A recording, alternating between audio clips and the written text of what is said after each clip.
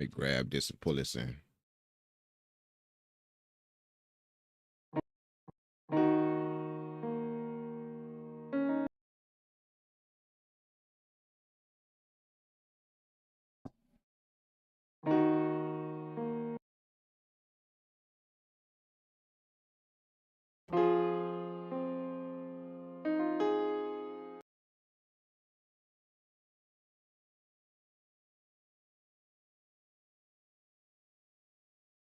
Mm-hmm.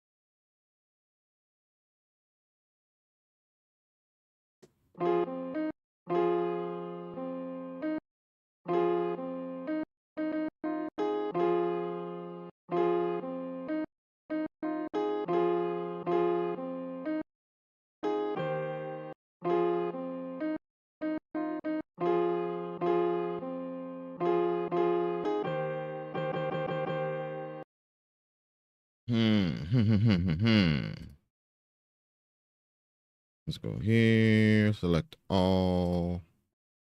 And then we're going to go up here and we're going to hit reverse.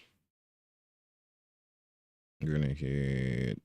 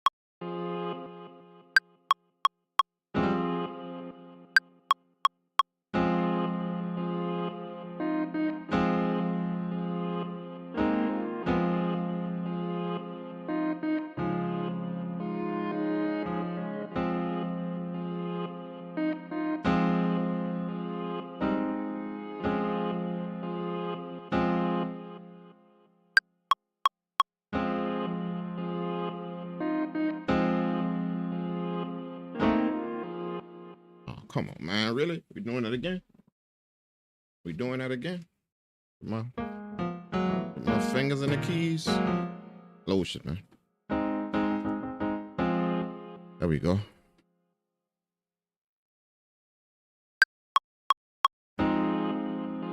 Nope.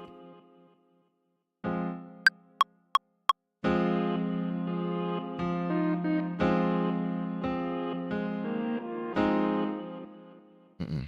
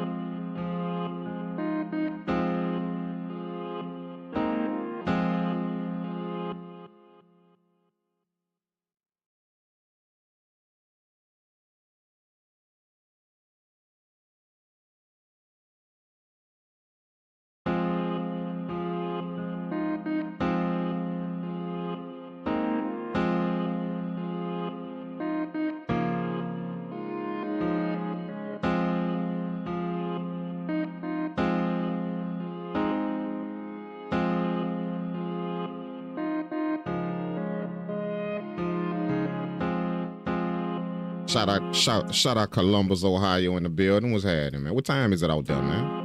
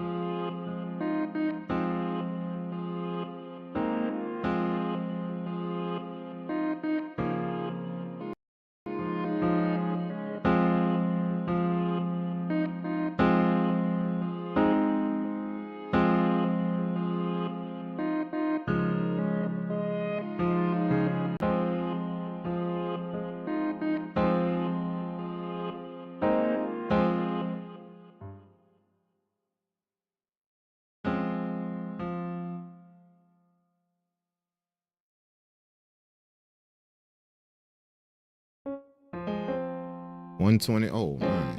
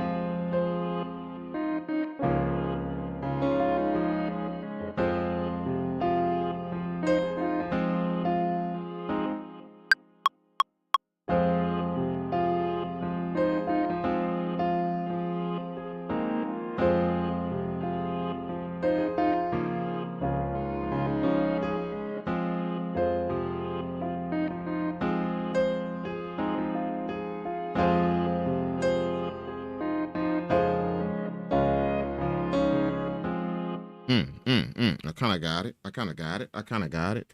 I kind of got an idea of what I want to do.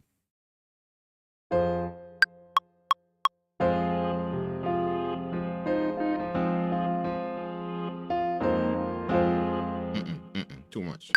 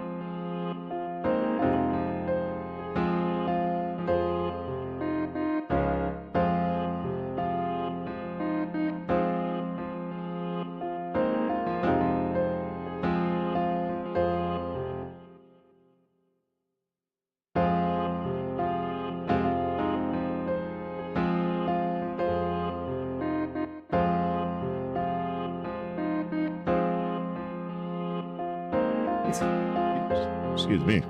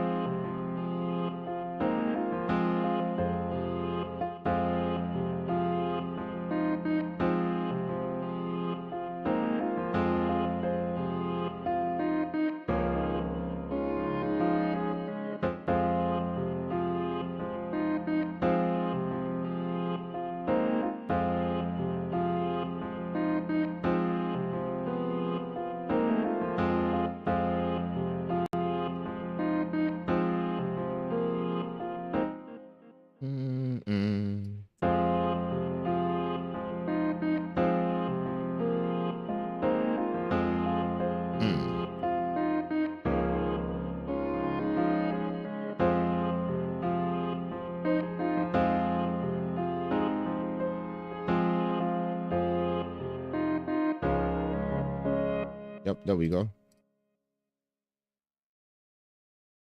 Let's bounce that. Let's bounce that. Let's bounce that. Let's bounce that. And then while that's bouncing, let's look for a vocal, man. Some type of vocal I want to put on there.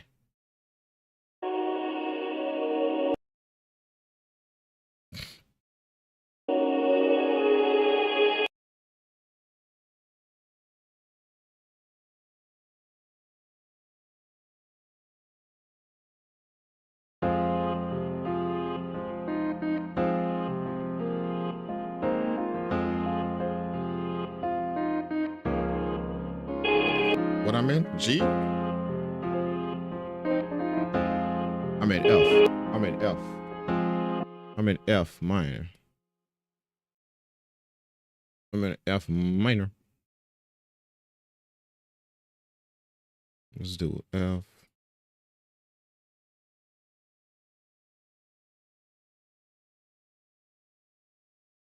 See if I could get a vocal to put up there.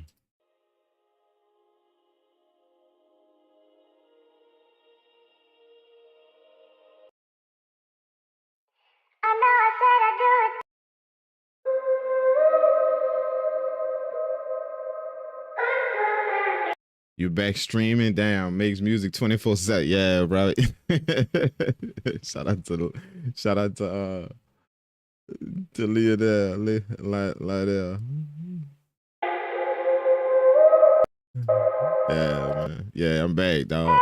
You know, I was at the crib and I just had some ideas. You know, like I was at the crib just kind of chilling, and then, you know, I was just, you know, vibing and just, you know, doing my thing, and then my ideas just kind of started to flow. So like I'd be fighting, I'd be like, man, I ain't gonna go to the stool, but I know I'm going.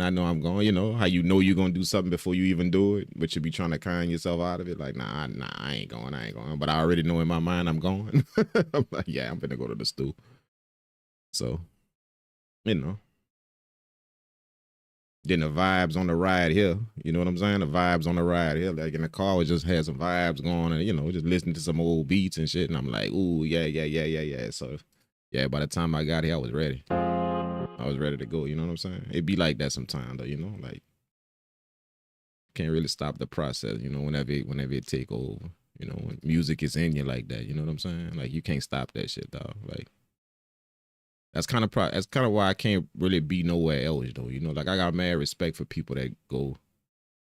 I got mad respect for people that, you know, like I got really, really mad respect for people that got music in them like me, like they got it in them, like they just like it ooze out of you, like you can't really stop it, like you know, and but you gotta go somewhere else though for a long time, and you know, like I got respect for that. Cause I don't think I could, bro, go somewhere else and just be somewhere else for like 12 hours doing something. You know, like I don't think I don't, you know, I mean, I'm with a shot would do what I gotta do, you know, but that'll be hard for me, bro. That's something so I got mad respect for people, for y'all that got music in y'all like that, but y'all gotta go somewhere else and be there for 8 hours, 9 hours, 10 hours, 12, whatever. You know what I'm saying? Like that's rough, dog. Cause like I'm just kind of putting myself in them shoes with my mentality and how music just pour out. I ain't gonna be able to go. I ain't gonna be no good to boss man over there. I won't.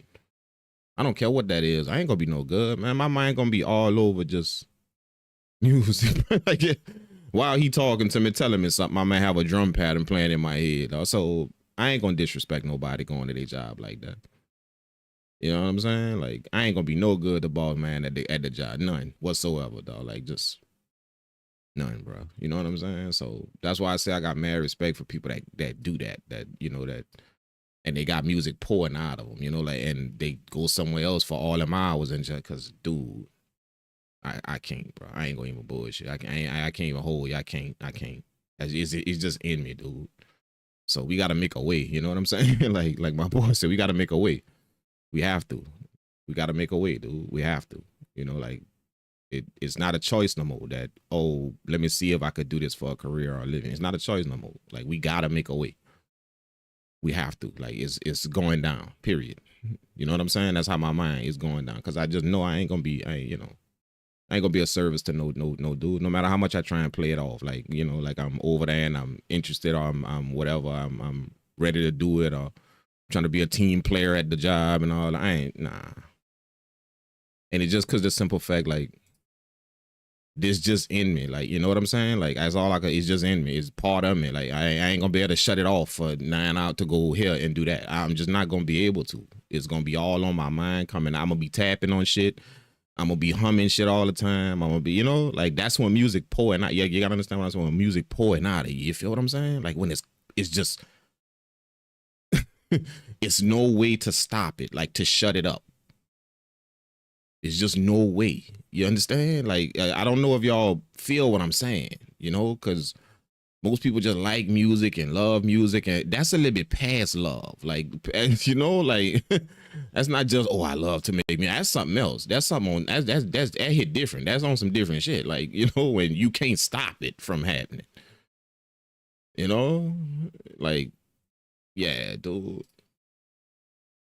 Yeah, we got to make a way.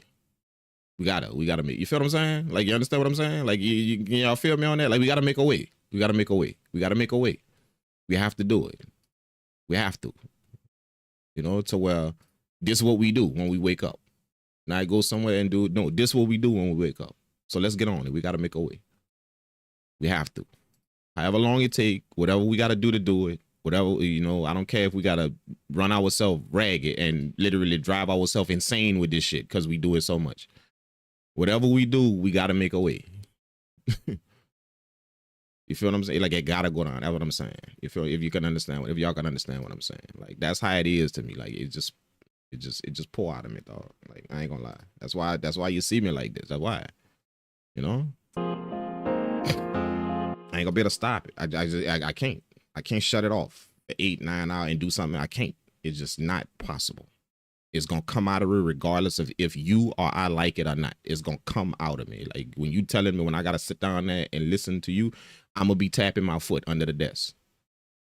I'm gonna be tapping my pen on the desk. I'm gonna be doing something, you know, like, I'm gonna be humming the melody. Now I gotta ask you. Oh, I'm sorry. What did you say again? Oh, I'm sorry. I was somewhere. What did you say? See, I'm gonna be doing shit like that at the job. You know, like, yeah, we gotta make a way, dog. When you know it's like that, we gotta make a way. We gotta do it. Period. We gotta do it.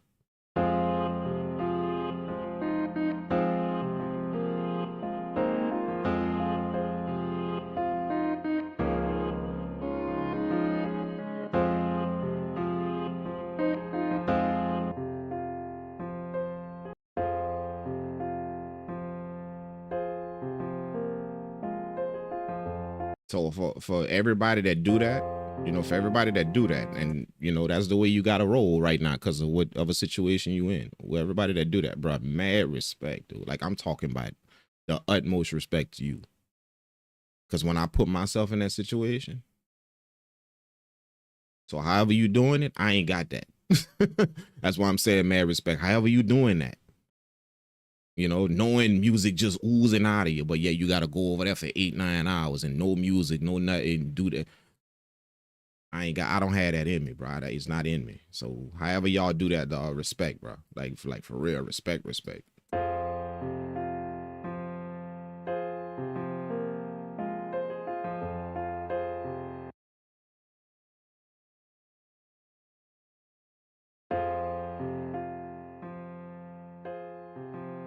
Gotta make a way, man. We got to.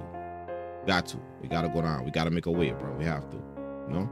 Make a way. Notice what I'm saying? Not wait for nobody to hand us nothing, not wait for something to happen, or wait to get on some kind of way, or go viral, or get popping. No, we gotta make a way. We gotta make one. From the ground up, we gotta make one. Let's do it.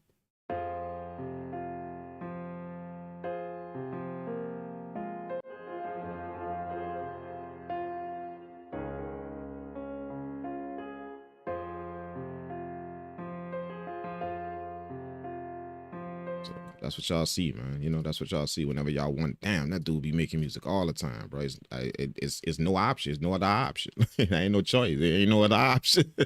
It's none. See what I'm saying? Maybe that would clear it up as to what, damn, why we see him all the time. To him, it's no other. It's nothing. It's no other option. It's nothing. That's why we see him like that all the time. Because you think a little bit different. What's in his head and how it roll, you know? There's nothing else. It don't. You know? I don't know, man. I don't know.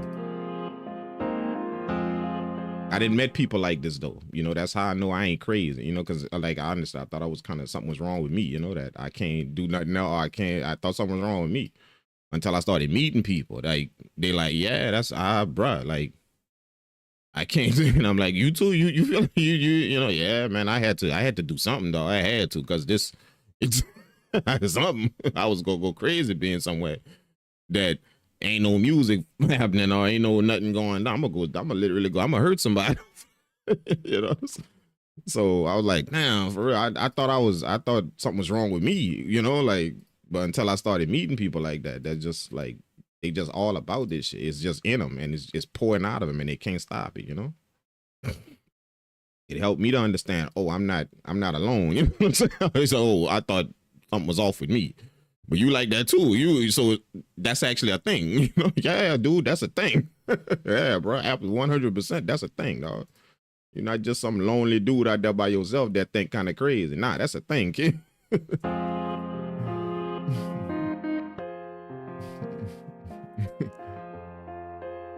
You know?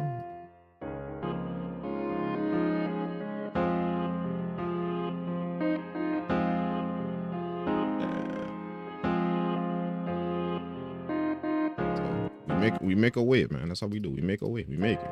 We make it. Not wait for no shit. We make one.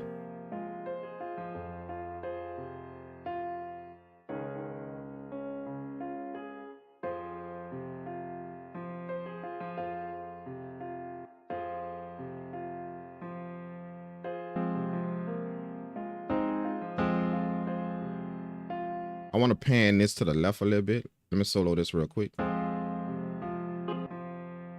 Then pan this to the left a little bit. Then this one up here, I'm gonna pan this into the right a little bit. It's gonna give it a little bit more space, you know, instead of me just piling reverb on, you know.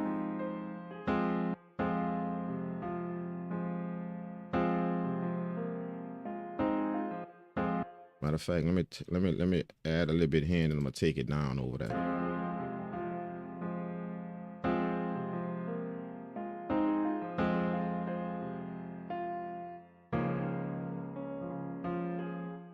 What a vocal at? It did it. What a vocal at? I think it's right here. Find a key we in. I don't know.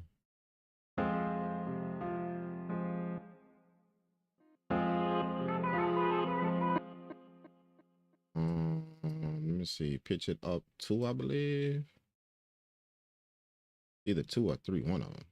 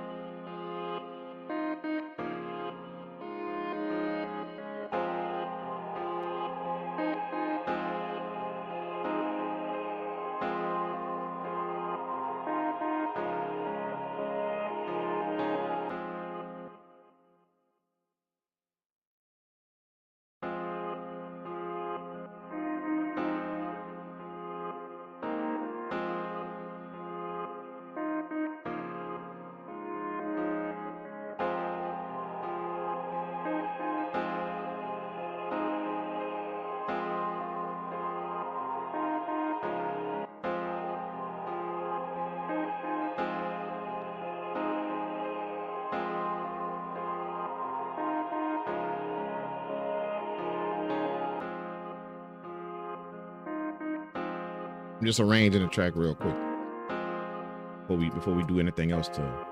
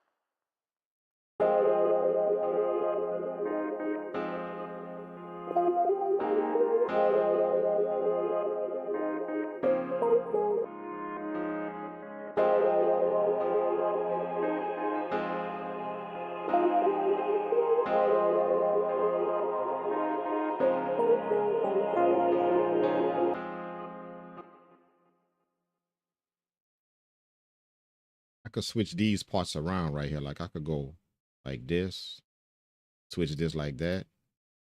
Boom, make a version like that. And then I could have this version. So it could go.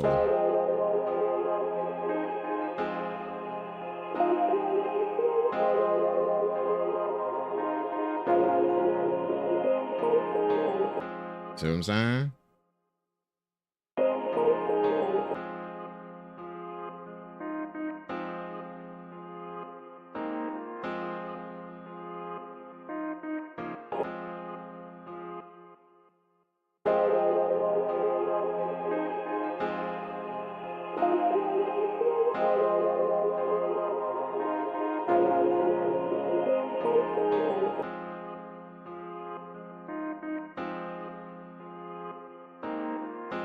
So let me render that one out too to a full audio clip. This one right here that I switched around. Let me render that one out to a whole audio clip. That way I don't have to worry about when I move it. I don't have to move the pieces too.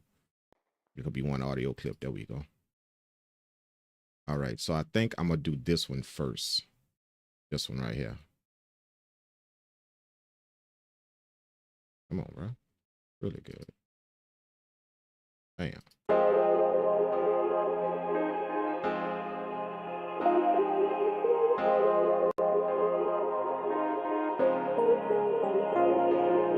Boom. Then it's going to go into the verse right there like that.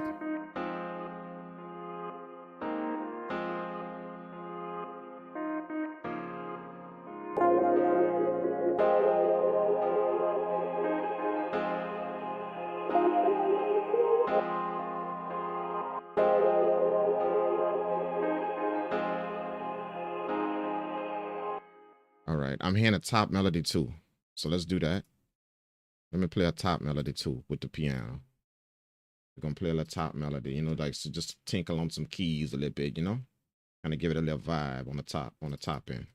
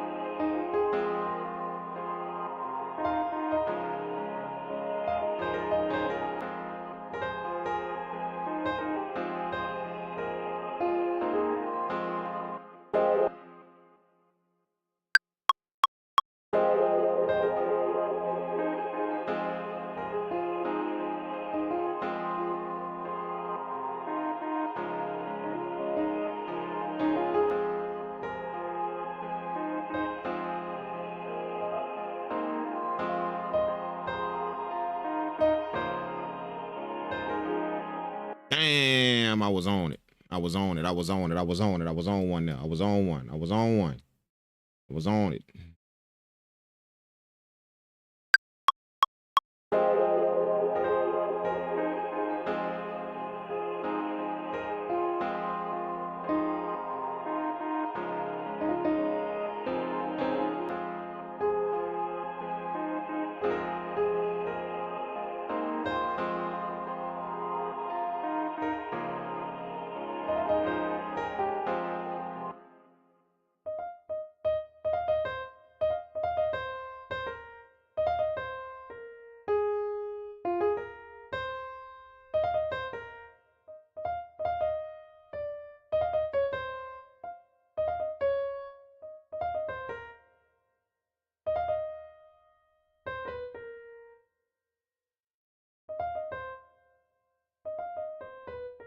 I'm gonna put that jazz note in there. See? You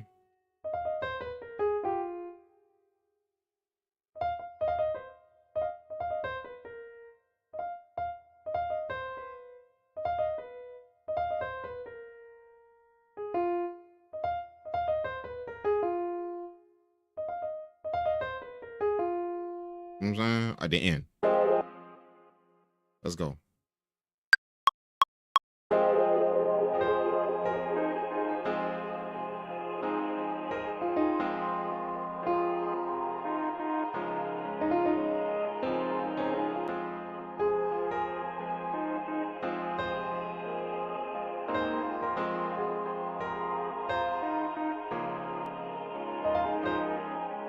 Damn.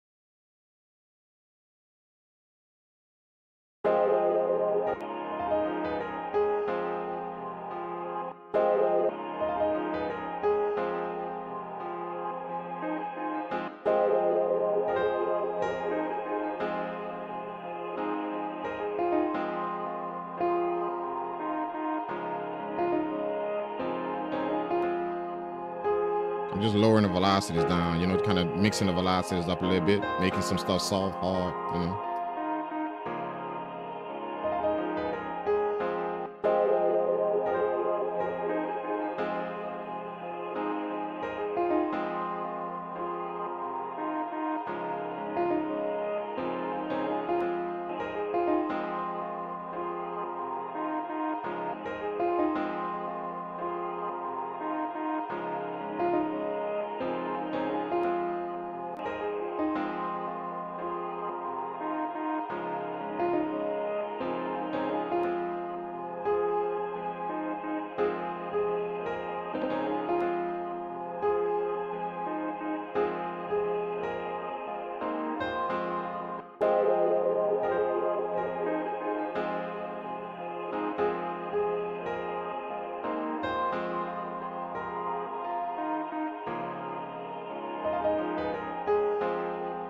Ooh, okay, okay, okay, okay, okay. That went tight. That went tight.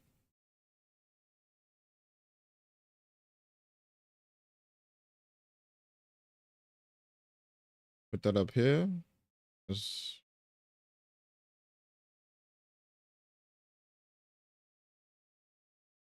Just bounce in place. And then I'm gonna play an E piano in the back of that. That's gonna give me another layer that I can put in an arrangement, an E piano. That's gonna go good with that that's gonna go good with the piano, with the actual piano.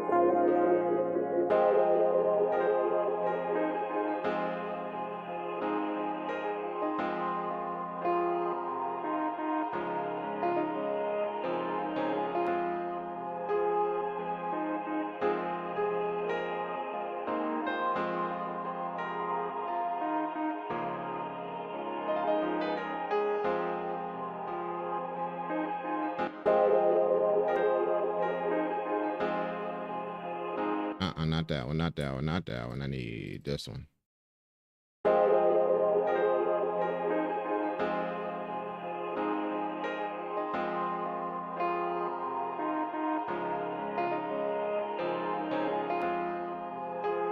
gonna put a little delay on that just to kind of give it a little vibe, you know?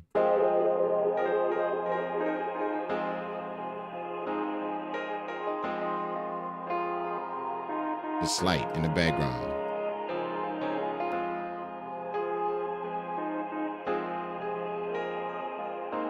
Maybe a little bit of reverb, a little touch of reverb.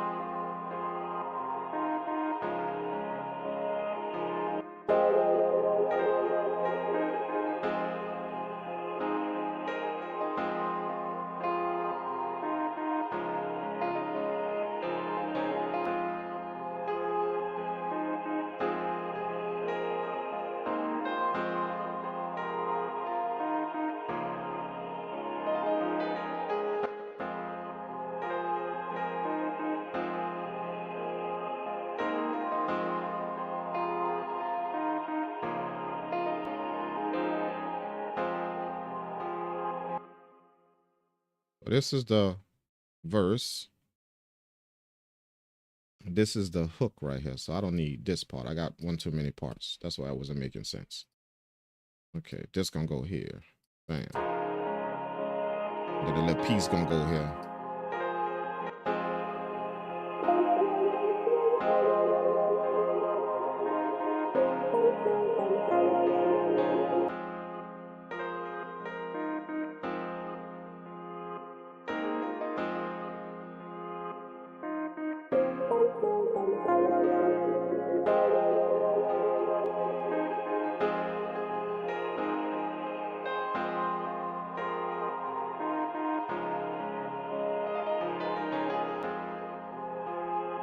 Not yet.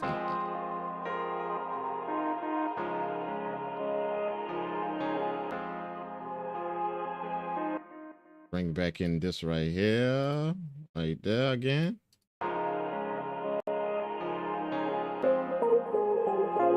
Nope, nope, nope, nope, nope, nope, nope, nope, nope. I need this piece right. Yeah.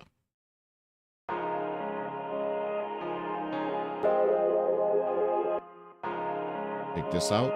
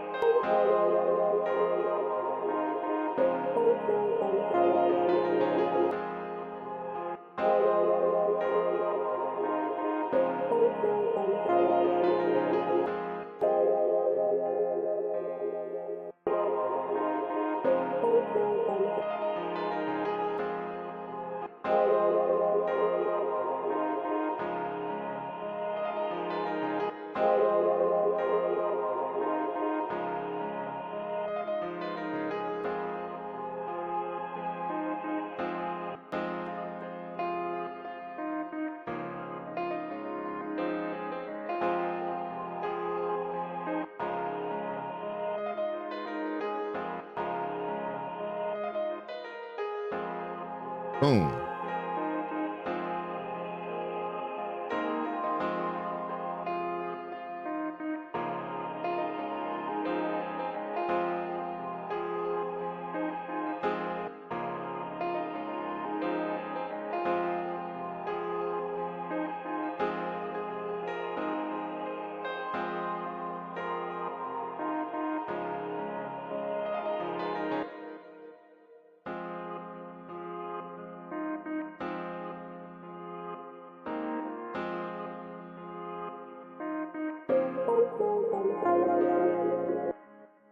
And then let me do a E piano, right? We said E piano, right? E piano. And then we're going to drop some drums on it after I do the E piano.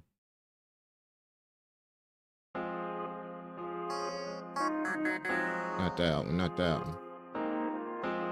Not that first one.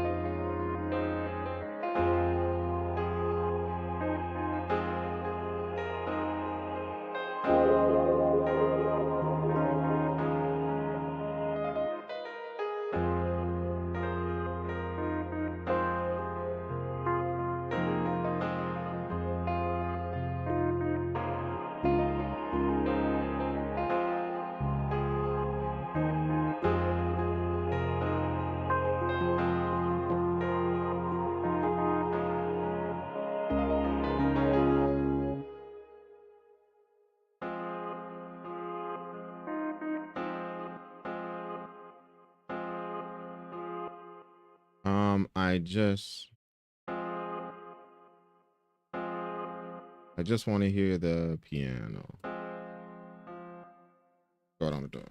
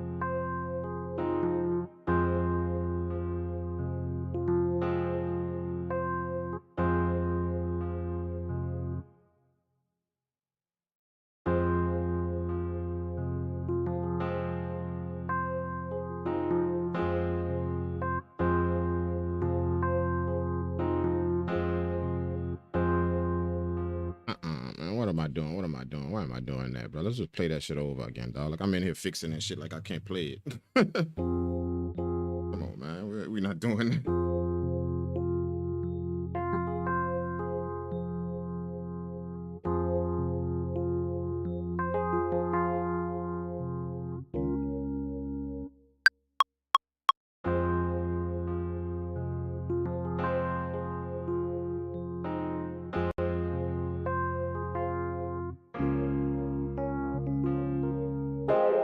There we go. Come on, man. Like I can't play that shit. Let's go.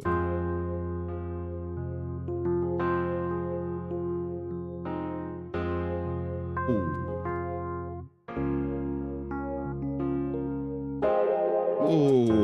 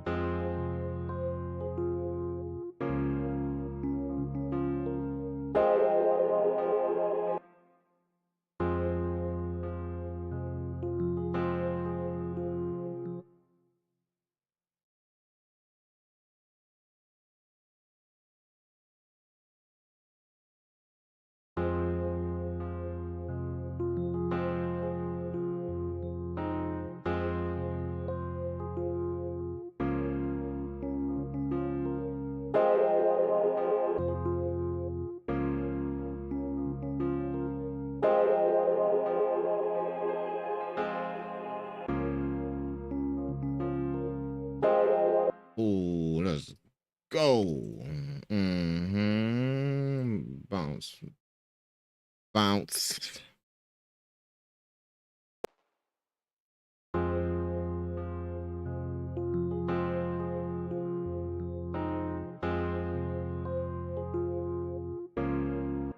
And then we're gonna set that.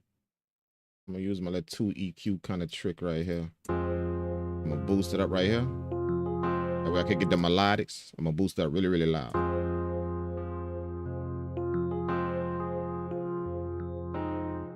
That way I can get the melodics out of it, and I'm gonna put another EQ next to it, and I'm gonna put that in mid. Boom, put it in mid, and I'm gonna duck what I just boosted.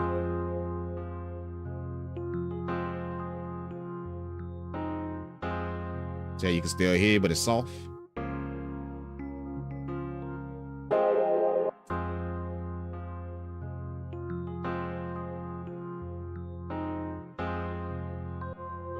And it's not covering nothing.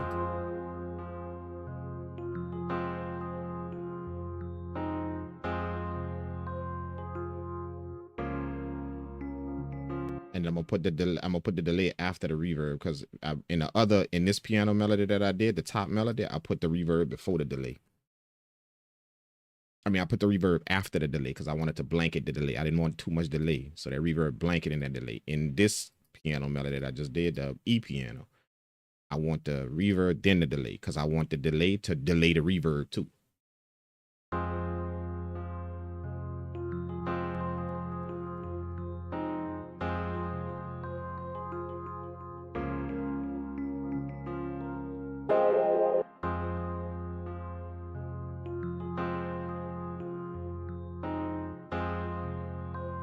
And then I'm gonna put an EQ after that and shape the whole sound, shape the whole entire thing. Fit.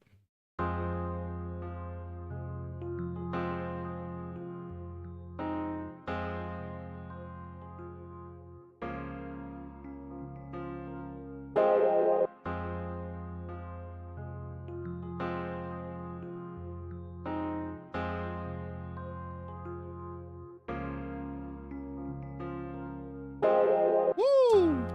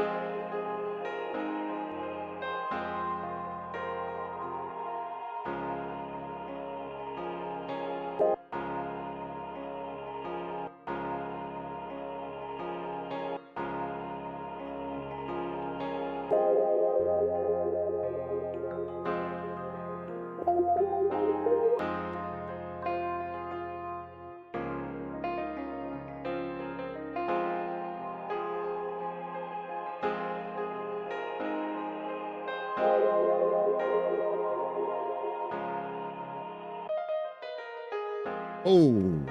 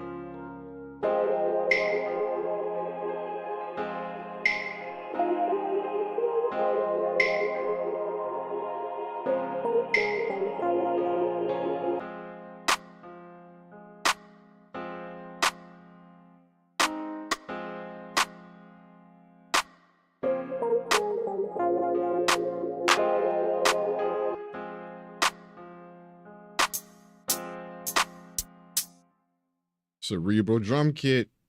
Y'all go get that if y'all ain't got it, man. Cerebral drum kit, man. Part 2 is coming really, really soon, but go get part 1 if y'all ain't got it. Go get volume 1 if y'all ain't got it, man. It's on my website now at thedrinkking.com. I can go get it for a nice little price, man. All of these drum sounds right here, man. All of them.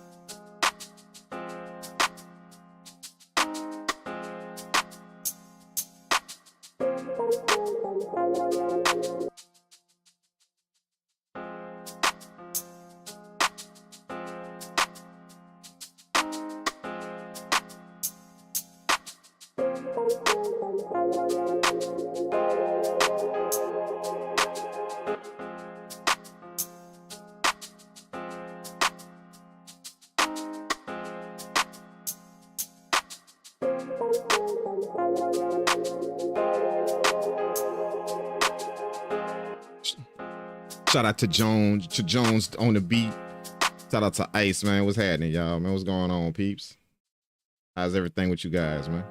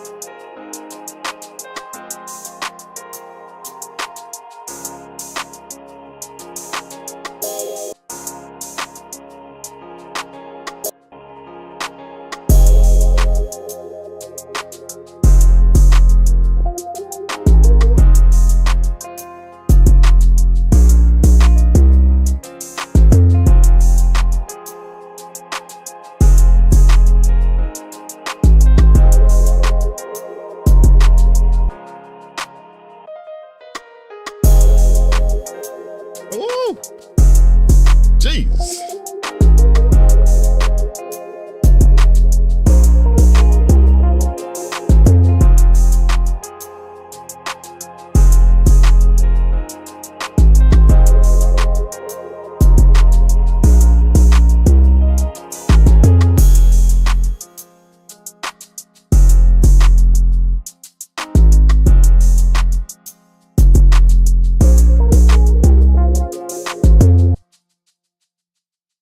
Holy, what's really good? What's really good? What we really doing out here, man?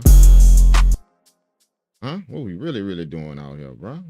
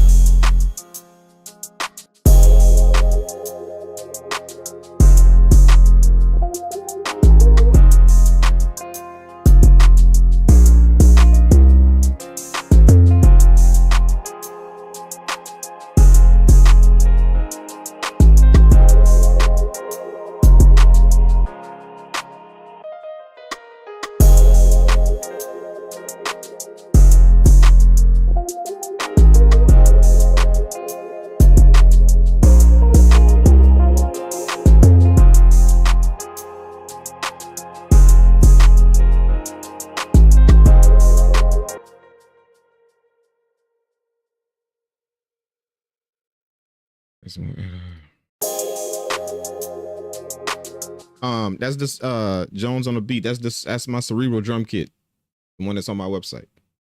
Yeah, it got this 808. It got a few other ones in there, man. Yeah, this one right here too. It's 808.5. It's like my version of the spins, but you know, a little oomph on it. You know, everybody got their own version of the spins. You know, spins 808, but it's a little. I did my own mixing on it, and you know, so that's my version of the spins. You know, but it's 808.5 in the cerebral drum in my cerebral drum kit. It's on my website now, man. The first one, part cerebral drum kit volume 2 coming though. It's coming, but it's volume 1 that's on there now. You could get this right here, bro.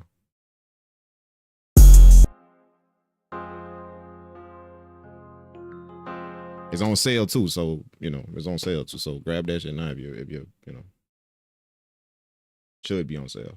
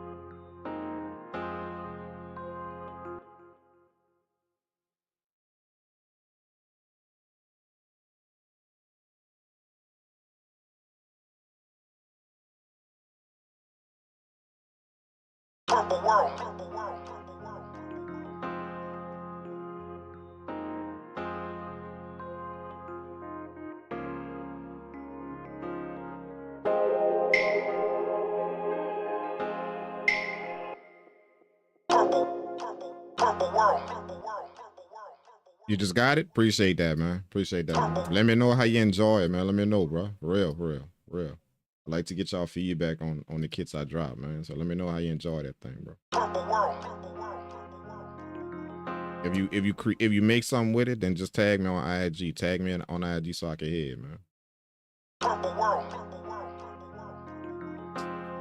Show you some love, you know?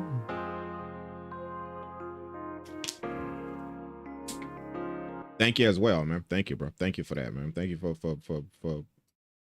putting the faith in the kit, man. Appreciate you so much for that, man. Absolutely, bro.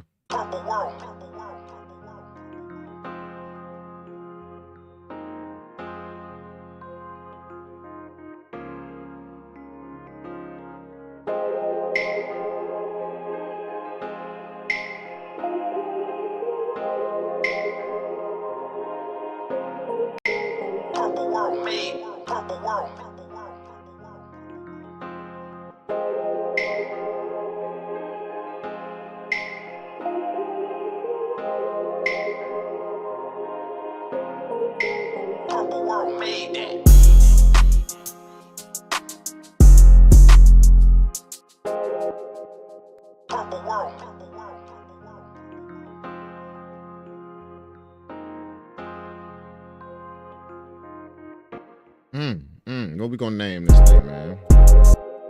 We're gonna name this thing. Let's name this thing, man. Something to do with the night, bro. Like night something. It's got to be night something since we up in the night. You know what I'm saying? Got to be night something, bro. Night what? You know, like night something. It got to be something about the night, bro. It have to be like it is a must. You know what I'm saying? Since we late night vibing right now.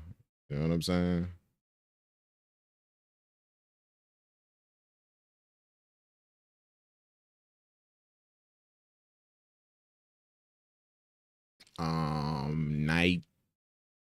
Night vision. Let's call it night vision.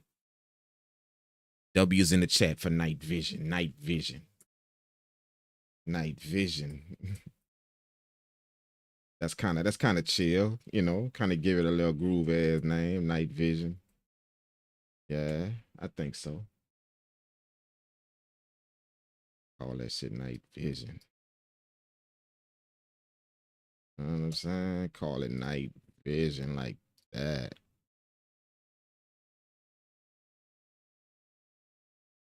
Ooh, yeah. Let's hear it, man. Let's hit. Hold on. Let me get the drums real quick. Let me. I didn't even do nothing to the drums, bro. Let me group all this shit right here. We didn't do nothing to the drums. You know we gotta get that drums right. We gotta put a little. We gotta make sure the drums set nice in that bad boy. You know what I'm saying? Let's do this.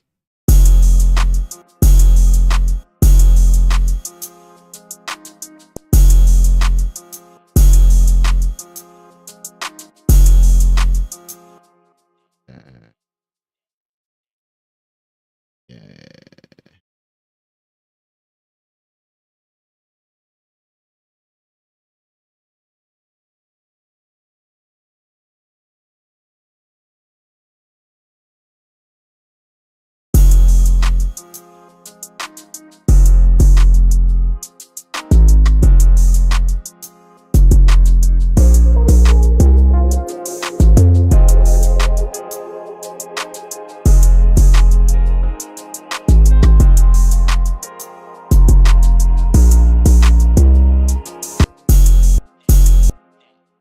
Then we're gonna take a de-esser. This is just a little trick that I do. I de-ess my I turn the high end up. You know, this is just a trick from mixing tracks. You know, not really music production, but just mixing a bunch of songs and stuff like that. But what I do is I put a de-esser on my hi-hat. I turn the hi-hats up. I do a little high boost on the hi-hats like this before the compression. So see this boost right here, this little boost right here on the high end. I give it a little boost, little shine on the high end. You know what I'm saying? So, first of all, I put everything in a bus. You know, everything in a nice little bus. The drums, every high end drum sound. So fortunately, this beat right here ain't got no kick, no nothing like that. So everything is literally in the high end. So I take everything in the high end that's on the drums and I put it in a nice little group. And then on that group, I throw this right here on it. I throw this right here on it. Boom. Throw a little, and I boost up the high end a little bit to give it that shine on them hats. But my hats already got that. My hi-hat, especially if I use my drum, it already got that. I'm kind of overdoing it a little bit. And the reason why I overdo it is for what's coming next. Once I overdo it a little bit, give it that bump, then you take this right here, you take a compressor, and then you compress. As you see that tick, this needle right here gonna jump. Because you boosted up that high, and remember, so you're gonna hear that tick, tick, tick. You're gonna hear it a lot because you boosted it up a little bit. Plus, it's already got that polish on there already. So you're gonna hear that tick, tick, tick, tick, and all your high end sound, your hi hats, and all of that, them sounds that's high, the percussion sounds I got. You're gonna hear that tick, but that's how this needle right here start moving. You're gonna see this needle moving right here. So what you do is you make sure that needle jump, and it's catching just them ticks. Cop, cop, cop. See what I'm saying? So look at it. Watch. Let me sort of little group. Look. See how it's catching them ticks? See, it's catching all them there, and you just you work with the compressor till you see it move. Don't have it to where it's laying down flat, to where it's not jumping with them ticks. Make sure that needle jumping with them ticks. You know what I'm saying? And then once you see that happen, you catch that compressor kind of is shushing them ticks. It's shushing it down. You didn't boost it up behind, but that compressor kind of shushing it down a little bit. Then you come behind that with a de-esser like this. It's just like vocals. You know how you de-ess a vocal to where you don't hear that Whenever they on the microphone, you DS your hi-hats. See? So, but in essence, what you done is you gave it a little top end polish. And then you get to control it with this, how much you want to shush it. See what I'm saying? So watch this, check this out. After I done gave it that top end polish, I get to choose how much I want to shush it down. So it's like you giving yourself enough to work with and now put it back in the pocket instead of trying to just boost it up. Nah, give yourself on the overdo it. That way you could bring it back down into the pocket. See what I'm saying? So I didn't overdid all of that with the EQ and the compressor. Now I'm about to shush it and bring it back down. All that tick, tick, tick, tick, tick. I'm about to shush that and bring it back down into the pocket. So check this out. See?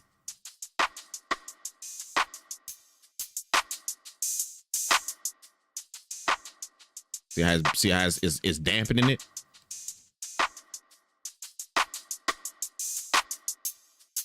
See? So what I'm gonna do is I'm gonna listen to the beat and kind of just drop it right where I hear that little vibe. You know what I'm saying?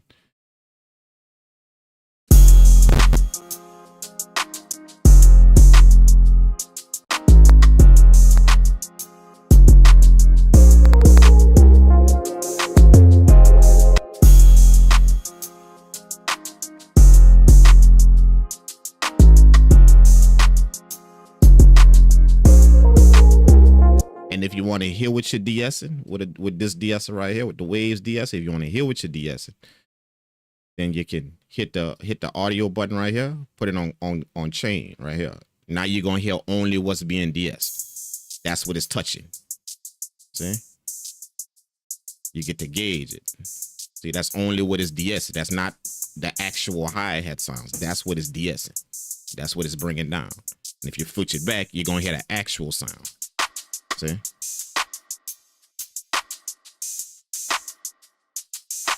So you can kind of hear what it's doing. That's what I'm saying. This right here is the frequency that you want. So if you want more top-end for it to de-ess more top-end, you boost that up a little bit. If you want the de-esser to kind of go back into the low end a little bit and de-ess a little bit of that, you take this right here and you bring it down a little taste. You know what I'm saying? This control your frequency, how what you're de-essing. See? So see how it's de-essing highs? It's all high. Because I got this all the way up. The more I bring this down, this frequency down, see, it's going to start pushing toward the low and de-essing the low. See? See? You start hearing more of my sound that is picking up. More of the low. You know what I'm saying? What's up, Daniel P? What's happening, man?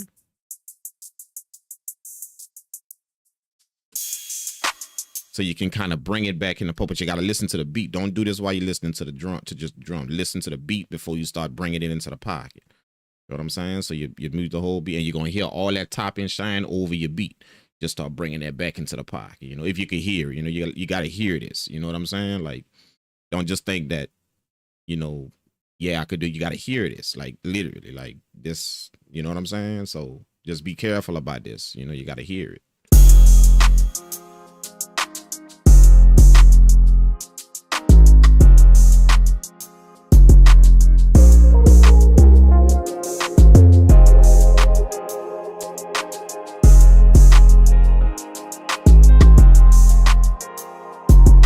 Now my high end, my stuff is in the pocket. It's like I bought it back down. My high, all them ticks and pops in my hi-hats and shit and percussion sounds and all that. You know what I'm saying? That's just a way for you to control your sound. Sometimes when you get to mixing it and boosting up this and making it, putting that polish on it and all that, that shit get out of hand all in that high end. So you can kind of tame that a little bit with something like that. Just make sure you set that compressor and that EQ before that, because this gonna sound whack. You know what I'm saying? If you just do it, you got to set that EQ and that compressor before that.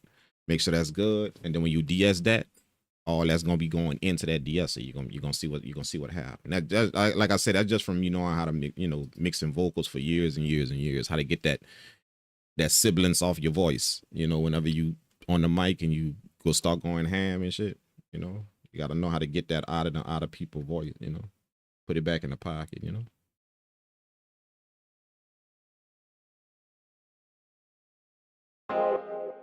Purple world.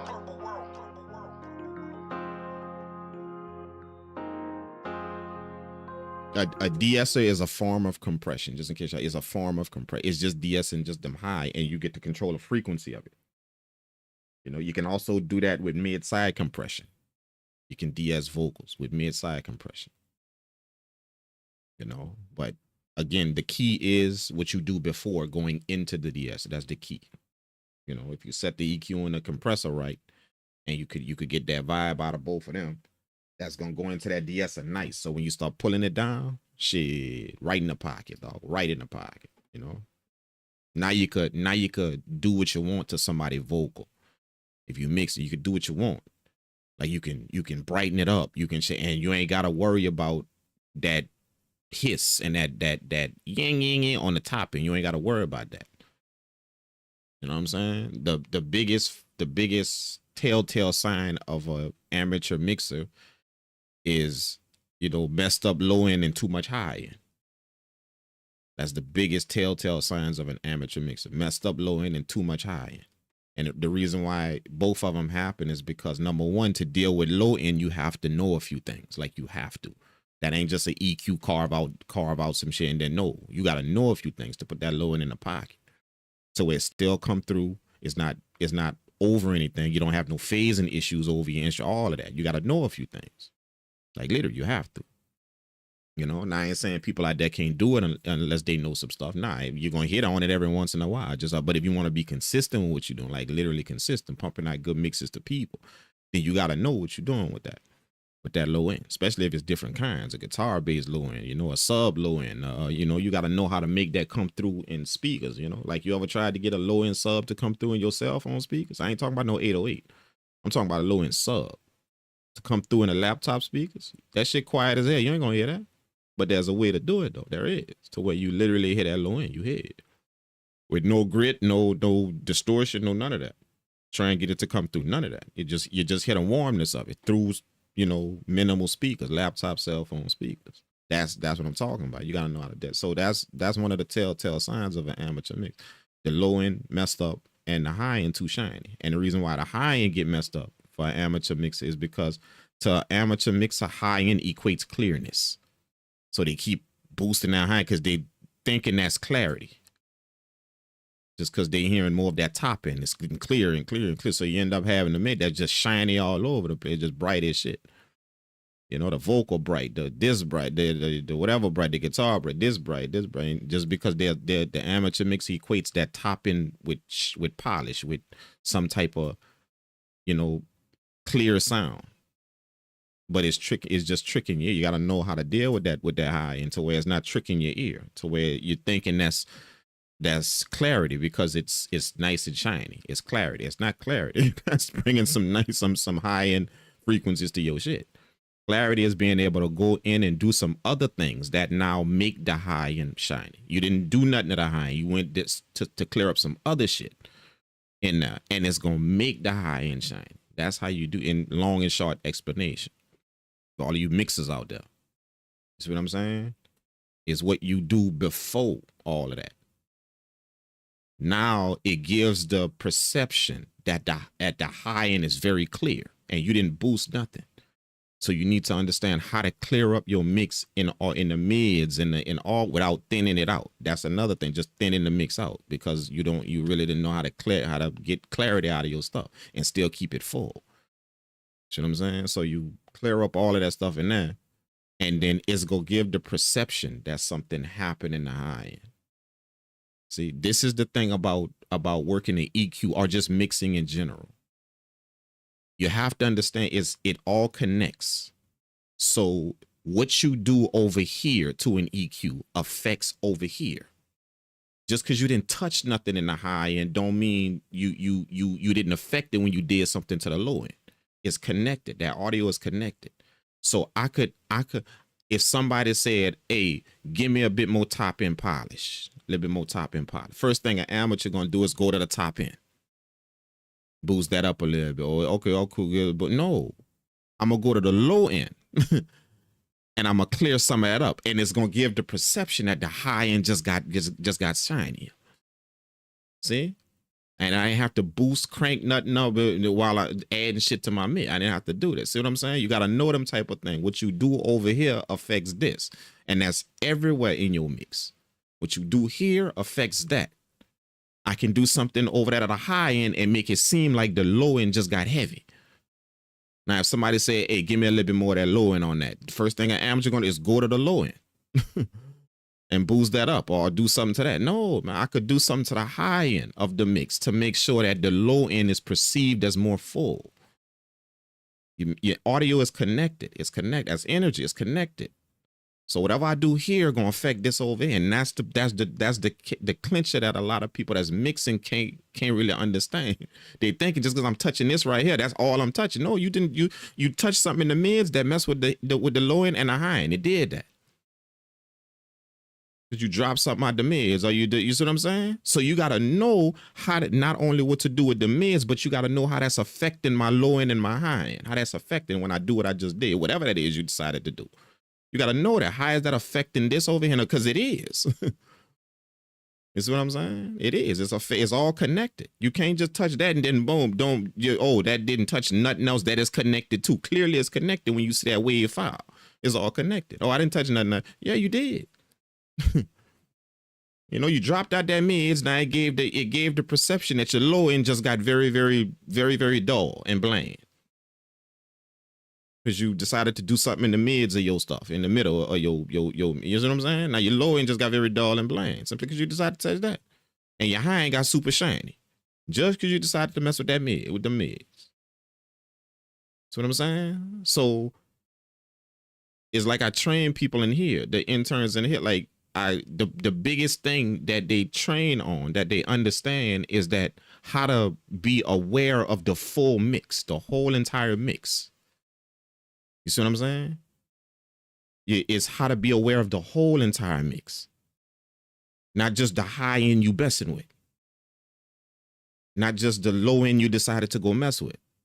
Be aware of the whole entire mix. When I'm messing with the low end, be aware of the whole entire mix while you messing with that low end. The whole entire thing. That's the biggest thing that I show people. To be aware of the whole entire mix. And it's easy to do. You basically what you're teaching them is a game of focus, not how to mix. You're teaching them a game of focus, not how to mix some music. You're teaching them how to be aware of all of this while you're doing it. Once your awareness sharpens, bro, you can do anything in the mix when your awareness sharpens. You don't go to somebody to learn how to mix music. You go to somebody, a teacher, for them to sharpen your awareness of it. What do I pay attention to when I'm doing this? What do I pay attention to when I'm doing that? That's building your awareness of what's happening. You're going to figure out how to work EQs, compressors, all that on your own. Yeah, some gems you're going to need to get all of that rocking, but you're going to figure out how to do all that shit on your own. You will. How you want it and what you want it to do. Because that's your creativity, even in mixing, how you want your stuff to sound. To put your own polish on. You're going to figure that out. You're going to do that, but you're not going somewhere to, you're not going lock in with somebody for them to teach you how to mix. You're going lock in with them for them to teach, to help you cultivate your awareness of the mix, of the track. You see what I'm saying? Because, bro, like you do, have you ever thought, let me show y'all this. Have you ever thought about how many moves you make from the starting point of a mix to the ending of it? Like every move you make, how many that is?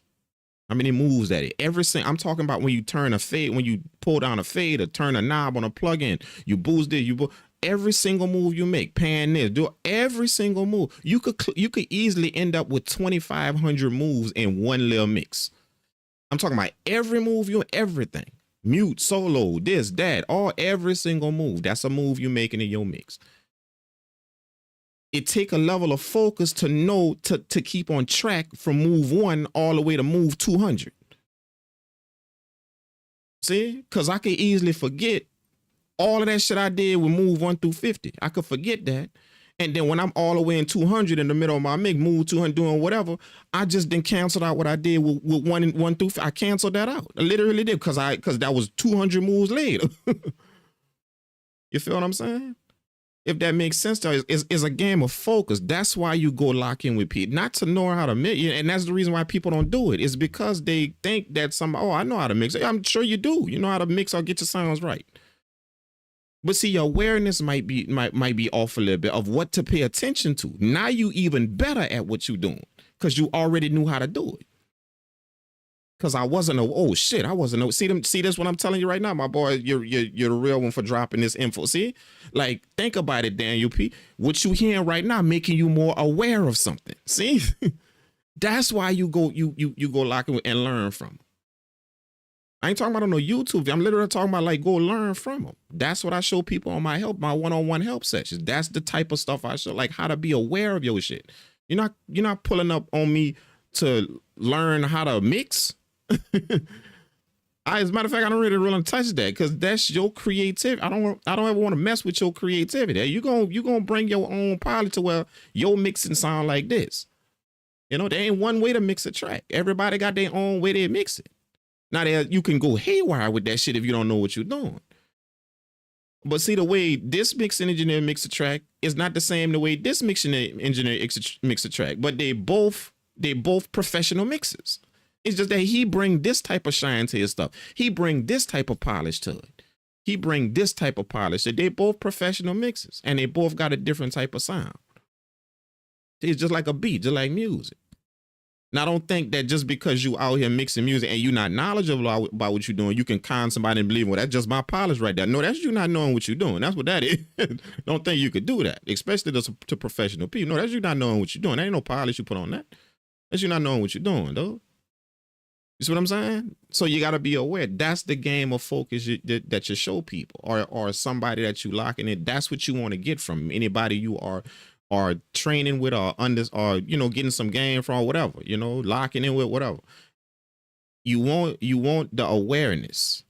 And most people gonna teach you how to work some plugins and how to work that's gonna come. That's gonna develop. That's gonna develop. You getting better and better at your craft, how to work EQ, how to work a compressor. That's gonna develop. But your awareness needs to be sharpened and guided. Your awareness, it needs to be sharpened by someone and guided. To where the more you become aware, you're aware of the correct things. That's somebody guiding you as your awareness develops of what you're doing, not teaching you how to mix. You see what I'm saying? If that makes sense.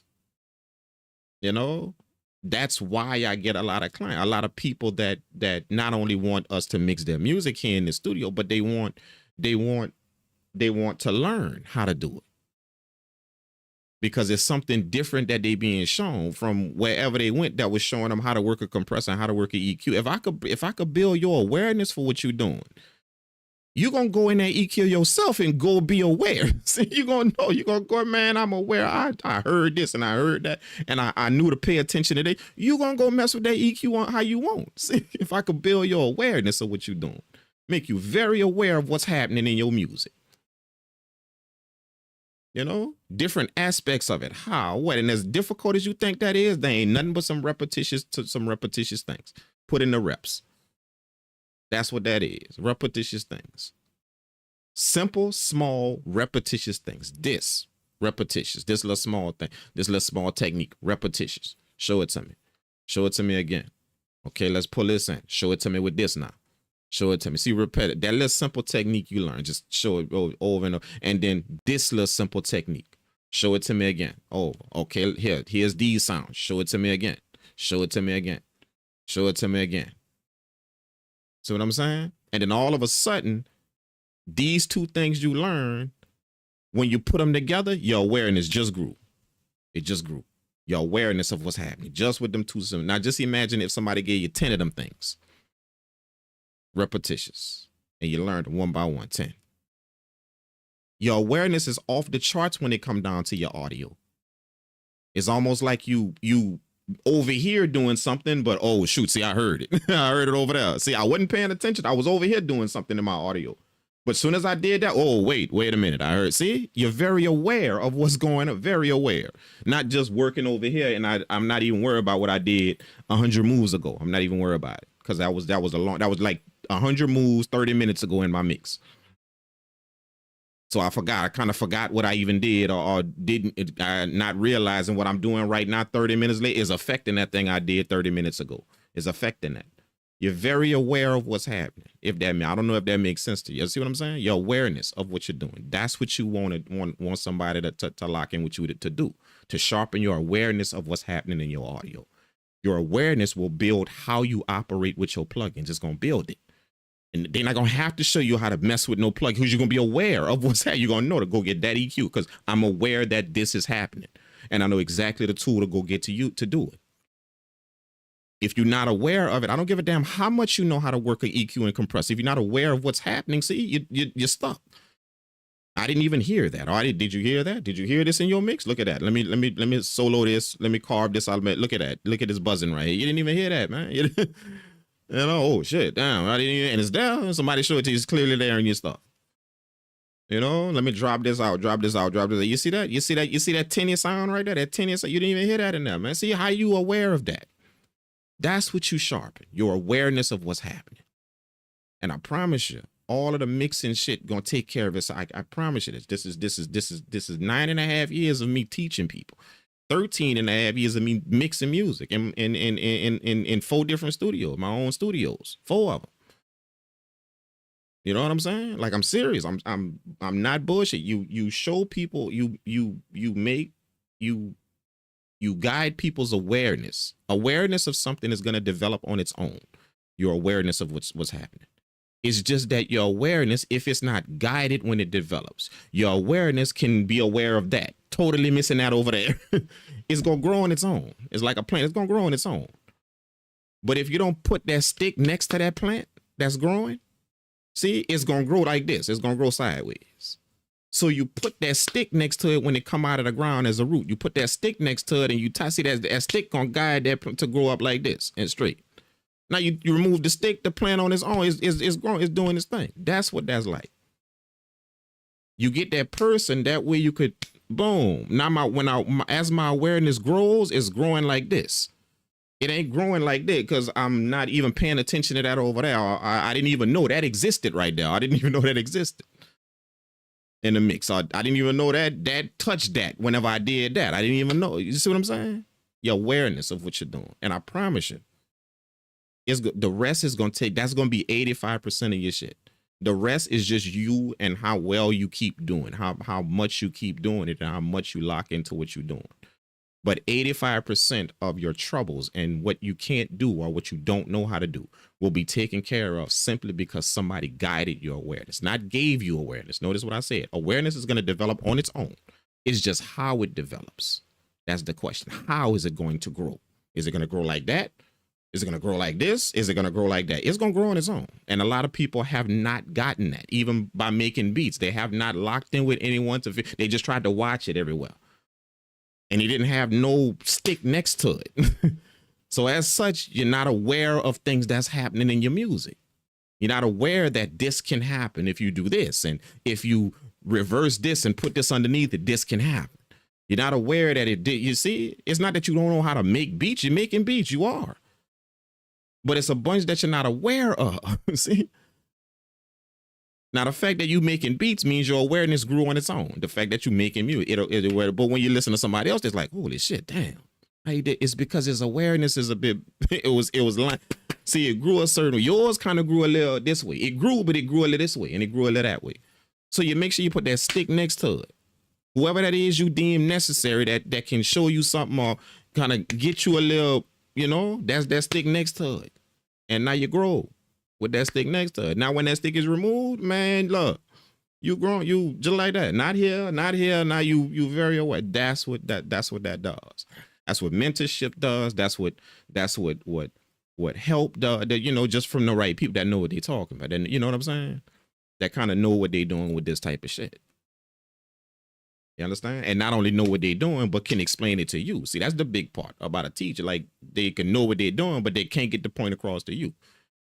They can't. Like, see what I'm saying? See how I just got that point across to y'all with a little example? Just you get a clear picture of the I wasn't talking about a plant, I was talking about mixing. But see how I use that to get it across, to so it could sink in. You gotta have somebody like that's able to do that, because you can get into these frequencies and all this shit, like all this technical shit, and bro, somebody done totally lost you. But if you got somebody that's able to take that technical shit and bring it to some shit that you already familiar with in your life, you know, liken it to some examples that you already familiar with in your life, you're gonna start picking it up. Because I didn't understand that technical shit he said, but when he used that example, I picked it up because I know that example. I know what you're talking about when he used that example, basketball game or a football game. I know that. See, so I picked up what he said. I picked up exactly where he went with that. You know what I'm saying? That's making sure you got that thing next to your plant that's growing, that stick next to your plant that's growing.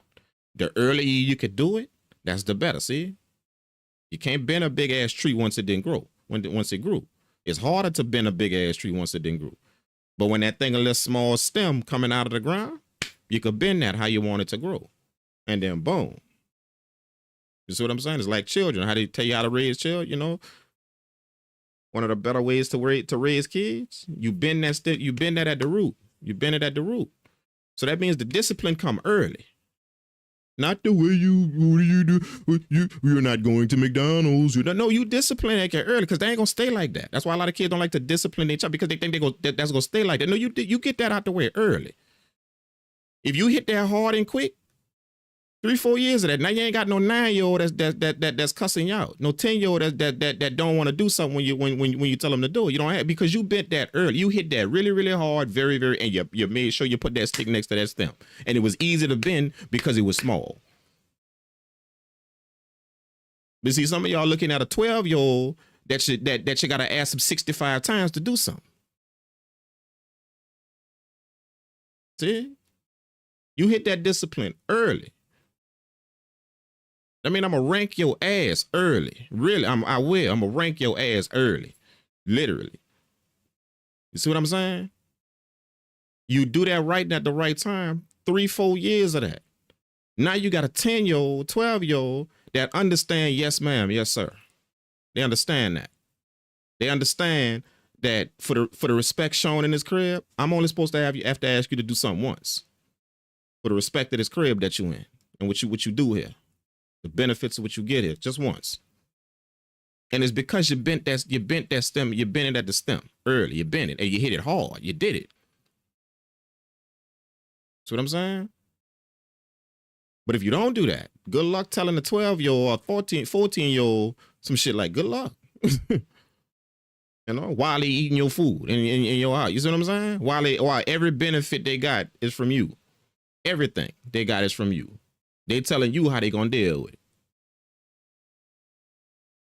Yeah, it's because that, you know, but that's what I mean. I'm not talking about, not getting off topic. What I'm talking about is just making sure that whatever you learn, whether it's an instrument, music production, mixing, whatever you learn, put that stick next to it. Put that stick next to it. Put that stick next, that way early it could grow a certain way. That stick gonna guide. Y'all know what I'm talking about? A tomato plant or something like that? Where the whatever it produces is so heavy that it make the tree bend, it make it go like this, and now you got a tree growing on the ground sideways or something, or, you know, stuff like that. What a person does that grows that is, when it comes out of the ground, when the stem comes out of the ground, they take a stick and they stick it in the soil and then tie a small thread around it next to the stem. So the stick is next to the stem. It's next to it. So now when the stem grows, it's growing along the stick. See, straight up. It's growing along the stick. Just in case y'all don't know what I'm talking about. It's growing along that. Straight up. See, without the stick, it could easily do this. Because the bud is so heavy. It's so heavy. The thing that is growing is so heavy. Once that bud come out, it's so heavy that it's gonna bend and grow like and start growing on the ground. Now it didn't, you know, next thing you know, you got a sideways plant that didn't crack. That the stem didn't crack. But if you put that stick next to it, when it come out of the ground, you put it next to it. Right when it come out of the pot, that little small stem that come out of the pot, tie that little stick next to it, put it on the soil right next to it, take a little small thread and tie it around there. Now when it grow, it's gonna grow along the stick. And once it get to be a certain level and it's strong, and then you remove the stick and let it grow. See, but it's growing a certain way now. It's growing. You feel what I'm saying? It ain't growing sideways. It ain't growing. That's what shaping somebody's awareness is. helping them to develop their awareness. You are not giving them something. You are not giving it to them. You're not doing that. It's gonna just like that stem. It's gonna grow on its own. What you're doing is you're putting a stick next to it to where it can grow like that. It can grow up like that instead of growing sideways this way. You know, looping back around and going back to the ground. It grew like this, then it went like that. You know, all of that. Y'all, you know, hopefully y'all get what I'm saying, man. You know what I'm saying? That's building awareness for something, or helping somebody build awareness for something. You know, and that's why a lot of people make amazing music, mix amazing music, is just because they're aware of things that you might not be aware of. You're not aware of them. Aware just means I'm very, very cognitive about what's going on. I'm not over here and then missing what's going on over there. See, I'm over here in my mix messing with these pianos right here and doing all of this and totally miss the fact that them guitars I just mixed, you know, 30 minutes ago, what I did with that piano just blocked that. It just did that. And it's all because I'm focused on these pianos right here and I'm trying to get this to do something or get this to sound a certain way.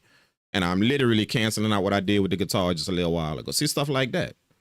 That you're aware of what's happening. You're messing with these pianos and you're like, whoa, wait a minute. Whoa. I just heard something happen with the guitar. Wait, nah.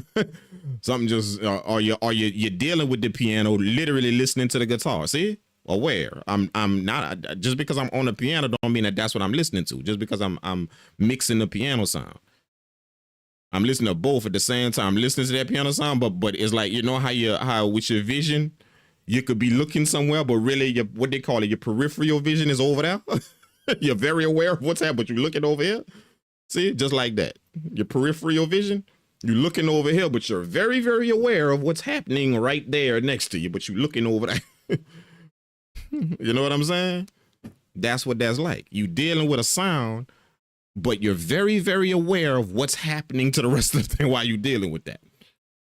Very aware. That's the key point of dealing with a bunch of tracks in a mix. You know, a system of being aware of what's happening. And if somebody shows you a nice system, you're going to take that system and develop it your own, put your own creativity to it. To where now you mixing music and you got a good sound of whatever somebody sent you or whatever you make. You got a very good sound coming out of your DAW, very good sound. Plus, you putting your own thing to it. Your creative way of bringing them instruments, you putting your own thing to it. See what I'm saying? That's what that is. Just being aware, man. That's how that works. Purple world. Purple world.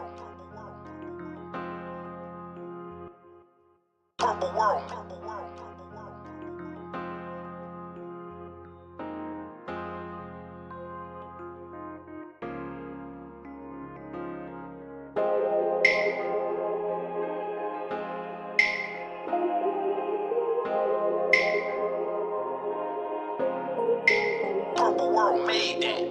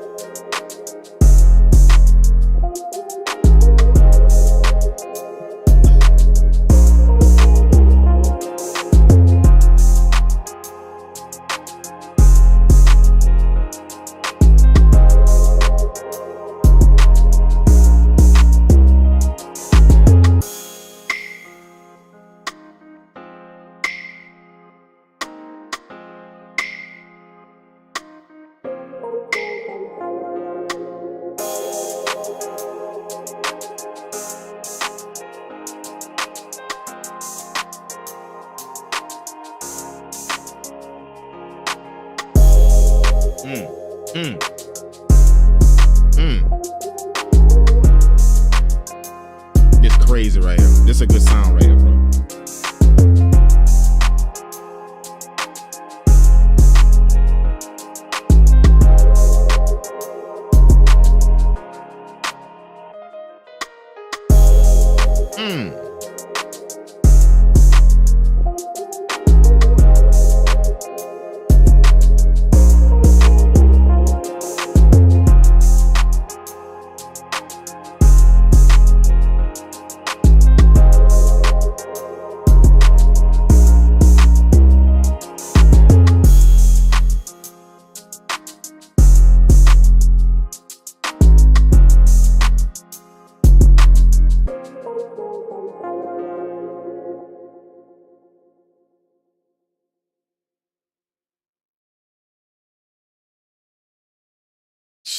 I love my damn job. I ain't gonna lie, I love my damn job.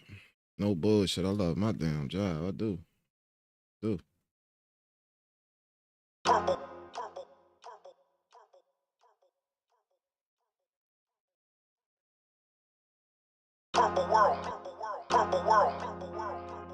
And the thing about it is, this track not even mixed, bro. You know, as good as that song, that's not even mixed. It's prepped very well to be mixed. It's prepped very, very well. You know, so if I was to render this audio out, put it in, you know, Reaper, the DAW I'm mixing, that, put it in that. You know, all of the stems, everything just like this. Render out all the track outs just like this. Every track. And then mix it. Yeah, that's ready. That's ready. And all I'm gonna do is just put some polish on it. You know what I'm saying? That's it. I'm gonna just put some polish on it, make sure it's, you know, make sure everything clear. I'm with this type of track right here, I would address clarity first. That's number one. The reason why is because it's so mellow and it's so smooth. So I want that as clear as it could be. They got some tracks to where I don't want them that clear because it adds to the flavor of it. I don't want them that, but this particular track, the first thing I'm gonna address is the clarity. So I could hear a few things that's covering over a few things. I can hear a few things that's masking a few things. They got some phasing that's happening between this piano right here, this piano,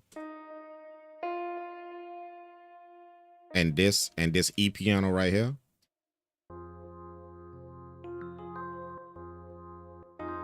Say that. They got some phasing issue that's happening with that. Phasing means it's canceling each other out. The sound canceling each other out.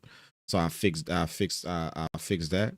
That way all the sounds could be clear. You're gonna hear them in their own pockets. You know, that just ain't EQing. That's different. You know, if y'all don't know what that is, you know, phase issue, that's a little bit different. So I would take care of all of that in the mix. That way everything in its own pocket. You know, and I don't like to put sounds like, I used to do that as an amateur, make sure everything is in its own space. I used to do that, but I learned over the years to layer things. I want them on top of each other. It's just that I'm gonna make sure they're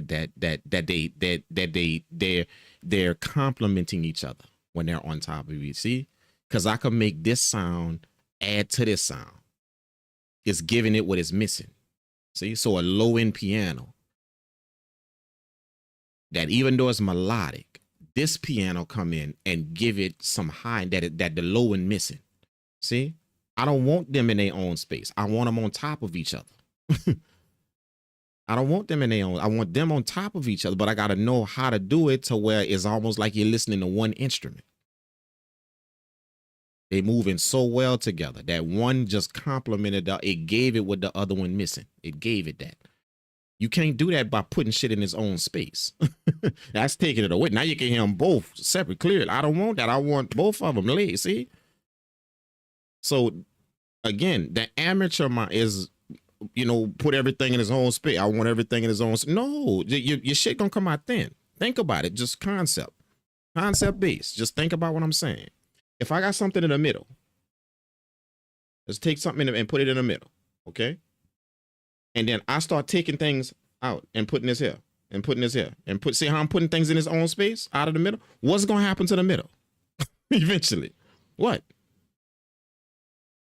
See, whole.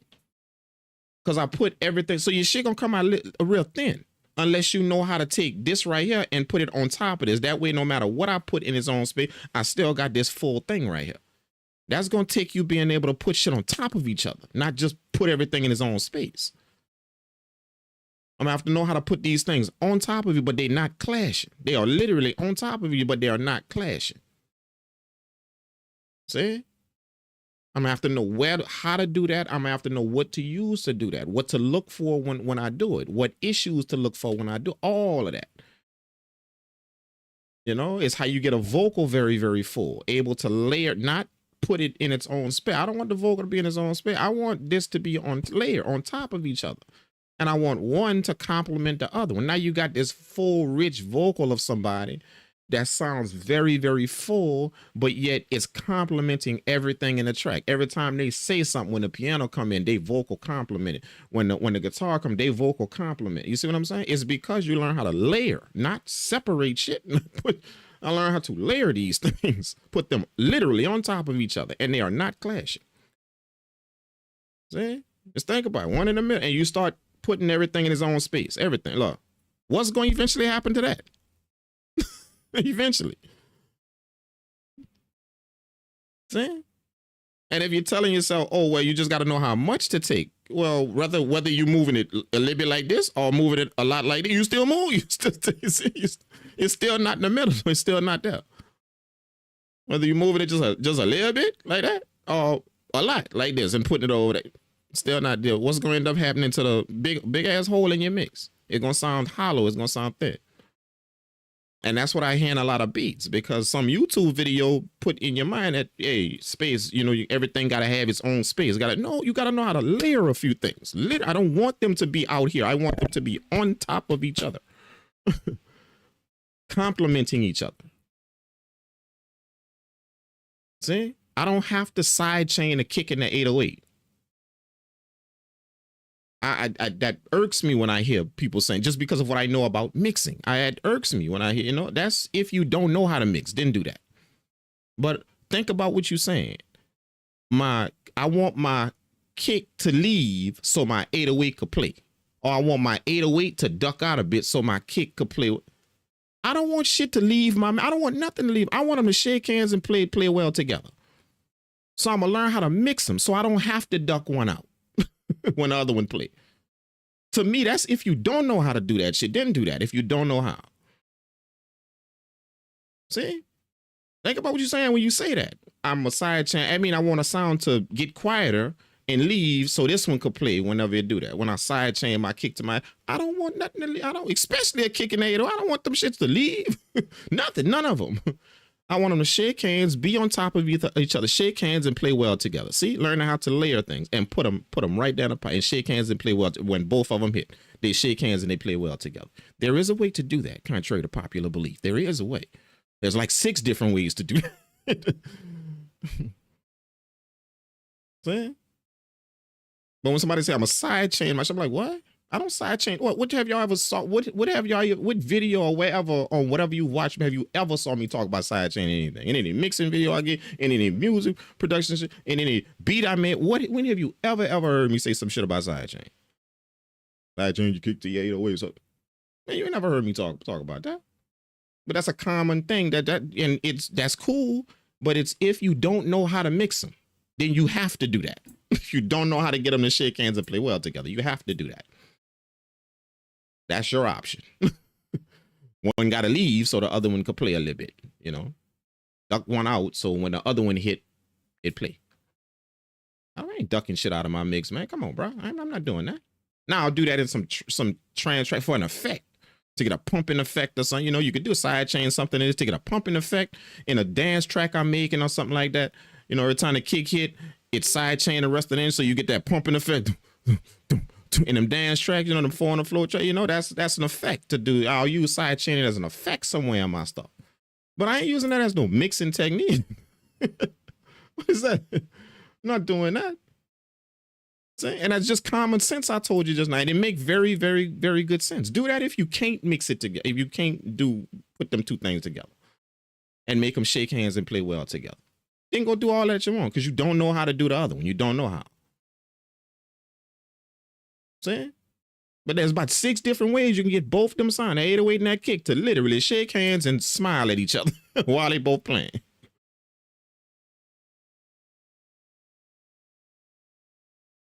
See what I'm saying? Just 2 + 2 = 4. But see, you heard that on whatever video, wherever, and everybody started saying, so that what you did. Totally. See, think for yourself. Think it through. I tell all of y'all at the same time, man, stop letting these blue check marks and people out there run what you do. You think it through yourself. That makes 1,000% what I just said. And it go against half of them blue check marks out there that's telling you to do that with the 1 million followers. But it makes 1,000% what he just said. Just Stop letting all these people out here run y'all shit, dog. I'm serious, man. Start thinking for yourself, because you can figure this shit out. You can figure it out if you just think it through. Use that reason that you got up here, that ability you got to see what's up and think it through. Wait, yeah, I know he's saying this over there, but that ain't really seem like, to me, that's some shit that you do if you can't do that. Then you go sidechain your shit to whatever. So this could leave when this play. That's what sidechaining is. That's what it is. Like, I want this to duck out so this could play in its place. That way, you know, you could hear this, and then once in your head, it's gonna come back in. Man. So people sidechain, they kick to the 808 and do all that shit so it don't clash, and none of them. That means you don't know how to mix. You don't know how to make them play well together. Shake hands and play with. You don't know how. So that's what you're stuck with. And sidechain stuff. But if you learn how to get them to shake hands, you ain't gonna touch that sidechain shit ever again in your life. Nah, I ain't doing that, my man, because I know how to get that full punch from that kick and that 808. I know how to do that. Make one punch right here, but make the other one punch right here, and they both shaking hands together. It's just that one tone. See, you got in the. I'm gonna give you the concept that you have to think. You have to follow to understand that, how to get them low end things to, even though they all in the low end. You can't think sound. That's what makes it hard to do for people. You can't think sound. You got to think tone. The tone of it. That's not your sound, the tone. I want one sound to have a different tone than the other one. See? Both of them in the low end, but they got multiple tones in that low end. Tones. Tone is not your sound. It's not your sound. See, tone. Your sound, if I say your name, for example, if I say your name, I say, who in the chat? Daniel P. I say Daniel P in the chat. Dan, you hear me say your name. That's the sound I'm making. That's the sound of your name coming out of my mouth. That's the sound of it. But see, I could say your name happy. I could say it sad. See, you're still, but now it's a tone to it. See, you got to think tone, not sound. And if you can understand that, you can now give those low end sound, they're different tones, and they're going to shake hands and play well together. No side chaining necessary. About 4 different things in that low end, all of them shaking hands, playing well together, because all of them have their own tone. Now, to do that, that's going to take a little skill to do that. That's just the concept of it, if y'all can understand it. To do it, it take a little skill to do that. But if you ain't got that skill, you're gonna be left with that side change. I gotta make one leave so the other one could play. And do that if you want. Do that. That's a very common thing that people made popular. But just understand, there is a bit more information you can get. Whether you want to get it or not, that's up to you. So they got people out here that's not doing that. Don't even fool with that. And they get a way more punchier sound than you. And it makes sense, because nothing ain't leaving they sound. Something is leaving yours for something to play. Nothing ain't leaving they sound. Nothing. So their sound coming out a little bit more punchier than yours. See what I'm saying? Because nothing ain't leaving. Something leaving yours. That's that side chain. Something leaving yours for something else to play. It's ducking out so something can play. But ain't shit leaving there. Them things both hitting, and you hear both the tones meshing well together with you. They literally like this, hand in hand, shaking hands, and both of them hit. But you got to think tone and not sound. If you can understand the example I just gave you about a voice. I could say your name, that's the sound. But how I say your name, see, that's the tone. You think tone, not sound. That's when you're dealing with stuff like that. Multiple things like that. In a different areas. And now for some parts of the mix, you could think sound. But for certain parts, certain areas of your mix, and how to get some shit to slap and punch and all, you got to think tone. Because it's going to be hard to deal with them sounds if that's all you think. It's going to be hard. If all you're looking at is sound down there in the low end, you got 4 things in that low end: bass guitar, sub bass, 808 playing, and you got a kick too. If you got all that shit down, now most ain't going to put all of that in there because that's too much in the low end. I don't want that. Nope. See, I could put all that in the beat. Now my shit vibe more than yours because I got all of that in there. I got a sub beat, the 808. I got all of that in there. The kick, whatever. I got all of that because I knew how to mix it well. All of that's in there. You as the producer said, I'm gonna stay away from all that because there's too much to put in the low end. So my shit gonna vibe more than yours. It gonna vibe a little more than yours. Because I knew how to put all of that in there and make it shake hands and play well together. See what I'm saying? That's what I mean. You get them techniques to where I don't have to follow the YouTube definition of shit no more. The YouTube definition. There's an actual, just understand, there's an actual definition of shit, and then there's a YouTube definition of shit. This thing that people made YouTube the dictionary for everything. There's a YouTube definition of shit, and then there's an actual definition of it. Make sure you go get the actual definition. The YouTube definition is sidechain your kick to your 808. That way your 808 play and your kick play, and boom, you don't have no clash in it. You don't have, and you can help. You can hear everything nice. That's the YouTube definition of some shit. The actual definition is learn how to mix that low end by understanding the difference between tone and sound. Now I ain't got to sidechain shit. Both of them playing. See, that's the actual definition.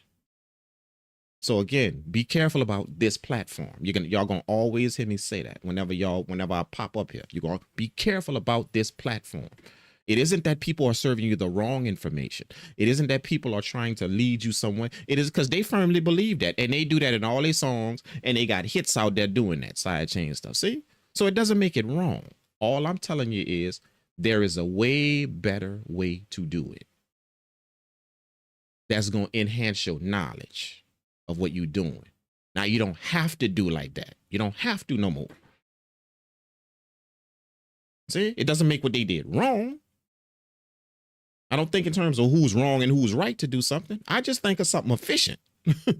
That's not efficient for me to duck sounds out of my shit whenever something play. That's just not even though that may work for 50 billion people, that's not really I want to be able to have both them things hitting and hit that knocking both of them, and they both play well. Literally, hammer in your trunk.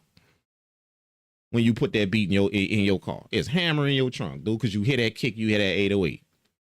You put that shit in your studio, that shit hammer in your speed because you hear that kick and you hear that ain't shit dropping out, ain't shit ducking nowhere. You know what I'm saying? That's what I mean, man.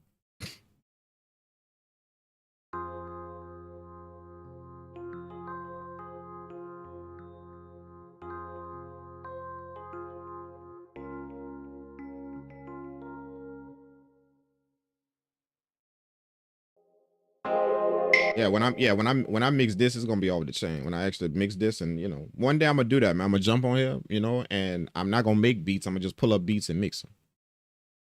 Like pull up beats out of Ableton or whatever, or wherever I got them, throw them in Reap and just mix them. I'm gonna do that the way y'all can kind of take that in, like what I pay attention to, what I be. I got a few live streams like that a while back. Just mixing the track and kind of going through it. I just talk my way through it so y'all can understand what I'm paying attention to. Like why I'm doing what, and what I'm asking myself as I do it. I just talk instead of just sitting here doing. I talk that way. I'm not really talking to you guys. I'm just talking my way through it so you can hear my thoughts. You can hear what I'm thinking about or what I'm doing. I got a few live streams like that to where I did that. This was a while back, probably like a year ago or something. But they got some new stuff that I didn't took in. I'm always learning. I have a mentor. I had the dudes that I train with, the dudes that I trained to mix music with, the two studios I did interns with. There was 2 in my first one, and then there was 3 instructors in my second one that I did my interns at in them studios. One from the first one, he still trained me till his day. That's literally 13 years ago. He still trained me till his day. See? And two from the second one. I still go. I just went to a class they had in their studio probably like 8 months ago, 6 months ago, probably like 6-7 months ago. I went there. I was in my Discord whenever I did. I was actually on Discord.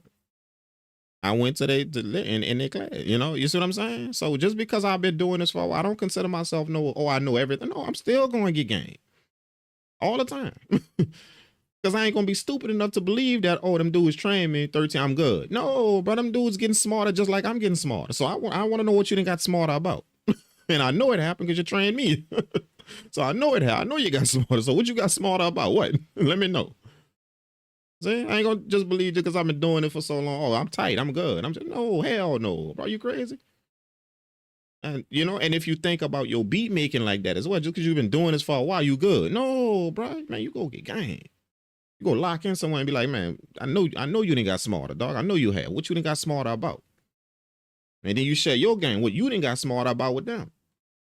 About this music production thing, what you could do with some shit and all of that, man. See what I'm saying? You don't think that just because you've been doing this and you got hits out there that, oh yeah, I'm good. No, you're not.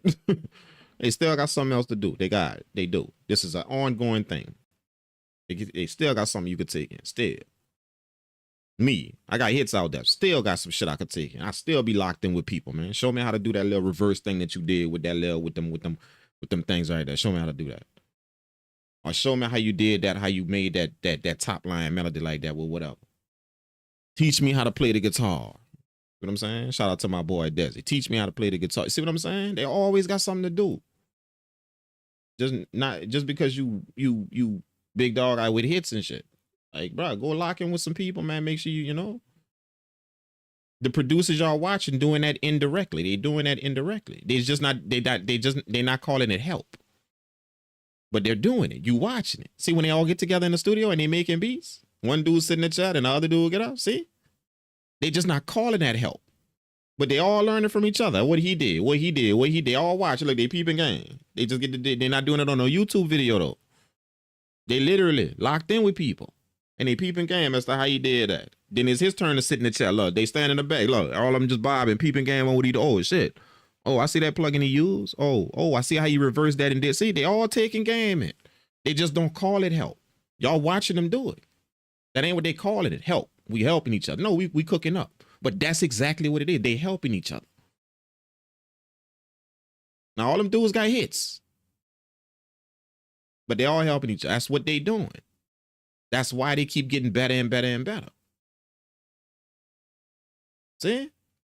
You just think that's a cook-up session and all that. They just in the studio, man, just watch them. No lie. Watch them when y'all watch them videos. Just watch. Watch the dude in the back. Look. See? Then when it's his turn to sit in the chair, watch the dude in the back of him, look. Watching that screen, look. Bobbing their head to the beat, look. That's game they soaking up, kid. And they doing it together. That's what they doing. They just not calling it, oh, this video is about us helping each other make beats. No, that's not what they call. So you think that's something else you watching. That's help you watching. So the reason why I'm telling y'all that is because if you think you moving out here by your damn self, you that's not what you watching out there. That's not. Seeing them dudes get better and better and better. That's not what you watching. You just can't piece it together until I just told you that. That holy shit. Yeah, that is what they do. See? You thought you was just watching a cook up with everybody in there. They helping each other. Everybody soaking up grand they wide. Everybody, you know. And you might see one that whoa, what that is you just use again. See, you might hear one that is what that is. Whoa, what that is, what plug in there? What you did with that? Oh, that shit crazy, dog. That's see, game. That's what y'all watching, man. So don't walk out here believing that you're gonna get this shit done solo dolo. That's what's gonna happen. Cause that ain't what you watching out here with nobody. Lock in with somebody and start rubbing shoulders. That way I can pick up that, you know, what you doing instead of screen. That ain't what they doing on the screen. They can easily stay in their own house and watch each other videos. They could do what y'all doing. They can easily stay in their own places and just watch each other videos. Why they linking up? Why? See?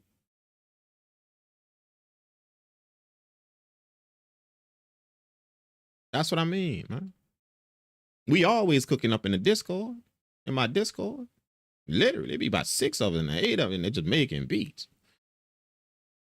Checking out each other plugins, each other's screens, seeing what you do, what you did here, what you did all the time. That's how I'm getting, you know, that's one of the ways I'm getting better at what I do. You know? See what I'm saying? So, you know, like that's how it works. You feel what I'm saying? I'm always asking questions. I'm walking just because it's my Discord and I'm always there asking other people questions. Like when I see somebody, I'm like, man, so what that is you just use right there? Show me what that is, how you made that melody real quick. Show me real quick. See? I soak up game from everywhere, not just because I'm the dude and I can make beats. I don't need to soak up. Man, come on, bro. That ain't that. No. How you think I'm getting better and better at what I do, bro? It's just automatically coming to me. Or just doing it over and over again. That's gonna get me better. Nah, I gotta have something that I'm taking in, some type of interaction that I'm taking in, not just watching somebody on the screen. Some type of interaction, some type of vibe I'm taking in. I can't get that from just watching somebody YouTube video. See what I'm saying? I can't get that, you know? So, what's up, Amen, brother? What's up, man? Good morning to you, man.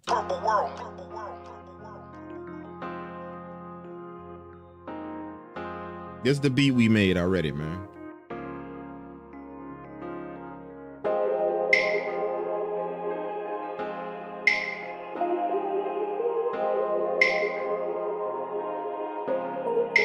Purpleworld made that.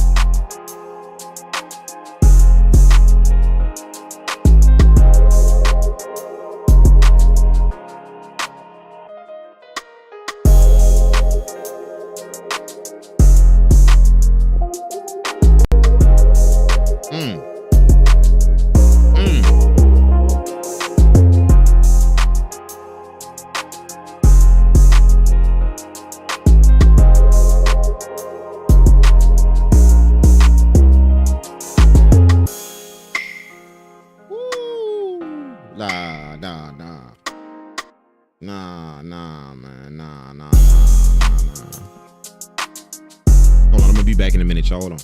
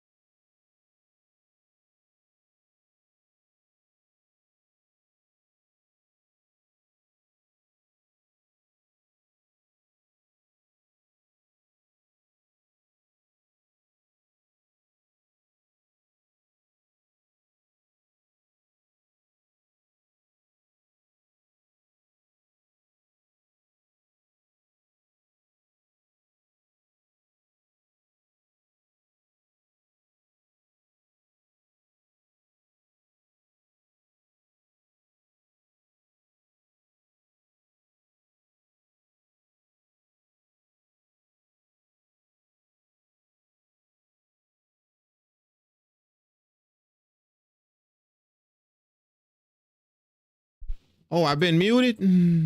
I've been muted this whole time. I've been muted this whole time, man. My bad. I was just telling everybody. What I was saying. You know, thank you, man. No, y'all just go sit and watch and say, and nobody, my boy, it took my boy Control Alt Delete to put that in the chat. Y'all just gonna sit there and watch me on the stream, just moving my hands and nobody gonna put, hey, you muted, dog. Nobody gonna. I literally went through a whole conversation muted and nobody put that in the chat, man. Come on, man. Like, yeah, that's how y'all doing me, bro. Appreciate that, Control Alt Delete for saying. Appreciate that, dog. That's how y'all doing me, man. Y'all gonna watch me just flailing my hands and just no sound coming out, and y'all just gonna sit there and watch that, man. And nobody gonna type in the chat, hey, bro, your mic muted. Damn. What I was saying is, so y'all seeing me show y'all all of that without no sound. That's what y'all just saw. I was showing y'all all of that without no sound. You know what I was showing y'all, if y'all was just watching, I was showing y'all my compression leg. They call compression leggings. That compression leggings. That's what I wear in the studio. That's what I was saying. That's what I wear in the studio. I don't think I've ever shown anyone that on the stream, like what I wear underneath my pants, my joggers, whatever I have on when I'm in the studio. That's what I wear. Compression leggings. You know, and what that does is it pulls the circulation up. What I was saying is when I was muted is there's nothing normal about this position we in whenever you sit down. A chair will screw you up royally. Understand that. A chair. It will screw you up royally. This is the worst thing for your body. This. So if you in one of these all the time,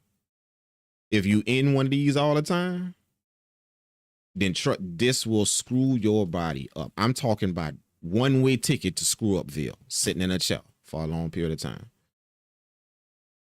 I'm serious. Nobody immune to that.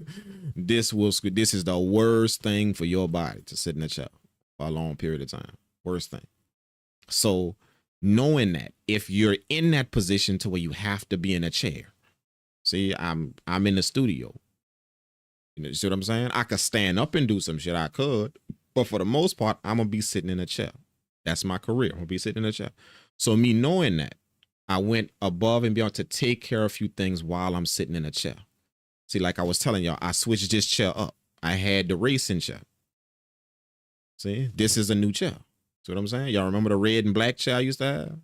You know, I just got this one. I got another one coming to put in the front studio, a black one like this. See what I'm saying? It's a new chair. That racing chair, I just noticed when I was in it, and when I would be sitting down making beats on a live stream for 8, 9 hours, whatever, I would get up. And I just noticed the twinge right here in my back. Every now and then I would notice that. I was noticing that. So that's like a hint. You know, it wasn't bad. And all I got to do is just stretch like this and boom, boom, I'm good. Nothing wrong. But you got to pay attention to them little things. That's happening. If you just overlook that, you know, next thing you know, 4 years from now, boom, arthritis. You see what I'm saying? That's literally how I am. You know what I'm saying? They got some people that I know some of y'all probably suffer from that. I know that. You know what I'm saying? Like arthritis or something like that. Y'all suffer from that. You know, like, and that's a jacked up position to be in. You know what I'm saying? Like you watching everybody run around out there and you can't run. You can't, you know, because your knees ain't, they don't have that they give out. You know, whenever you bend down too much or whenever you do, your knees give out. You know what I'm saying? Like all that type of stuff that happens, bro. And it's from this. From a chair. And it literally is. So if, what I was saying is, if you in a chair for a long period of time, make sure you do some stuff. You know, not only be active out there, you know, but just make sure you do some stuff to combat, to fight against sitting in that chair. That's why I got them legs. That fights against that. You see what I'm saying? When you in a chair, your circulation is going down.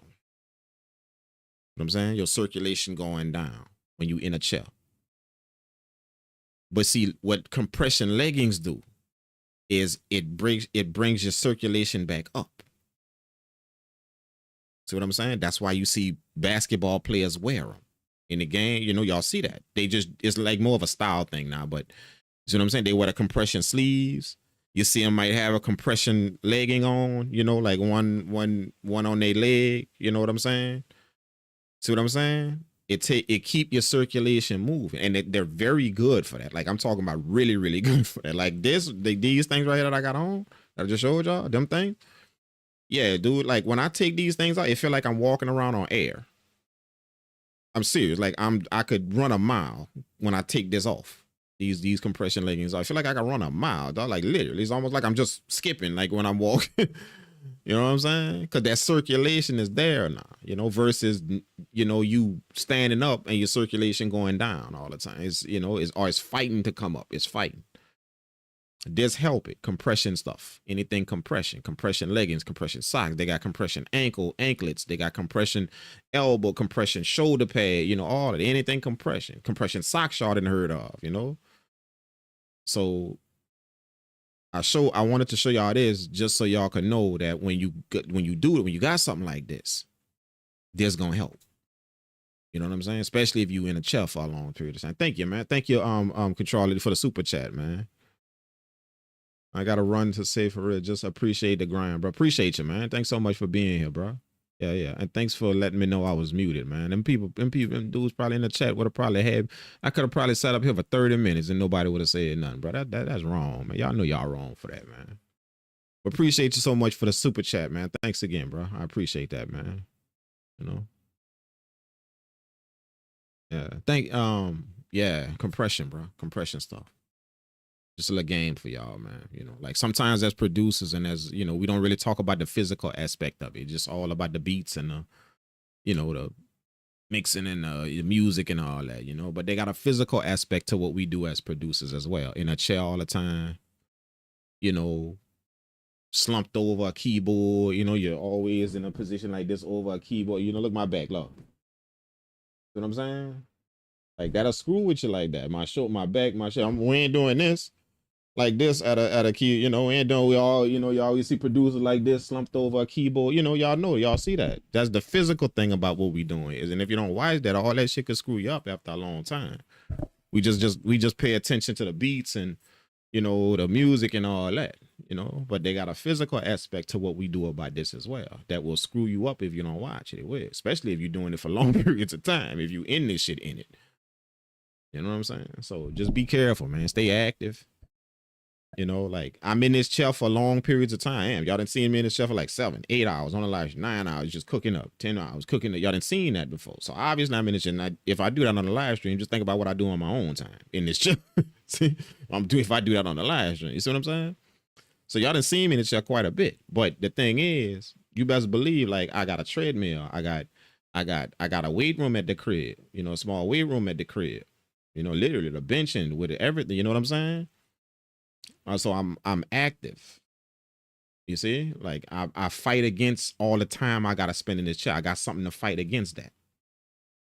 So that's my point of telling y'all that if you in a chair for long, have something you doing that's fighting against that, because this will overtake you. It literally will. It's the worst position you could be in a chair, bro. Worst position for your body. See what I'm saying? So just make sure you know, get it like the compression socks. I love this. I have been using these compression leggings. I have been using this for about 3 years. And out of them 3 years, honestly I should have told y'all about this soon. Out of them 3 years I've been wearing, and this is every time I come in the studio, these are on my legs. So I just never showed y'all that. You know, what I got underneath my stuff. You see what I'm saying? So that every time I go in, that's underneath that. Every single time I'm in here. And when y'all see me here, that's underneath that. I got those on both my legs, sitting down here. Anytime y'all done seen me on a video, on a YouTube video for the last three and a half years, this is on my legs. This right here is a cheat code. And I'm literally, I swear, I think they're about $12 or something. You can get 2 of them for your legs. Put that on underneath your, you know, whatever, your pants or your sweats or whatever you're in the studio with. Put that on. And that's gonna save a bunch of shit. It's just a $12 solution to save a bunch of shit later on. A bunch of shit just being in a chair. That being in a chair will screw you up. Trust me on that. Just you know, and you could go research yourself how good compression garments are. You know, for your leg, your elbow, your shoulder, whatever. You know, it's a reason why you see them dudes in the NBA wearing that all. That's a reason why. Not just it look good. Oh, that's a style to have that on. That's a reason why they got that on their whole forearm, or they got that on, you know, that shit feel nice. Like, I'm serious. Especially when you take it off. It's gonna be tight when you put it on. But it's a nice tight though. It's like it's keeping everything just, you know, like for real. It's like this is tight on my legs, but it's nice. It's a nice tight. Like it's almost like it's massaging my leg. You know, my knees, my legs, and my calves is massaging it kind of like, you know, but it's just nice and tight on that. It's not tight to where it's gonna cut off your circulation, but it's just firm. You feel what I'm saying? So that feel good sitting out in this chair with that on. And then when I take them off, when I slide them off, oh man, I feel like I'm literally floating on air, dude. I'm serious. I'm like I'm your legs feel different because they, you know, it's like they free.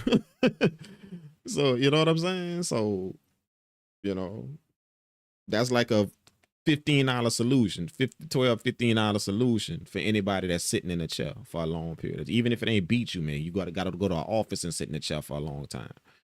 Get some compression stuff. Pay, like, concentrate more on your thighs and your shins. You know, your thigh, knee to shin. You could do the ankles, the socks. You could do that if you want. You know, but thighs, knees, shins. You know, all that whole area. You know, and you can get like these right here, kind of take up that whole area. You know what I'm saying? When I slide them on, they take up that whole area. See, they come like about halfway up to my thigh. You know, like about right here up to my thigh. You know what I'm saying? And then they cover my whole knee. See what I'm saying? Cover the whole knee. See? They cover my whole knee all the way up to my ankle. See? They cover all the way up to my ankle. Down here to my ankle. Yeah. Really, really good, bro. Talking about, you know, that's just a tip I got from engineer, you know, like an engineer gave me that tip, or a few engineers gave me that tip a long time ago from being in the studio a long time. Like, cause a lot of them dudes that I be around, they older guys.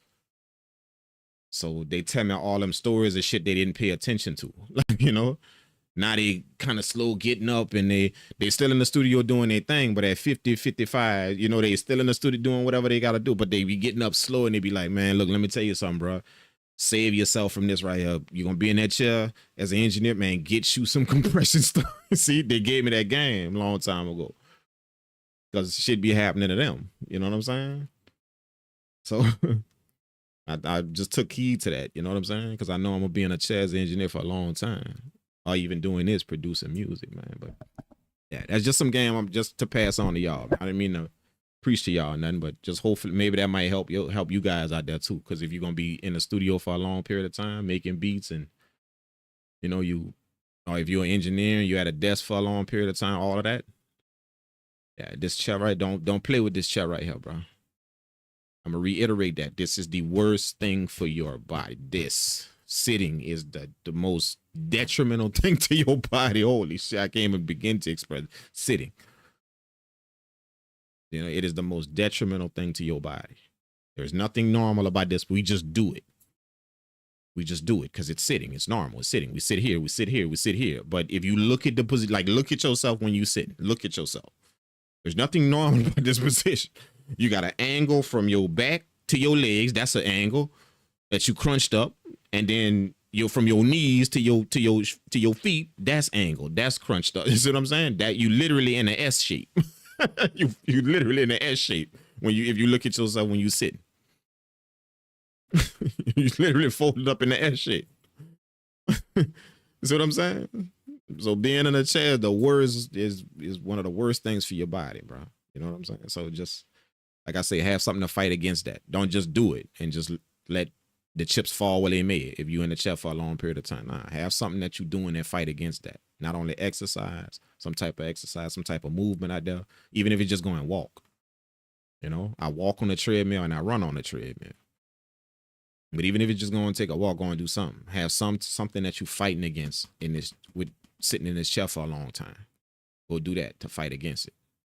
And you'll find that stuff don't really affect you too much, you know, versus you know, old boy over there that didn't do that.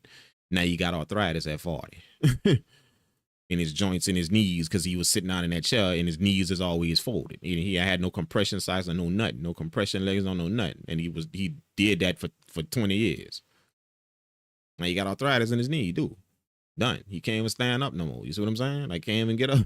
If he bend down to the ground, that's where he's staying. You know what I'm saying? Like, something like, I feel for people with arthritis sometimes, dude. You know, like, especially in their legs, their knee. Like, they can't bend. Like, just the normal task of just bending down that you do like nothing. They can't do that no more, bro. They could bend, but if they bend, they ain't coming back up. They not. They don't have enough strength in their legs no more, in their knees no more. It doesn't fire off. Like, that joint don't fire no more to bring you back up. It doesn't. So when they go down, yeah, they got to hold on to something to get up again. They can't just bend down and, you know, like how people be dancing on YouTube, you know, they be squatting down and dance, you know, all them crazy little dances and shit. See, that's young people, them kids could do that. And they think nothing of that. Somebody with arthritis, they go to that ground like that. They can't get up like they can't raise themselves up. They can't. In their knees or something like that. They can't. That's gone. Forever. See what I'm saying? So don't let that shit happen to y'all just because you didn't take heed of this position you in a chair all the time. Your knees bent all the time in a chair. You know, you in an S position in a chair and didn't realize that's the position you in a chair all the time. Literally in an S shape. That's your body right here sitting down. If you look at it. See? I'm in an S shape. See? Boom, boom, boom. You see what I'm saying? Still here. You see? That's jacked up for your body, bro. Any doctor will tell you that, man. So, shoot, I'm gonna take heed of the work in a cubicle. It ain't of the work I'm in. Oh, you in a cubicle? Oh, yeah. See, yeah. Get 8 to 9. Ooh, 8 in the morning to 9. Holy, yeah, man. Yeah, man. I don't know how old y'all, dog, but yeah, that. If you in a cubicle in the office and you got to do that in a cubicle in the office somewhere, you in a chair for them out, yeah, definitely get you something, bro. Put a little something on your legs, man. Do it early, do it now. Put a little something on your legs, dog. Like for real. That's your job. What you got to do for that long, you know, that in a cubicle, you know, at a desk or in a cube. Definitely do that, bro. Go spend that $20, and it ain't shit to put that on under your stuff before you get dressed in the morning. Throw them thing on, put that on you, let's slide them up your legs, and, you know, put your shit on and go to work, man. You know, you're going to see what I mean, you know. They're not uncomfortable. They tight, but they're not uncomfortable. It's almost like they're going to just hug your leg nice and good. You know what I'm saying? Like, this not uncomfortable. Do you think, right? They tight, but they're not uncomfortable tight. They're going to just hug your leg a little bit. You know what I'm saying? And you're going to see the difference, what I mean. You know? You're going to see the difference. You know what I'm saying? Stacy Del Bushi, I feel you. It's not easy. You got arthritis? You know people like that? Do you know people like that, love? Yeah. It ain't. Like, when I look at some of them sometimes, yeah, that's not. That ain't. That's not easy. Yeah, man. They can't stand up. You know, like some of them is not bad. Like, even if they sitting down like on a side of a bed or something, or in a chair like this, they could get up. But like, I'm talking about if they was to squat down to the ground, like all the way down, like, you know, just squat. Yeah, they can't get up. They can't. They gotta hold on to something, or you know, kind of roll over and stand up or something. They can't really push themselves back up when you got arthritis in your knees, you know, in your legs or something. You know, simple things become like wow to people that got arthritis. Simple shit, because they really can't do. You know, it ain't nothing to us when we do it. Like, just bend down and just grab something, or, you know, squat down and come back. It ain't nothing. You know, or just run up some steps real quick. It ain't nothing to people that don't worry about it. That don't have it. Ain't nothing. But like, to people that got arthritis or something, that's like, they looking at that like, holy shit. Like, damn, I remember when I used to be able to say that. You know what I'm saying? That simple shit that we just do like nothing. You know, bending down or going up some steps, or, you know, yeah, man. You know, so just watch yourself, man. All I'm saying is just be careful. Like, you know, your body is everything. You know, and this chair right here, if you in a chair like this for a while, is literally messing with you. It is, bro. It is. You know, so just make sure y'all take care of yourselves, man. You feel what I'm saying? It's wild, man. I have been in corporate America in a chair all day. Like so hard. Then I am a hairstylist opposite about standing all day late night. Ooh, and I'm feeling it in my knee. Yeah, sweetheart. Yeah, make sure you do that. Make sure you do that. For real, for real. Mm-hmm. Yeah, if I have something that you're doing to fight against that. Like for real. You know, another thing you could do is when you're like just chilling on the couch, you know, you kind of lay it out on the couch or something, or you're in a bed just chilling. You know, do that thing where you take your legs and you do, it's 3 motions. You lift up, one, you lift your leg up straight, then you bend your knee to your chest, and then you put it back straight and put it down. Just picture me laying down flat if I was laying down flat. You know, you lift your leg up straight, bend it to your chest, put it back, and put it down. And do like 10, and that's just you laying down while you're watching TV or something. Just do that. Do like 20 of them with each leg. Just real quick. I'm gonna take probably like 2 minutes to do that. Do like 20 of them with each leg. Lift it up, you know, just you know, kind of ear level. Now you don't have to lift it all the way in the air, but just lift it up ear level. Lift your leg up straight, bend it to your knee, bend it to your chest, put it back straight, and put it down back on the bed. Lift it up, bend it to your knee, put it down back on the bed. You see what I'm saying? 3 movements. Up, bend, put it back straight, down. See what I'm saying? Do that. Do like 20 times each leg. And you could do that at any time when you're sitting, when you're just chilling out on the couch and you lay it out on the couch or something, or when you're laying in the bed, you know, just doing whatever. Do that.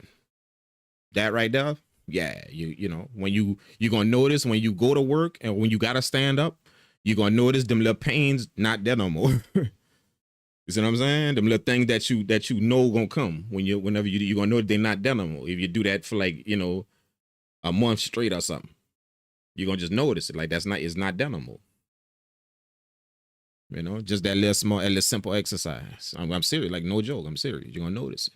You know, your body funny like that. Like it's a miraculous thing. Your body is funny. And sometimes just the little smallest thing you do to it can mess it up, or it can fix it. The little smallest thing you do, it can fix all your junk just because you're doing that little simple thing right there, and you're doing it all the time. That shit don't take nothing but 3 minutes to do. It fixed literally 6 different pains you got in your body. That's how miraculous our body is, how it works. You know, it heal itself, it do all that type of shit. So that means the simplest thing can mess you up, and the simplest thing could fix it, could do something for you. You know? Yeah. Kind of like yoga. Yeah. It's like a lazy form of yoga. Like a lazy form of yoga.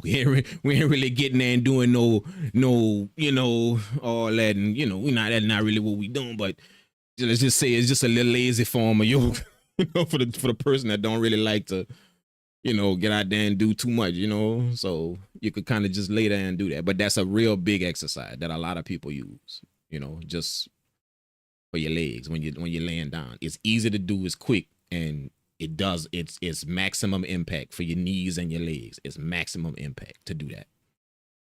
So all of y'all when y'all just chilling, just laying down in the bed, just doing what up, man. Raise that leg up, do it, you know, even if it's just 10 times each leg. Just raise it up, pull it back, put it down. Raise it up, put your knee to your chest, put it on, put it down. Do that shit like 10, 12 times, you know, each leg, you know? Yeah. But I'm 23, but shoot, being at the desk 8 hours all day, I be having to get up to crack my back 4 times. Oh yeah, cracking your. Watch that too, dude. Watch that. That's straight to arthritisville. Cracking stuff. You know what I'm saying? As good as it feel, and as nice as it is, go look up what that is you doing when you cracking your fingers, and just look it up. What you actually doing. See what I'm saying? You know, remember you got ligaments and tendons and that cartilage in between that makes stuff smooth to bend. You know, all your joints, they got cartilage in it that make it smooth to bend. Every time you cracking, it's wearing that cartilage down more and more. You know what I'm saying? Once that's gone, that's arthritis. That's it. People that got arthritis don't have that no more. They don't have it. And they don't have that chemical to produce. You know, there's a chemical that happens as the more you bend and flex and bend and flex. There's a chemical that they don't have that generate no more. So as such, they don't have no power in their knees no more. They don't have no power, no flex, no nothing in their knee. They don't have that. See what I'm saying? And that right there, you know, cracking your fingers and cracking this and crack. I'm probably not your back though. You know, I don't know, probably not your back. But like your legs and your knee and your fingers and all of that stuff that got that cartilage, yeah. Watch that, man. All of y'all that just do that randomly, just pop, crack. Watch that, dude. Watch that. You know what I'm saying? That's a sure enough straight ticket to arthritis. You know, 20 years now you can't move. You know, I don't think you're back. I don't think, you know, I think it's actually good for your back though when you crack your back. You know, I think so. I believe so. I don't quote me on that. I think it's actually good for your back though. But I know it's not good for your fingers and your, you know, all the other stuff here. I know that it's not good for that. You know, and I know a lot of people do. They just do it. It's like a reflex. They just crack. You know, no matter how loose you feel and how, you know, what you do, it don't crack. What you do is you bend. You know, you flex. You know, just flex your stuff. Don't crack them. Just flex. It's going to do the same. It's going to loosen up your fingers, your hand. Don't crack them. Just, see what I'm saying? Just flex it. Just, you know, just straight. Just stretch out your hand. Stretch out your hand like this. Don't crack them though. Just stretch it. You're going to get that same loose feeling without the snap. I know the snap is what, you know, kind of is almost like a soothing thing for people that they hear that snap. See what I'm saying? So they got to crack. It's like a soothing thing to them. Not feeling, just them hearing that snap. But try to avoid that crack. But just stretch it, you know, just stretch each finger. Just stretch it. Really, really nice. Boom. You're going to have that same loose feeling without the crack.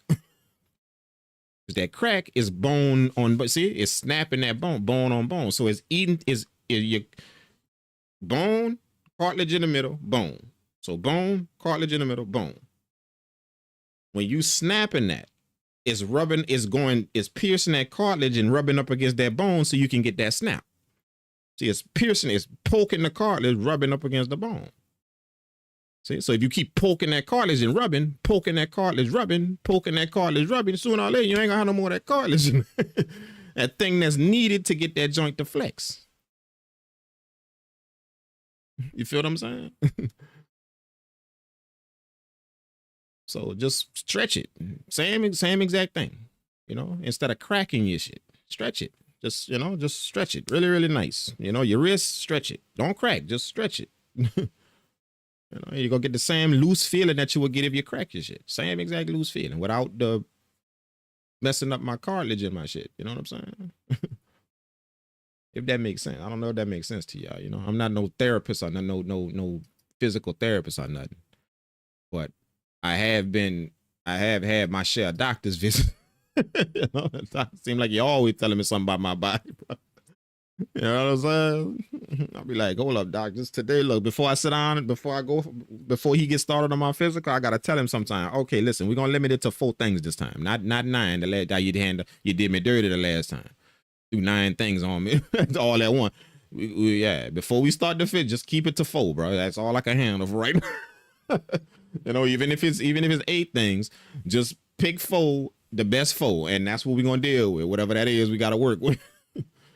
You know what I'm saying? You did me dirty the last time I came. I literally came for a physical. You threw 9 things on me that's messing me up. You know? You got a high blood pressure. You got this. You got that. You got this. You got that. Like, oh, slow down, kid. Like, wait a minute. Hold up. I didn't come here for that. I came here to, you know? Whoa. Just 4. Just 4. That's it. Save the other 4 for next time. You know? He be laughing, though. He be laughing at me, though, you know. Purple world.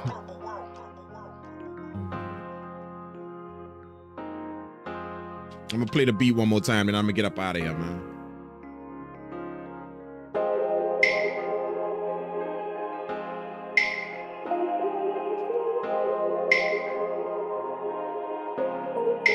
Purple world made that.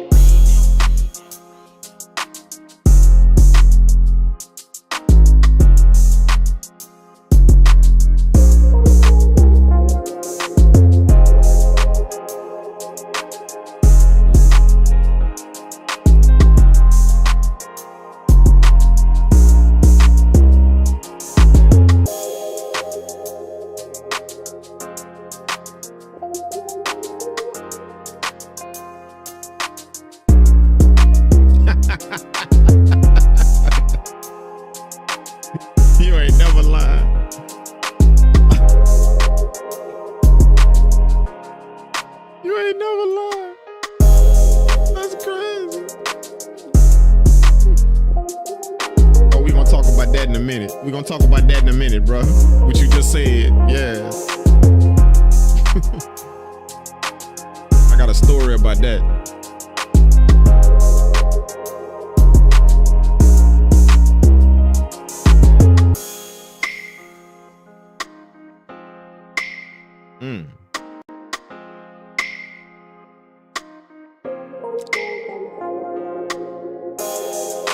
I might make this beat one. That's 2 verses right here. I might make this beat 1 verse, bro.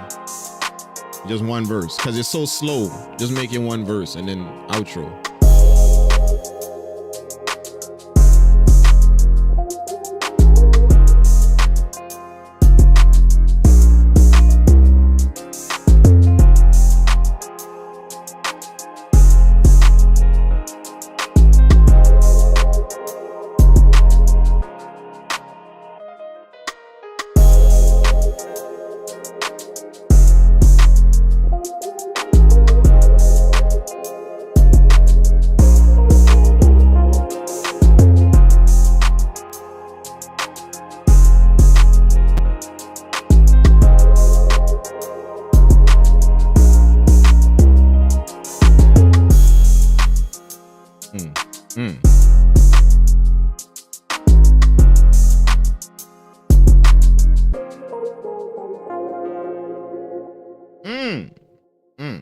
Yeah, I might make this 1 verse. Now that I'm listening to it over again, I might turn this into, like, take this whole thing off right here and then just move the outro, move this over there, turn that into 1 verse. You know what I'm saying?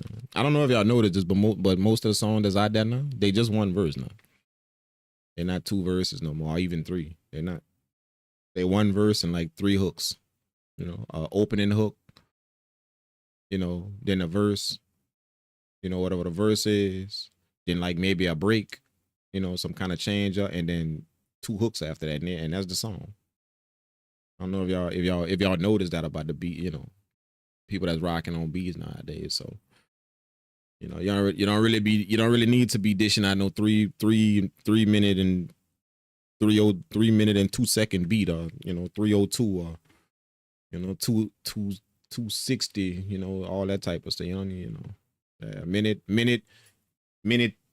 35, minute 40 maybe, and that's good. You know, 210 tops. 210 tops. You see what I'm saying? And that's good. That's it. If they want to do more than that, then, you know, they could chop that thing up and loop that in their DAW when they record their stuff. They could chop that up, you know, the engineer, whoever record them, could chop that and loop that. You know, but I just noticed that, you know, you know, even, and I didn't notice it from people telling me that, or YouTube or anything. I noticed it from not only songs I hear, but I noticed it from the songs I get when people buy my beats. You know, I noticed that. You know, like when people buy my beats, you know, sometimes they'll send me the song, do whatever they made with it, or I'll get a song like, you know, a week later or 2 weeks later or whatever. They'll send the songs to, or they'll let me hit a song some way, like post it on social media or something and tag me in and let me hit a song with the beat. So I'm hearing them full songs like that. I recognize, oh shit, that beat was 312 that I sent, or that I made. That was 312. And then when I look at the track they made, the track is like 2, you see what I'm saying? 2 something, 205 or 202 or so. You see what I'm saying? Like, that's how I noticed that. Just getting, you know, selling beats that's that long and then getting the songs back. Yeah, have the beat gone. You know what I'm saying? Like, probably like 70 to 80% of the beats have the beat gone. It's not even there. You know? I don't know if y'all had that same experience or not, but, you know, so that's how I kind of adapt to where, nah, man, cut that down and you know, that 1 verse, maybe 2. You know, I'm not saying you don't have to, you know, you could do 2 verses if you're on your beat or whatever. You know, you could play by the rules that sometimes it's good to have it and not need it, then need it and don't have it. You could play by them rules, like give them all of that in your beat. Give them, you know, two verses, 2 or whatever. You know, it's better to have it and not need it than need it and don't have it. But, you know, at the same time, that's time. You know what I'm saying? I'm arranging something you ain't gonna use.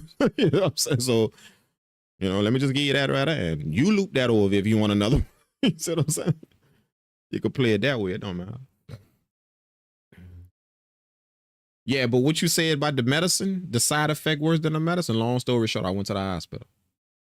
Yeah, I got a story about that right there. You know, it's kind of along the same lines, but I just want y'all to know that sometimes the people, I don't know if they just do it with routine and don't know what they're doing. They just do it out of routine and don't really think about what they're doing. But I'm in the hospital, you know, and I got to stay there for a minute, you know, like a few days, I got to stay there, you know. So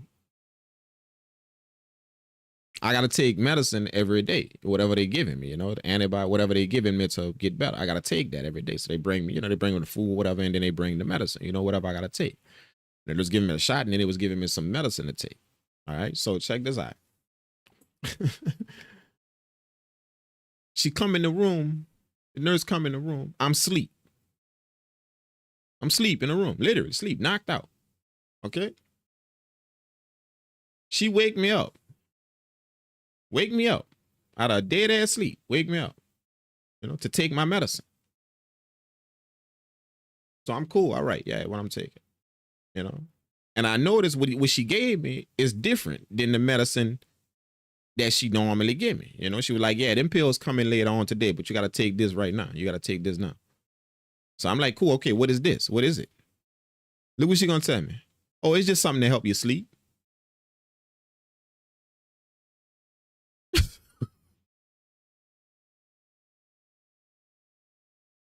Y'all get that? Bro, you just woke me up. I was out. You know? So in essence, what you did is you woke me up to give me a sleeping pill. That's what you did. You woke me up to give me something to put me back to sleep.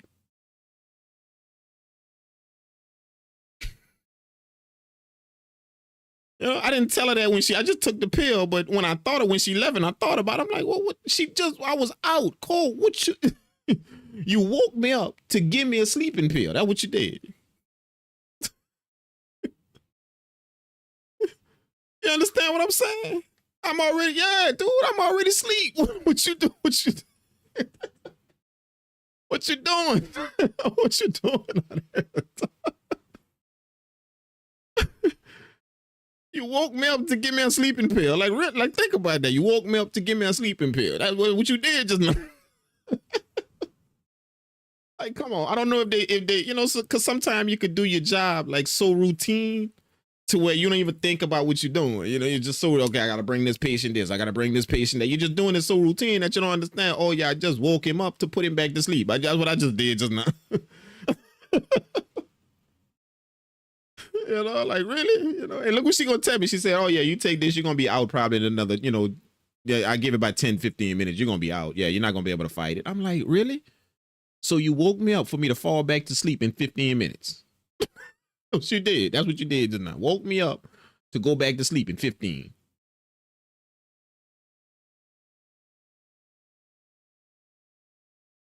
All right, you the nurse. All right, cool. See, I didn't say nothing. I just took the pill. You the nurse. All right, cool. You know, but don't ever think for 1 second I ain't thought about that shit when she left the room. Like, what? Wait a minute. Hold up. This chick just woke me up to give me a sleeping pill. Yeah, nah, we ain't. Yeah, I don't know what type of sense that make, but you know, you the nurse. Like I said, you the nurse. All right. You know. Late to the cook up again. What up? What's up? BHOS. What's up, man? I love it. I was feeling a tribal vibe, belly dancing in my chair over. Oh my God, you belly dancing. Wait a minute now. Hold up now. Calm down. Now we don't want nobody. We don't want nobody sneaking the peak, bro. We don't want nobody sneaking the peak, bro. So just, you know, do a little move and then, you know, that's what I'm saying. Keep it and just do a little move and that's it. That's it. I ain't talking about you need to be in the chair just going, you know, somebody they gonna sneak a peek, bro. So why is that? You know what I'm saying? Yeah, that's cold. Yeah, that ain't right. That ain't right. That ain't right. That ain't right.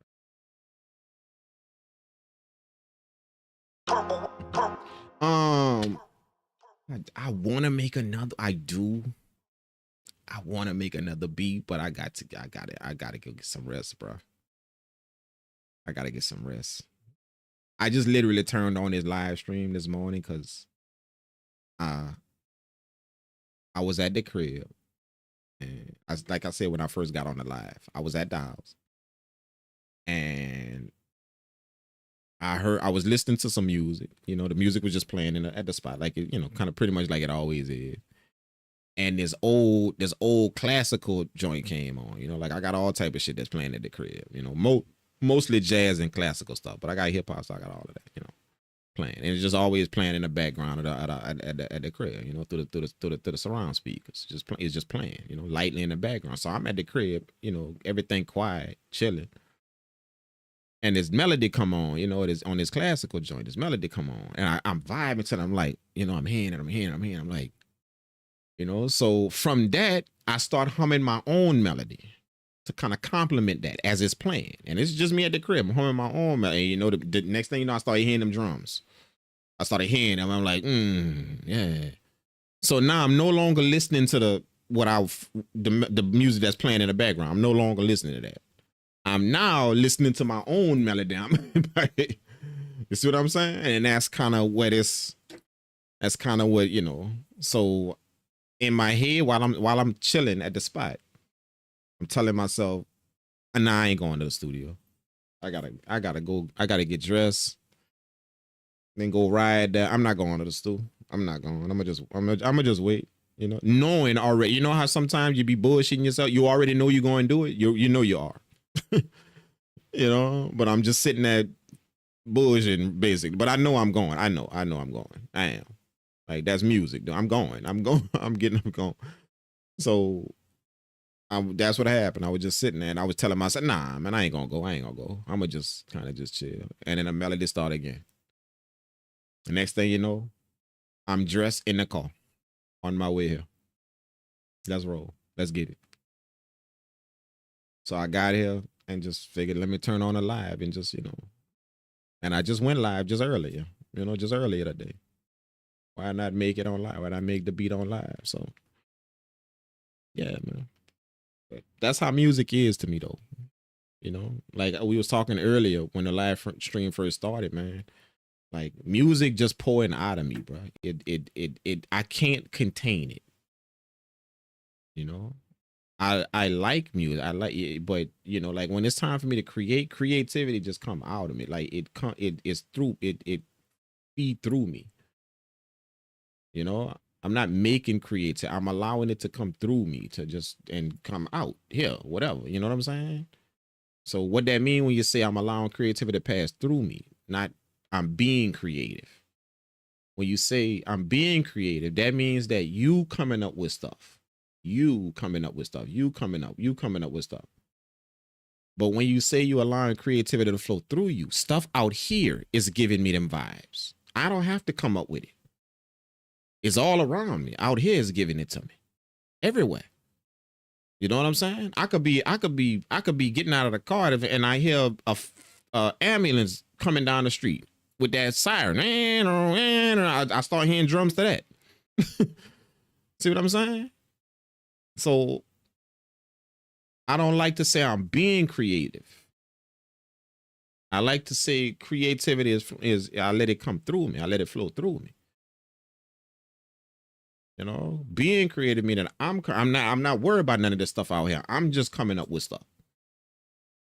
Creativity flow through me. I'm gonna hear something in the next 10 minutes, just something somewhere out here. It don't even have to be music. It could be just a sound, and I'm in here and get an idea about something that I want to do in the studio. You see what I'm saying? Creativity flow through me, though. You know, I'm not being creative out here. It flow through me. I just let everything out here, everything. It do it. You know, I don't care what it is. It don't even have to be a sound. Sometimes me looking at a picture just make me want to go make something chill or something hard or something, you know, it make me want to go do that. Just looking at a picture or something, you know, you let it flow through you. That way you're using all this shit out here, everything around you to be creative, everything. You know, your vibe is a little bit different when you're doing that. So I don't know if that makes sense though, but that's how I'm just giving y'all like how my mind work. You know, I don't know how y'all mind work, but that's how, I let everything out here do that. Everything. I ain't trying to just sit in this chair and come up with something to do. Be creative. I'm trying to be creative. Nah, man, shit, I'm already creative. My problem is trying to stop shit from coming out. That's my problem. Not coming up with nothing. I don't have a problem to come up with nothing. I got the problem of trying to stop shit from coming out. Okay, that's enough, dude. Bring your ass to bed. That's enough. You feel what I'm saying? Like, that's my issue. Not coming up with some shit to do. Nah, man. If you letting shit flow through you, you ain't gonna have no beat block or no. You're trying to sit down and come up with. If you letting shit flow through you, man. I got 6 ideas I done heard on my way to the studio. I done heard them all out here in the world. Everything, just no music, just different shit. I done looked at, saw, heard. I heard a baby crying and a dog barking, and all of a sudden I just heard this soulful little whatever. You see, just from hearing them two things. Yeah.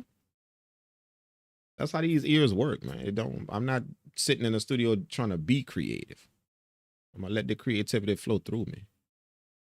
Flowing through something mean it come from somewhere. See, if something is flowing through, it gotta come from. It gotta start somewhere, and then come through you. I'm just the conduit. I'm just the thing is flowing through. It's gonna start out, whatever I saw or heard or did, whatever, whatever, anything, whatever it is. It's gonna start out like that. It's gonna flow through me. I'm gonna transform it into something, and it's gonna be in this DAW. See, that's creativity flowing through you. Me being creative is I wasn't worried about nothing out there. I sat down in this chair and it's time to come up with something. Time for me to think of something to do. I ain't worried about shit out here. Nothing. Nothing that could have fed that. See, that's trying to be creative in the studio. You feel what I'm saying? So I don't know if anybody ever told y'all that or ever explained it to y'all like that, but yeah. It gotta flow through you, man. It gotta flow through you, dog. That way you could use all this shit out here, man. You know how much sound you hear in a day? Do you know how much sound you hear in a day? How much? You hear kick drums, snare drums, all that during the day. See what I'm saying? When you took your coffee mug and you drunk your coffee and then you put it down on the table, look, that was a kick drum right there. That muffled sound. See? You took your pen at your desk and you dropped it on you instead of placing it down, you kind of just dropped it and you heard that little snare. There's your snare right there. There it is. See, when your keys fell out your pocket, when you was in your chair at work and your keys fell out your pocket and fell on the floor, look, there's your hi-hat. There it is. Like, you know how much drum sound you hear during the day? All that shit. I hear music, dog. I don't hear them keys. I hear some music. See, that's creativity flowing through. Y'all don't hear them keys falling. I hear hi-hat. That's what I hear.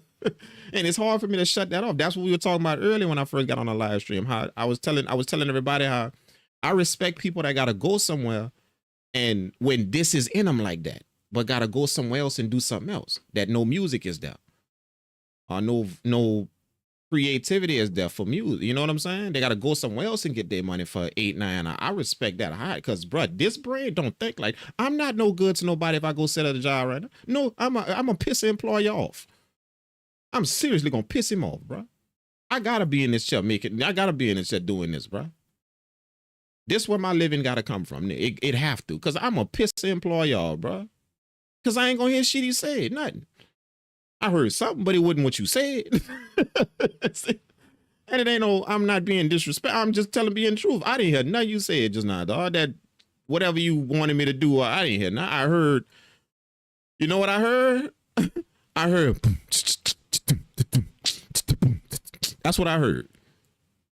In that conversation you was telling, whatever it was you was up there telling me to do. That's what I heard. See? Man, I can't. Yeah,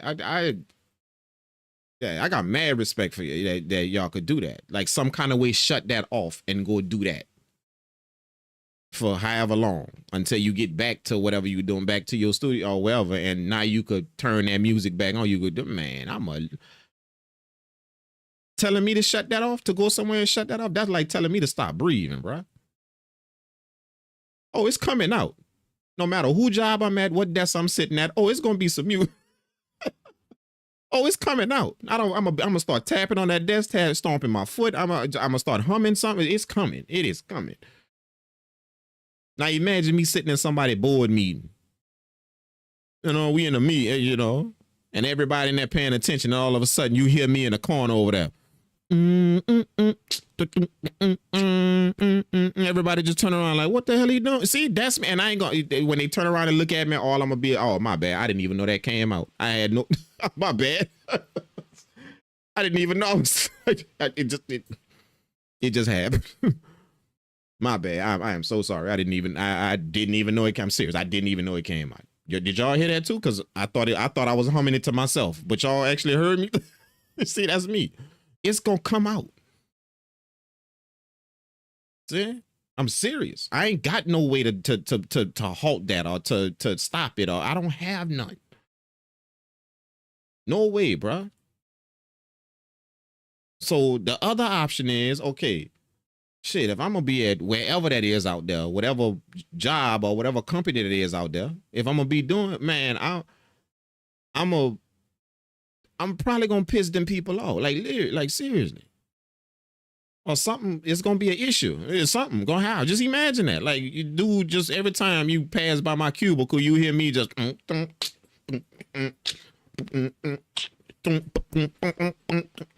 time you pass by my shit.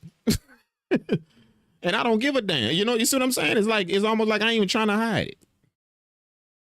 You know, you're gonna be looking over, you're gonna be raising up looking over your shit like, there you go again with that bull. There you go again with it. See what I'm saying? Like, I ain't got no way to stop that, man. And the thing is, I'm not apologetic for it. I'm not gonna be apologetic for this thing that wanna come pouring out of me. I'm not gonna be. So you're gonna have to fire, because I'm not gonna be like, oh, sorry, I didn't know, brother. I got vibes. I didn't know y'all heard that just now. To me, I was humming it to myself. I thought I literally was humming it to myself, but y'all actually heard me hum. It came out. Shit, I didn't know.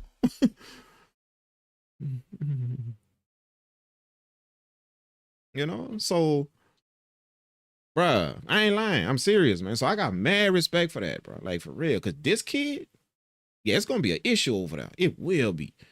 See, so the next thing is we got to make a way. You feel what I'm saying? That's the next thing. Oh, we got to make a way. Yeah. I don't care if I got to stay up at ungodly hours of the night, practicing my craft, reading whatever I got to read, understanding whatever I got to understand, whatever. But we going to make a way to where this become it. This it. We going to make a way. You see what I'm saying? Dude, is there anything about my voice that sound iffy or might not, or anything when I tell you that? When you hear me say, we going to make a way. It's going down. You understand what I'm saying? We're going to make a way for where this it. This is what we doing. All of us. This is what we doing. See what I'm saying? There's nothing about in my voice about, oh man, how I'm going to do that? Or, I don't know how I'm going to, man, but I got to pay for this. I don't care. I don't care about all that. We're going to make a way. That's what we're going to do. And I don't care if I gotta literally, I don't care if I gotta be at this desk for 18 hours a day. You know, getting my craft together and learning whatever I got and understand. We gonna make a way. See, that's how this brain works. It's going down. Like, there is no what if it don't, or if it don't. There's nothing like that exists, bro. Nothing. Well, what if we can't build something and get some funds going from that? Or how we gonna pay? And anybody that's talking like that, you gotta go. Anybody that's talking like that, you gotta go. You gotta go. Yeah, when I say move, all I want to hear is, yup, yeah, we make it. The way we doing, that's all I want to hear around. Yup, absolutely, we doing it. Let's get it. We doing it. And then we gonna get to work. We gonna, you know, we gonna make a way, dog. Like, that's all I gotta say. We gonna make a way. You feel what I'm saying? Man, he said I be having to take personal break to take a vocal record before the idea slip away. See, there you go.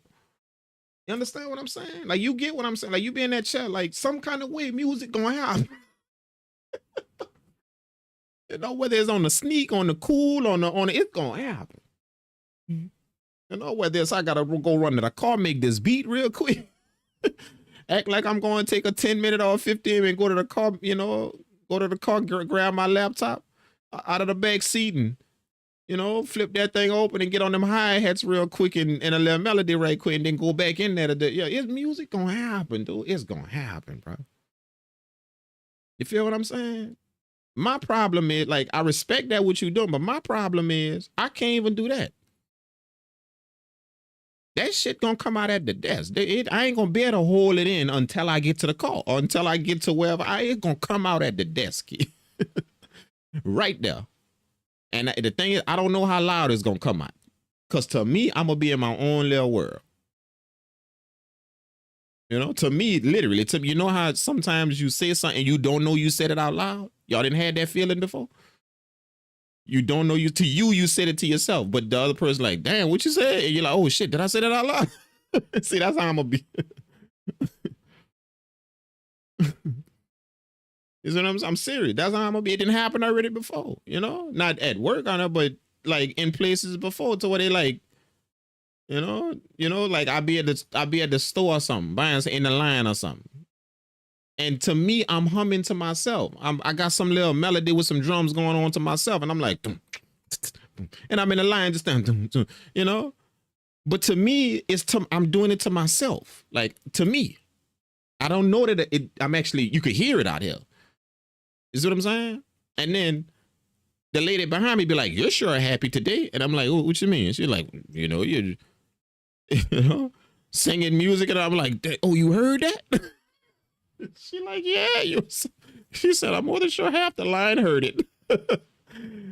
You see what I'm saying? I'm like, oh shit, I thought it was to me I was doing it. See, it come out of me.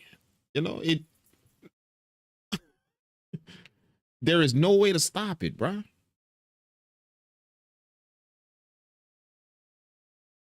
See?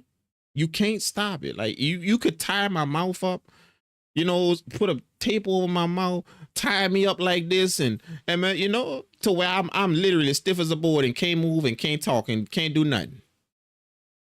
You know what I'm saying? Which you can't tie up. In my brain, look.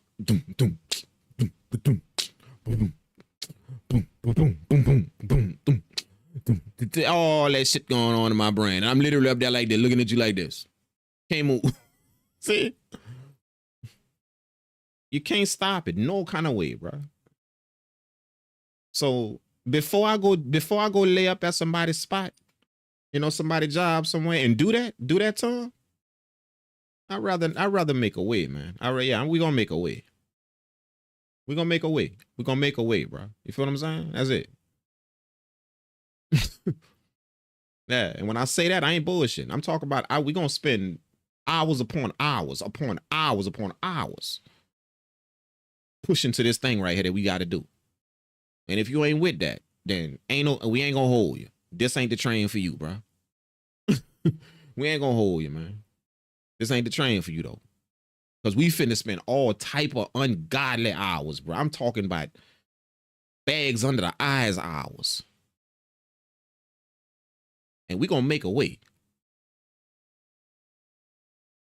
Yo, that's what's about to happen.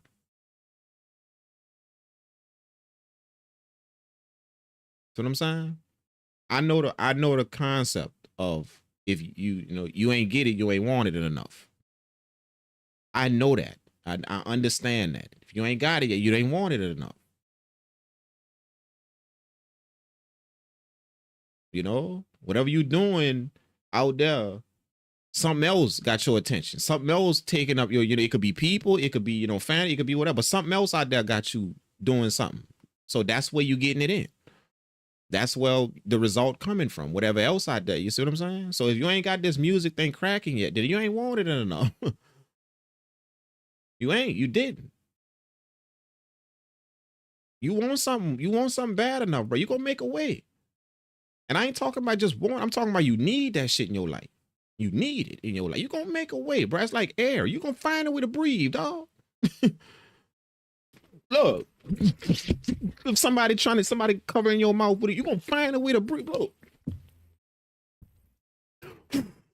you gonna find a way to breathe, dog.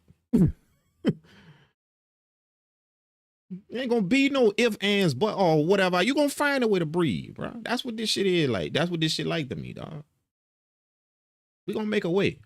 Understand what I'm saying? Period. Gonna make a way.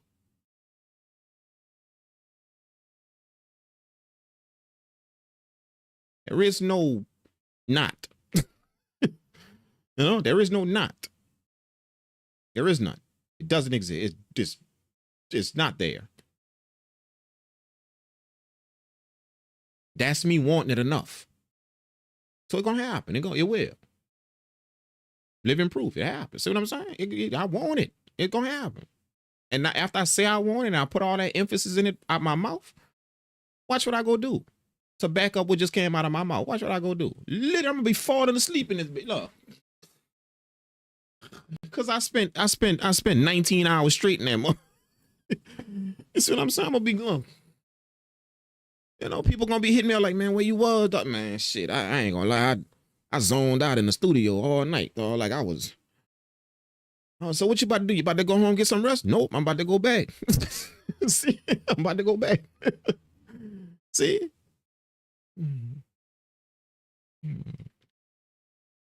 No, I'm about to go back. Well, you can't even stand up. Yeah, I'm gonna pass out over there. That's why I'm gonna pass out over there. See, all ungodly hours get. I want it. You know.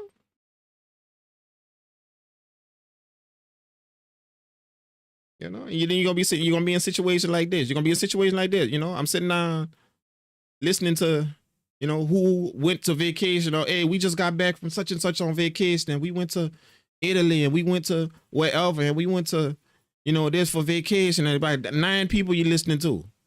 We went and Vicky and all this shit, you know, we went here, we went there, you know. What you did? Passed out in the studio for 2 days. See, that's where I was for the weekend.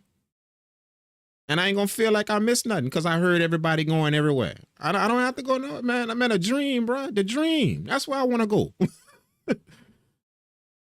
I'm gonna get to Greece or whatever, you know. Now, as a result of the dream, hell, I didn't seen the world 3 times over. Spain, Greece, Italy. You know, like I didn't see it 3 times over. You know, we're not going to talk about the island of South America. We ain't going to talk about South America, dog. Like, bro. You know what I'm saying? Saying what? Like, yeah. Argentina. Religiously. You know? But that's because the dream off the ground now. Now we move. Now we going. We going to do whatever now. But when the dream wasn't there, when the dream's still a dream and it ain't physically, I ain't going nowhere. Where you going? The stool. That's where I'm going. I'm going to pass out over there.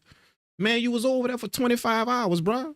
You don't want to go get no rest? Yeah, I'm going to get some rest. It's going to be in that chair. That's where I'm going to get some rest.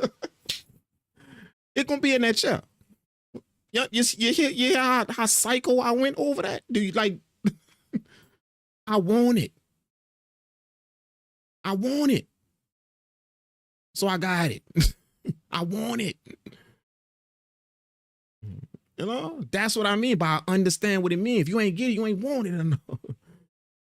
You ain't went ballistic over this shit yet. You ain't done it. You ain't went batshit crazy over this shit yet. See, I want it.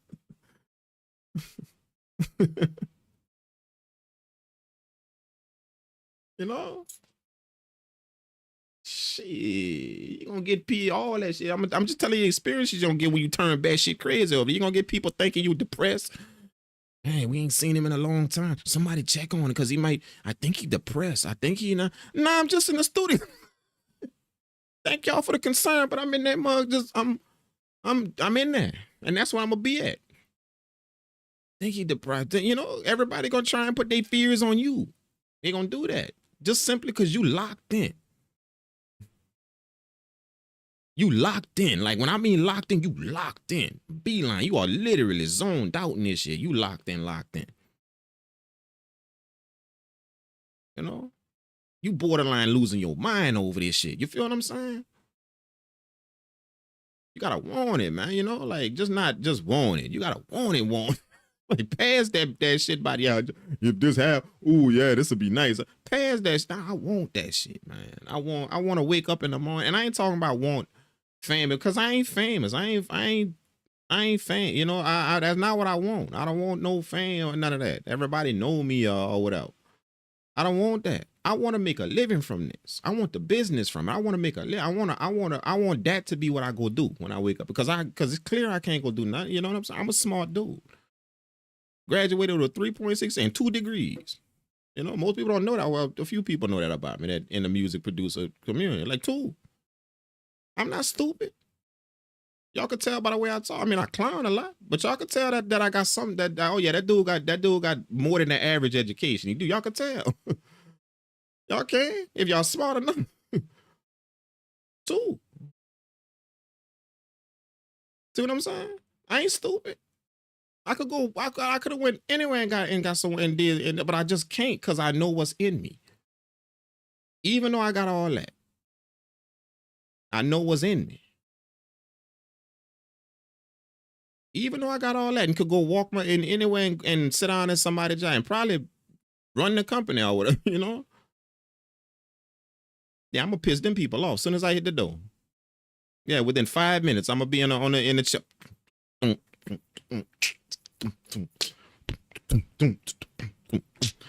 Then love me love.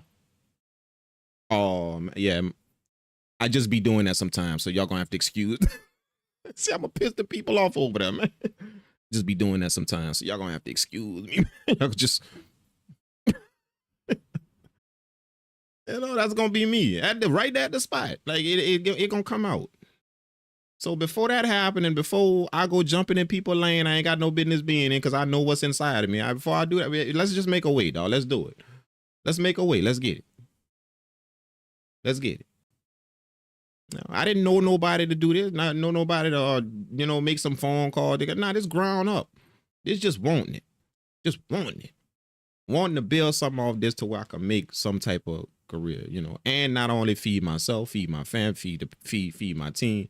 You know, we all could get paid, you know, and there's enough for everybody. Ain't no shortage of money. There's enough for everybody. There's enough. You just got to go out there and put your name on a chunk of it. You know, the problem is people think fame got to come with that. They want to be known while they doing it. I don't want to be known. leave me the fuck alone. You understand what I'm saying? Leave me the fuck alone. I just want to make sure that that's what I'm doing when I wake up. And we comfortable with it. We ain't worrying about where shit coming from. You know, how we gonna pay whatever. Mm-hmm. You understand what I'm saying? That ain't my business. So people could know me. I'm in this so I could wake up in the morning and do what I know I want to do. Not go somewhere that I know I can't do that. Give me that and whatever else come with that. If you know me, don't know me, if whatever that.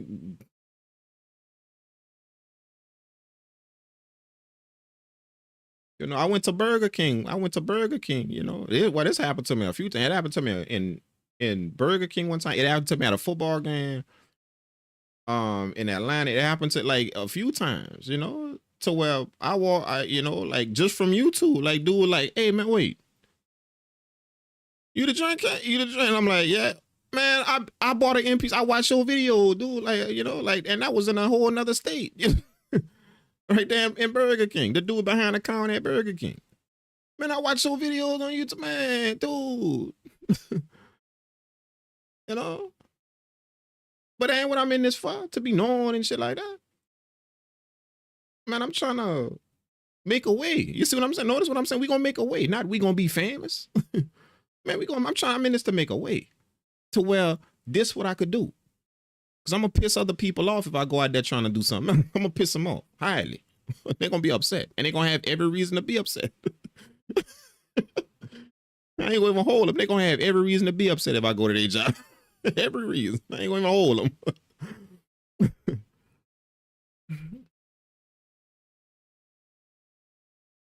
That man Kodak said in the song, "I've been working so hard, I didn't forgot that I was tired." Yeah, man, I feel that. You know, that's just me. I ain't telling y'all gotta move like that. That ain't what I'm telling. I'm just giving y'all my experience. You know, as a matter of fact, y'all hear me say all the time, your experience is your experience. Yours ain't the experience of somebody else. It's not. You know, you could come up with you can write your own chapter in this and tell your own story after this wrote. You don't have to do what old boy doing to get this done. I do what old boy doing to get this done. I got to get streams to get this done. Or I got to get that to get this done. Man, I ain't got a piece of stream, dog. And this is what I do every day. Audio every day. This is what I do. And I ain't got no problem. Does it look like I'm poor? Does it look like I'm starving for something? Like, does it look like and this is what I do? See? You know? Am I the richest dude in the world? Hell no. Do I have to worry about what, where this money coming from all the people? No. See? And I ain't no brag. That's just the truth. Nope.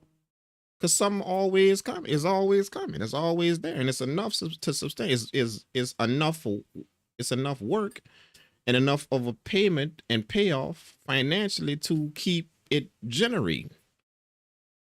Then once that start generating, you start getting your money to make money. You know, all my money just don't come from music shit. Once you start making money, you go put your money somewhere to where that money start making money. You know, now my money became my employee. You see what I'm saying? It's making me money.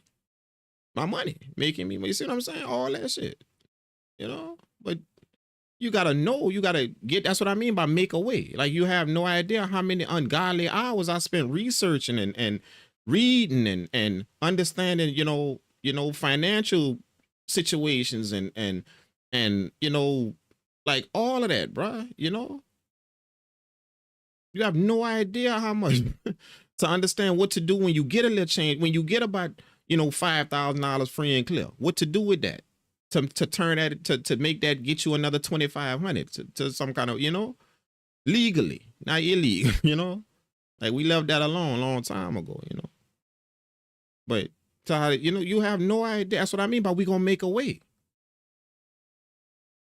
We gonna spend ungodly hours learning what to do, not just music wise, learning what to do life wise. That's what we finna do. Music just part of it, so we could do that. But what's gonna happen when we finally get the bag now? We're gonna be looking for another bag, or we're gonna make that bag work for us. What we gonna do? See, but we're gonna have to know how to do that. So not just music we taking it, man, life, everything. You have no idea the ungodly hours we put. You understand what I'm saying? Life, understanding all that, what to do. That's what I mean. We gonna make a way. Most of y'all hear me say that y'all think that just music I'm talking about. No, we gonna make a way. Life, we gonna make a way to where we could do that. That music thing. Life. We gonna make a way. Seriously. And you ain't got to be famous for that. That's the thing. That's what you got to get out your mind. That fame come with you making a way for something, to get something. That's why half of y'all can, because a lot of people can't do it for themselves. It's because in their mind, they believe that, oh, he not famous, so he ain't do, like what I'm saying right now. It's going to be 200 people that watch this video and be like, man, that dude ain't doing none of that. He ain't doing none of that. He ain't doing none of that. When clearly you can go Google the Drink Kang and see, oh, owner of Dungeon Palace Studios, you can go see that. Clear it. You know what I'm saying? But, I mean, he ain't doing none of that. He ain't doing that. He ain't doing that. He ain't doing none of that. Man, he ain't got none of that. It's going to be somebody always saying that. You feel what I'm saying? Because in their brain, they think I got to be showing some shit off. I got to be on Billboard or doing, you ain't got to be none of that to you fan. You ain't got to be fan to make a way out of this. You ain't got to be. And when I found that out, because I started seeing how many people eating off this and you don't know who they are. I'm like, what? All them people eating off this. And I mean eating. And you don't know who they are. You don't know if you seen them wherever or if you heard them, man, I don't know who that is, but he eating off this. Him and all his people eating off this. When I started seeing that, See? That's what this online shit do to us. If y'all can feel what I'm saying, it do that. That we start thinking that gotta come with. If we see that, then they doing it. If we see all that shit there, then they doing. Oh, they doing it. No.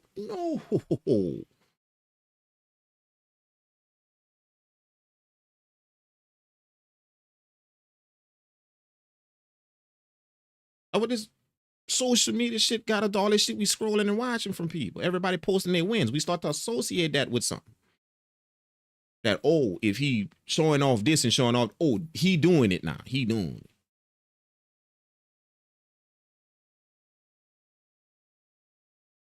And they got so many people in this industry right now. You don't know. You if they was on the side of you on a bus right now, you wouldn't know who they are. If you heard their name 4 times, you would keep walking. You don't know who that is, who from the can of paint, nothing. Your next door neighbor is more of an icon than that person is. But they eating off this music, bro. They eat. When I mean eating, they eating off this music. It's because they got ways to do it. You know, they got syncs, they got all that. You know, half my music sync, I don't even know where it's at. I see the check though. I don't even know what commercial is on, what Google ad is on. I know a few of them, but I don't even know what Google ad is on or what Facebook ad is playing behind. Or what, but I see the checks though. See, that's syncs, bro. That's all that. Syncs is adverts, not just, oh, I got to get my shit on a movie. Man, you know how many little Google ads my beat playing on? My beat's playing on. That's checks, dog. Every time that shit played. Get 20, 30 of them. That's checks. That's paying for damn near everything you're going to your job doing right now. Pretty much. About 10, 15 of them playing in rotation all the time. And y'all hear them little kooky little music things behind them app ads and shit like that. That's all syncs, bro. Not just no movie or no, you know, go look up syncs, adverts, not just move your music on movies, visual works and all. It's adverts, it's saying adverts, advertisements. That's them little Google ads that you close whenever you looking for something and that ad pop up and you waiting for that X to pop up so you could close it. See the music behind that? That's what people want. Not just no artists. I got to go lock in with an artist and get something done. An artist and get a billboard here. That's that social media shit got y'all warped like that, thinking that you got to be famous out here to get something going off this. You know? Nah, I'm sorry. No. Cap. Cap. This is what I want you to do. Next time you on your phone and you see one of them ads, instead of just waiting for the ad for the X button to pop up, y'all know them ads I'm talking about that pop up, it pop up in the middle, whatever y'all doing on the phone, that ad pop up, and it give you that little countdown till you could close that, till the X pop up to close it, like a little 12-second or whatever's countdown till the X pop up so you could close. Next time you see one of them, I want you to do it. Just listen. Don't hit that X just so quick to close the ad. Just listen. Listen to that little piece of music that's playing. And ask yourself, can you make that? Can you create that? I guarantee you 90% of y'all in this chat right now are literally gonna be like, man, I could make that in my sleep, dude. I'm new to music production. I can make that. See? It ain't got to be all about no artist or nothing. You know, as a matter of fact, be honest with you, I'm kind of not even moving. Like, now that I done seen the other side of the pie. Yeah, if somebody want to buy my beat and rap on them shits, go ahead on and do that, bro. But don't make no mistake about it. That ain't what I'm trying to, no. That ain't what I'm really trying to do. Because what we going to do, hit Spotify, even if you get a Billboard record, even if I get that, what we going to do? Hit Spotify, you know, 1 million streams, boom, we Billboard, we got the plaque, 1 million streams. We going to have to split $4,500. Because that's what you're going to get off them streams, off the 1 million streams. We're going to have to split that $4,500. Man, you can't make 2 house payments with that. You can't pay rent with that, dog.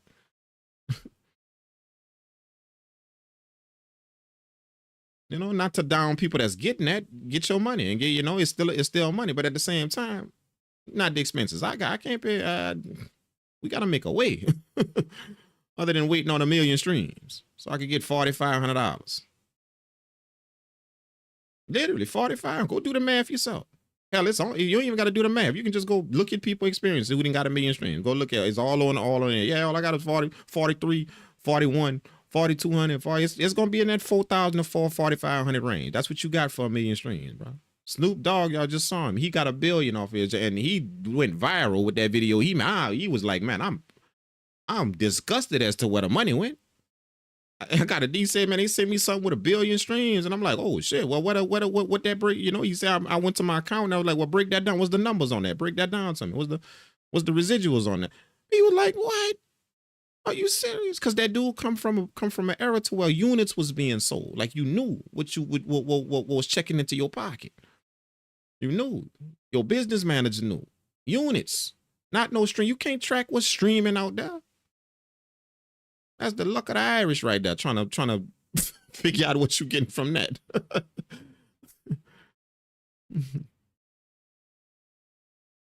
You know?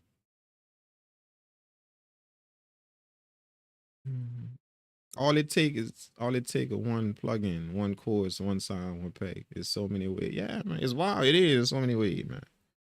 You know what I'm saying? But the thing is, don't just talk it, control all that. Go do it, bro. You know what I'm saying? If you know all that, then let's get it. You know? Like it's time to want it enough to go batshit crazy off this. It's time. If you talking like that, and you know all this that exists. Don't know all that exists, but yet you still content with going over that and doing what you know, man. Let's get it. Let's go batshit crazy off that if you know all that. What you saying? Let's get it. Like literally, we're gonna lose our mind over this shit right here. Yeah, people gonna think we cuckoo. We literally done lost our shit, bro. Over there. Want it enough. And you're gonna get it. You know what I'm saying? Not just when I can. I'm gonna get some beats in when I can. Or I'm gonna mix and done. That ain't wanting it enough. Nah, bro. We going batshit loopy over this, bro. That's what we doing. That's what we finna do. And what I mean by batshit loopy, yeah, dude, nah, bro. But you got the time for this. See, you already doing it. I gotta get paid. And then, you know, I got kid, I got fam, I got all that. There you go. That's your lifeline. There you go. I love when people tell me that, man. I got a family. If you got a family. Yeah. Everybody in that house gonna be behind this. Whether we gotta cut some stuff off, whether we gotta all get together and make a way to do it, but not just me in that room and everybody else in the house doing whatever. That's what I mean. You gotta want it enough to transform everything into that. If everybody in your house know this is where we moving, this is where we going with it. So everything we doing, you know what I'm saying? Everybody gonna start helping out with a little something they could do. Hey, I'ma watch the kid. I'ma do this. I'ma do that. I'ma, you know, cause that's family. You got family. You got it. And everybody in the house know where we going. Not you back there in that room and everybody else doing whatever. That's not wanting it enough. It ain't. You know, everybody else doing whatever. And you back there in that room making beats. Talking about, yeah, man, I want to get this shit popping. No, man, see, that ain't wanted. That's what we think wanted enough is. Nah, wanted enough is, man, everybody now gonna be on this. I ain't talking about making music, but I'm talking about everything, you know, we gonna all be devising ways so this dream can get off the ground. So whether that you gotta put in a little bit more work here, you gotta do a little bit of this, you gotta take a little bit more of this responsibility. With all of us in there gonna devise a way to make sure, because all of y'all gonna want to eat off this when they do. Everybody gonna have their hand out when them $1,000 checks start popping up religiously. Everybody in that house gonna want cards, gonna want this, and you gonna want to do it for them because it's there now. The money there is there. See, so that's wanted enough. You feel what I'm saying? Everybody. Some of us gotta move like that because we not Justin Bieber and go viral like that off of just some little shit we done. Now we boom, we in it now. Some of us ain't got that option. We got to get it in from ground up. So we got to make a way. That's what I mean by make a way. Make a way is whatever we got to do, whether all of us in this house got to get on it, whatever, we got to get that. We got to get it. That's how I got. Like, we making a way.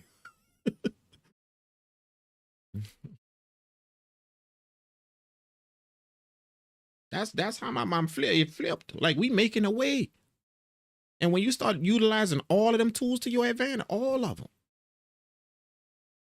not 20% of them thinking you grinding out here. You trying to get it done. No, all of them.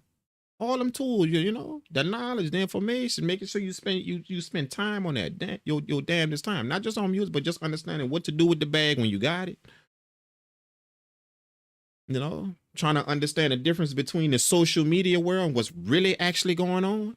See, that's you making a way, you understanding that I am okay. Well, this is just some fame shit and all that, but with the realness is they got a lot of people making money and ain't really worried about no fame and shit, but they make it. But see, that's me understand. Okay, I get it now. I see that. Well, we gonna make a way. We gonna figure it out. We gonna make a way. We gonna do it with all this information we got, and we gonna spend ungodly hours of getting it, not only ungodly hours watching everybody on YouTube.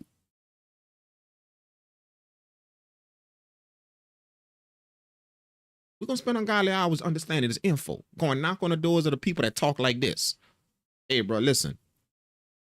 Yeah, man, give me some more of that thing that you was talking about, bro. Like a little bit more. Like I need to hear a little bit more of that, man. Just, you know, tell something click. You know what I'm saying? Like we gonna all of that I was doing. Dog, knock, bro. I'm at somebody's door. Like, what's up, man? Like that thing you doing. I know you getting it in, man. You getting it in. Like, you know, I ain't asking for no handout or nothing. Just give me the info though. Like where I gotta go, what I gotta look at, what I gotta be, you know, like that's how I was, dude. We gonna make a way. Anywhere. You understand? Y'all, you get what I mean when I say make a way? See? Like some of y'all, they don't really understand what I'm saying when I say we gonna make a way. See? Not that little 1-2-1-2 that you doing. No. No. No. We're gonna go bad shit bonkers over this.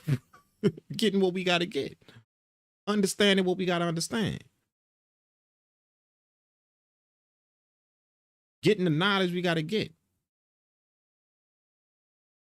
Putting ourselves in the places we gotta be in to do it. We're gonna go bad shit crazy off this. Now, your mind probably can't fathom that because, see, when I'm talking this, your mind still thinking, you know, fame, streams, all that. Your mind still thinking that. Can't let go of that. I'm talking about making a way.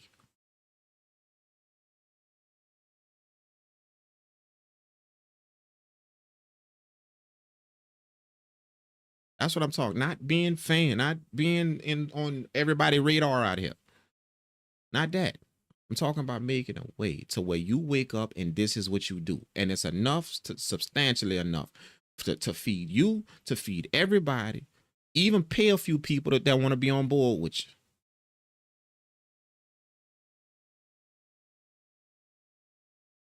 You get what I'm saying? Let's make a way. And if the fame come with that and all that, then cool, you know, do what you do. But that ain't what we out here chasing, man. Trying to be known on some shit. You're gonna be known and broke.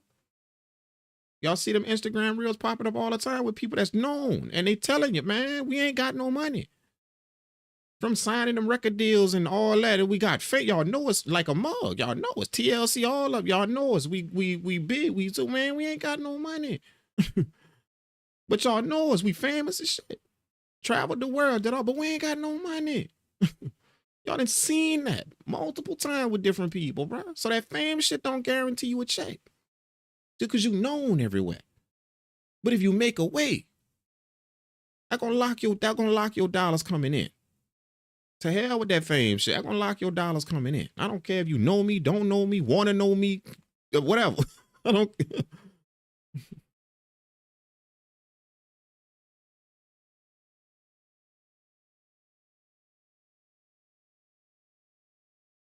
make a way. You feel what I'm saying? Make a way, man. You know what I'm saying? Get your mind right, make a way. And then, you know, you got to put the arrogant shit to the side. You know, you got to go knock on the doors of people. That's knock on them doors, man. People that got a little something that's moving in this and doing a little something. Hey, listen, I'm just trying to get there. You know what I'm saying? I'm trying to get there. Anything at all that you can give me, anything that you can, you know, put up here that I could, you know. And sometimes you'd be surprised when you're that humble to people, to certain people, like when you're that humble, it's going to take them back to when they was there. It's going to take them back.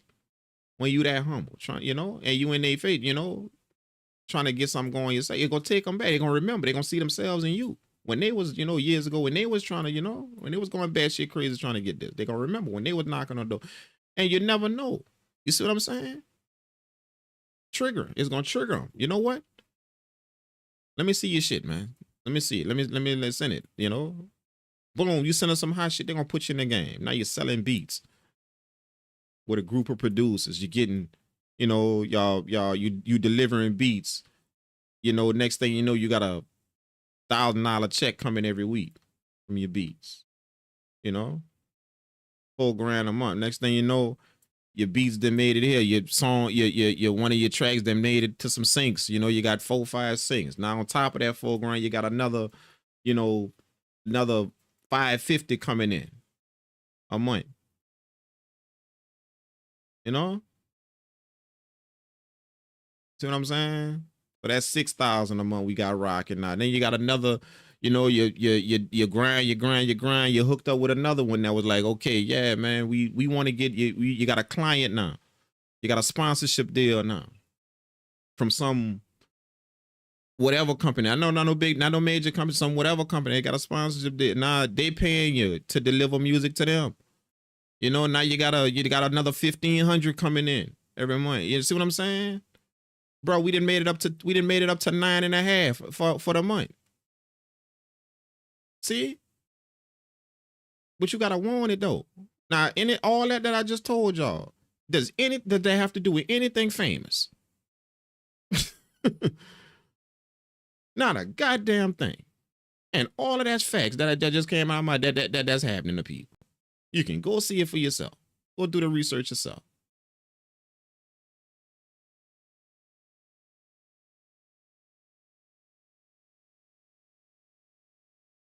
See what I'm saying? That don't have shit to do with being famous. Nothing I said about making a billboard or somebody, people knowing you out there, or 1 million followers you got or whatever. That don't have not a damn, or going viral. That don't have not a goddamn thing to do with nothing I just said. Nothing. And all of that simple shit, all of that just came out of my mouth. That's happening all the time in music, all around you while you waiting to go viral. Or you trying to get a billboard record in every artist DM trying to get a song.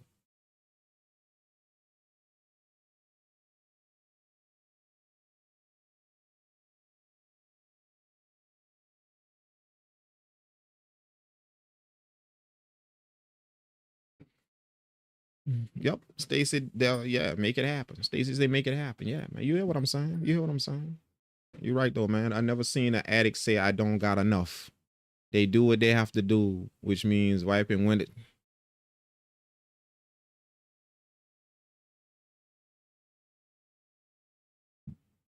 They make a way. You're right, bro. You're right. True, I seen one change an alternator to get that fixed. See, you ain't lying. You're not lying. For real. I pull up in the hood now, like shit. I show love to the hood whenever I'm in the, I pull up to the hood now.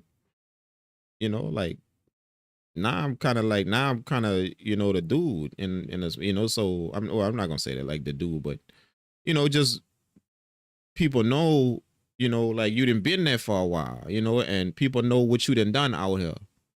So you pull up and I'm, like shit, they ask like they asking me, hey, like I'm gonna watch your call, young blood, I'm gonna watch your call. You know what I'm saying? And I give them like, I give them like $50, But anytime I give them that, I always be like, hey, bro, like do something with that. I know what they're gonna do. You know what they're gonna do with it. But I just gotta make sure I leave you with that message, Man, go get something to eat, or I leave them with that. Man, now you do what you want with that. That ain't my job to watch you and see what you do. No, but I gotta leave that message though. You know what I'm saying? But you right though. Like I'm saying it because of what you say. You're like, you right though. They do whatever, They be like, hey man, I'm gonna watch your call for you, man. I'm gonna watch, I go in the store, go get whatever, come back out, give them like $20 each, $30 each, $40 each, and be like, hey man, y'all, man, make sure y'all get something to eat. Y'all clean up, do a little something with that, man. Make sure y'all do that. All right, man. Yeah, we gonna do it. You already know what they gonna do with it. But you know, but see, they still doing what they gotta do to get that. You see what I'm saying? That's why I show love. They still doing what they gotta do to get, you know, even though they hooked on that shit. You know? I remember when I was the dude selling it to you. Like not that person actually, but putting that shit. I remember. So that's why I show love now, because you know, I didn't kind of grew up a little bit. And I can understand people that's addicted to that.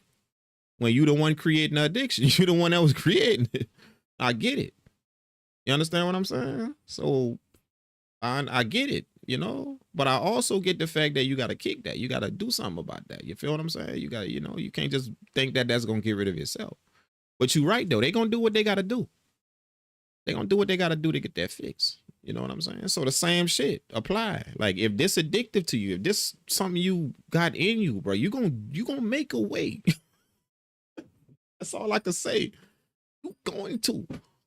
If you ain't got it yet, then that just simply means you don't want it enough. You ain't understood the terminology of going batshit cuckoo over this, bruh.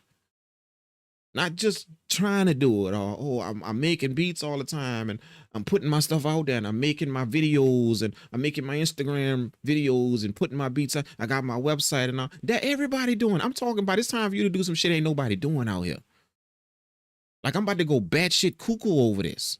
Who the hell was passing out in their studio at 25 hours? You know, I'm serious. I'm hanging off the end of this. Like one dude walking the studio. This not in this studio, but this was when I was in that little spot a long time ago, a little small spot. My boy walk in the room. I'm hanging off the side of the chair, dog. Like he thought somebody shot me the way it looked. I'm hanging off the side of the chair like this, dog, look, like, and with my mouth wide open. And all he could see was just me hanging off, you know, like from a distance. All, man, he thought somebody shot me in there, dog. He came running like, hey, you tell. And I woke up, I'm like, I was out, I love, in a, you know? So think about it. I want you to think about it. If I was like that, literally passed out in the studio. Y'all didn't saw me in here 12 hours, I done been on a live stream. 6 hours, I done been on a live stream. 9 hours, 10 hours, I done been on a live. Y'all done saw that. Facts, all here on the live, y'all done saw that. Without me even looking like I'm about to pass out. So ask yourself, for me to get that tired, if he did that in 10 hours on a live stream and he ain't even look like he was tired, how much he got to be doing to get that tired? See, piece it together. You're using facts to piece it together. Facts. If we done seen him on that stream 10, 9, 10, 12 hours, you know, we done seen that. Them live streams he be doing. And he making beats and he up there and he don't even look tired.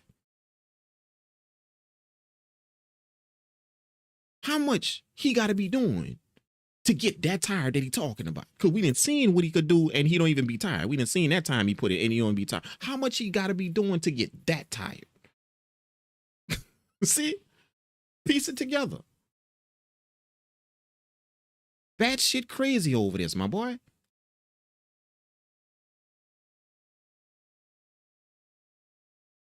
You get what I'm saying? All you're doing is piecing it together. Just what you see and what you understand. Oh, wait, hold up. You talking about he was tired like that, passed out. We didn't seen him. We like physically, we didn't seen him. 9, 10, 11 hours, you know? Like I was just on a live stream 2 days ago. That's what, 10 hours? This one right here, what we done been on here for like what? 6 hours maybe, or 5 hours, something like that. The one I just did earlier, where I was like 8 hours. See what I'm saying? That's almost like what, 10, 8, 7. That's almost a day.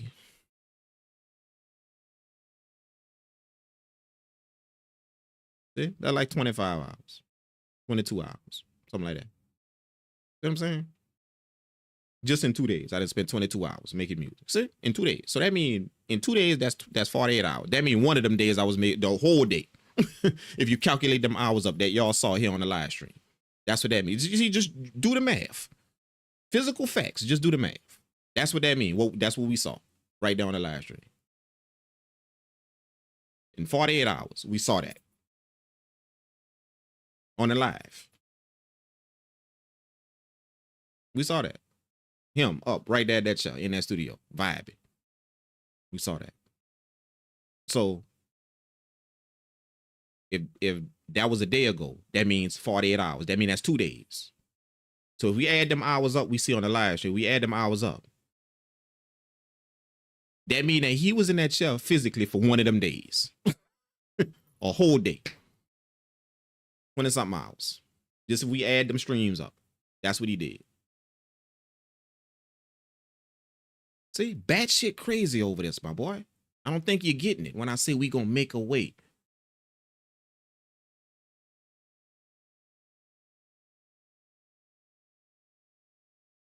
See? All you're doing is just piecing it together. You're doing the math yourself, piecing it together without me telling you. That's what that means, literally. We saw him for a whole day in that chair. 22 hours in that chair. If we just calculate up all them things that he did in that short period of time he did it, them 2 days he did it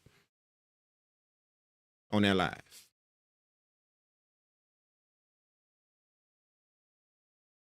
See?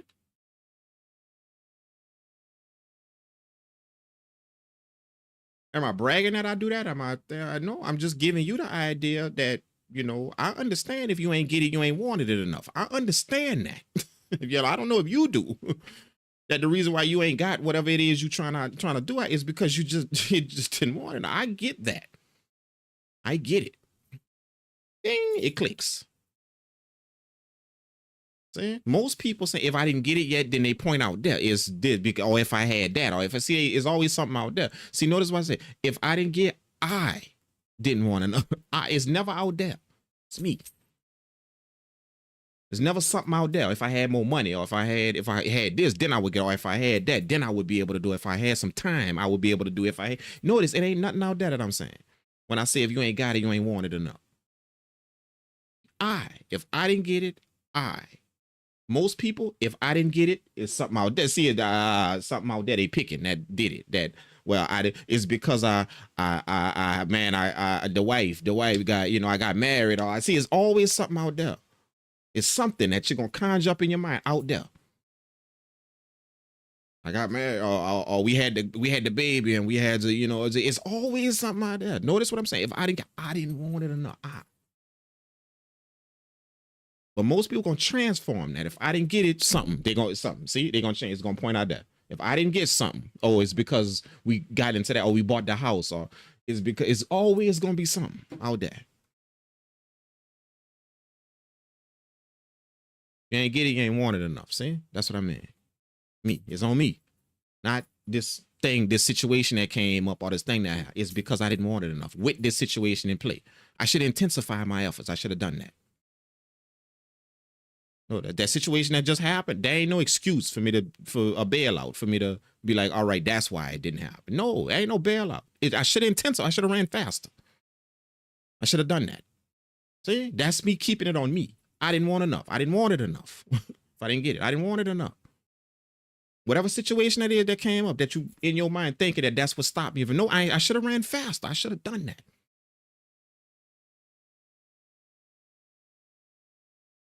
18 more hours, I should have done it. 12 more hours, I should have done it.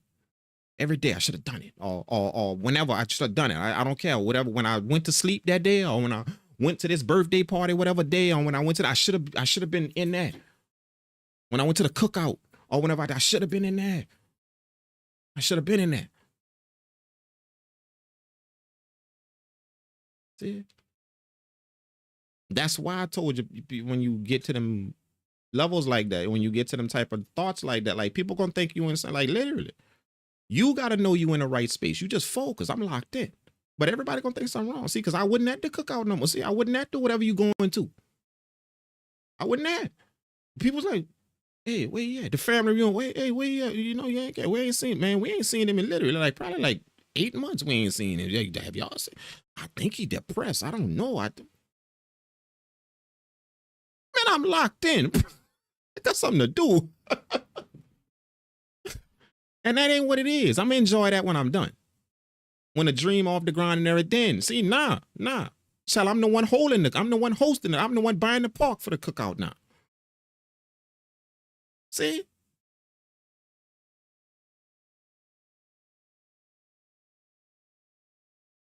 I'm the one dropping the deposit on the park for the cookout now. The same cookout that I wasn't at no more.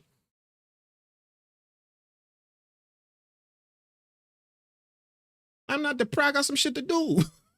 And it ain't that right now. It's not that. See, it ain't that no more right now. Just for this time being. It ain't none of that no more, bro. It's this. And when we get that shit off the ground, and that's rolling, then we're going to revisit all this other stuff I have. The only difference is we're going to be revisiting it with the dream off the ground. We're not going to be visiting it without the dream no more. That's what we're going to be doing now. But give me a minute, though. And if I look funny to y'all for the next 4 years, 5 years, if I look funny to y'all, if you think that's a long time, people get degrees in that time. So it ain't long. So if I look funny to y'all for the next 4 years, I'll fight and, you know, excuse that. I look a little funny, you know. But I'm just locked in. I'm focused on what I gotta get, on what I want to get done. That's what look funny to y'all. I'm focused on what I gotta get done. I'm locked in. That's what I'm saying. I'm telling y'all that because I'm just giving y'all, like I keep telling y'all, you don't have to think like me. You don't have to think like me. I'm just giving y'all, like, because I know it's a lot of y'all that, like, you want this bad. And I feel you, bro. I swear to God, I feel you. You want something you want, and you feel it in you. That's all I can say. You know that if you could just do it, then it would change your life. Whatever that is, you know that, and I feel you. It's almost like we cousins, man. Like I got you. I get it. I know y'all like that, man. I know. But the facts, you gotta face the facts of the matter, man. Like, you gotta want you know, because ain't nobody finna hand you this. You know, you ain't Justin Bieber or somebody about to find you, and you know, you can't move like that's about to happen tomorrow. If it happened, then cool. Nice. But you can't move with that in mind, like it's about it. Nah, I gotta move like I'm at the bottom of the barrel. I'm behind the race. I'm the last one that got started. That, you know, I'm the last one out the blocks. You gotta move like that. So I got to run and run and run and run. You got to move with that in your mind. Like, you always the last one. I'm always the last one. And run. See, because if I think I'm always the last one, I'm going to run 10 times faster than whoever around me. Because I always, in my mind, I'm always the last one. Not, I'm going to see if I could post a few Instagram reels and see if I could go viral. Man, come on, man. Then my music going to be popping and get off the ground and, you know, whatever. You feel what I'm saying? That's what we doing, man. That's how that work, man. You understand? Like, for me, that's because I just understood. I don't think nobody gonna have. I don't think nobody gonna hand me nothing. It's like I came to that conclusion. I don't really think nobody gonna hand me nothing. You know, like somebody just gonna discover me and my ability. And I don't think, if it do happen, good. Like, yeah, but I started to feel. I don't think that's about that. You know what I'm saying? Somebody just gonna discover me somewhere, and ooh, yeah, boom. Now I get. It probably ain't gonna happen, man. So, yeah, that's probably happening to all them out there. So I'm the one behind. It's probably happening, and it happened to him, and it happened to him. I'm the last one out the blocks, so I might have to run. They jumped in the car to get where they gotta get. I gotta run. So damn it, let's run. You know, and the object of me running ain't to beat nobody. It ain't to beat them. It's to get there. See, I don't care if I get there in 5 years, 4 years, whatever. It's to get that old. Not to beat nobody and get there. I'm trying to run faster because I'm trying to pass up him in that car. Nah, I'm just trying to get there when he there. I'm trying to get there. I just ain't got no car. Ain't nobody discovered me and took me there. Nobody discovered me or gave me no big thing, or, you know, I got something going from this dude or this people over here. This, and now I didn't get there. You jumped in the car and got there. I'm running.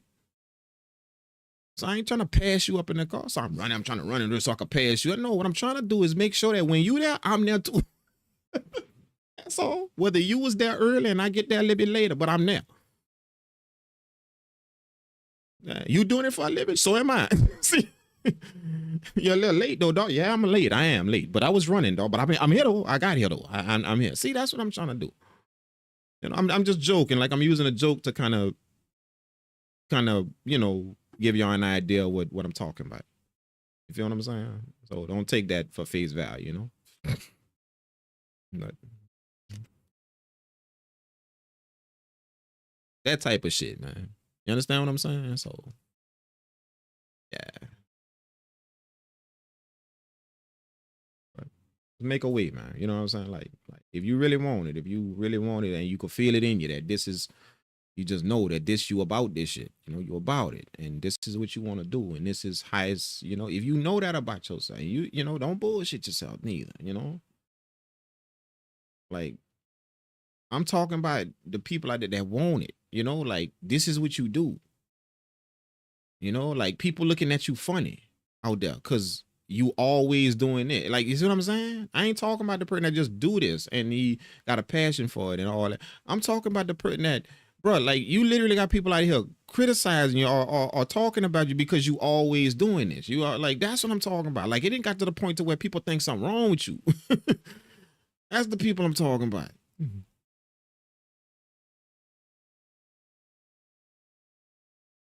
You understand what I'm saying? Like, you gonna know when you get to that point because ain't nobody gonna understand it no more. See, that's how you could gauge it. That's what it was told to me by some older people. You're gonna know when you get to that point to where you didn't flipped over whatever you doing. You literally, because ain't nobody gonna understand it. Like, they ain't gonna understand how you thinking. Nobody. So you're gonna look odd to a lot of people, dog. That's how you know when you didn't flipped. When you, okay, yeah, we want it enough. We do. But as long as you're looking normal to everybody, oh yeah, that's just he make his music. Yeah, you know, to everybody in your house. Oh, he back there making music. Nah, I need somebody in my house to be like, God damn, when he coming out? See, you gotta look like crazy to people. That's how you know. Okay, I want it enough.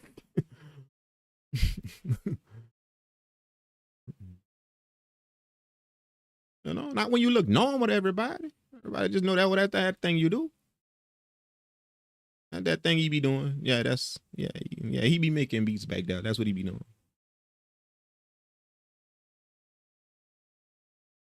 I gotta look weird as shit. You feel what I'm saying? Like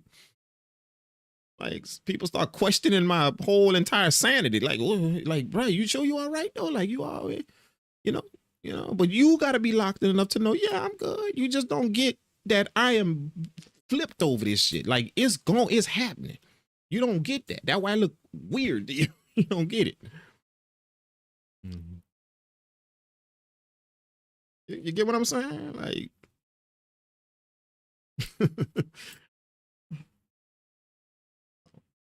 I know I'm making jokes about it, but you know, again, y'all understand what I'm saying. Hopefully, y'all understand what I'm saying. Y'all kind of get where I'm going with this.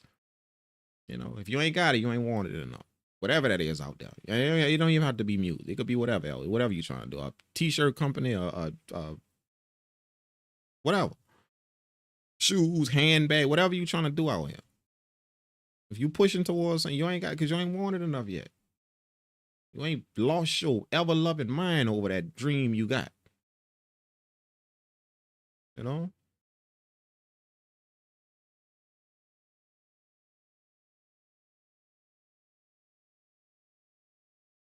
I'm out, man. I gotta get something. I'm gonna go eat a little something, and then I'm gonna try and get some sleep. I'm not really too tired, but I'm gonna try and get some sleep, man. You know what I'm saying? I'm not really too tired though. I'm sure when I just kind of chill out and just relax, yeah, I'm a doze off a little bit. I know, I kind of know that, but yeah, I'm gonna get something to eat, man, and that's why I was looking at the clock. I was trying to figure out if I could get some beignets, you know. You know, those y'all that for them southern people out there, y'all know what I'm talking about. Get them beignets early in the morning where you can't catch them after a certain time.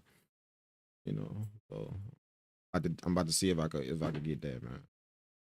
But yeah, man. You know, y'all just I could tell you like everybody else, just keep pushing and you know keep doing making your beats and keep making music and you know I could tell you that like every you know and just motivate you. I could tell you that I could and that's good motivation. I'm not saying nothing wrong with that. That's good motivation, man. Just keep making your music, keep doing what you're doing. I could do that. Tell you all of that, man. You know, but I'm gonna go a little bit past that because I know y'all didn't heard that before from different people. Yeah, just keep pushing and keep. Yeah, I know y'all didn't heard that. You know, I'm gonna go a little bit past that, man. You know, like push yourself, flip, go over the edge, go over the edge. See what I'm saying? Yeah, go over there. Don't just keep making your music and flip. Like literally, something's flipped. Go over the edge. You get what I'm saying? You know? And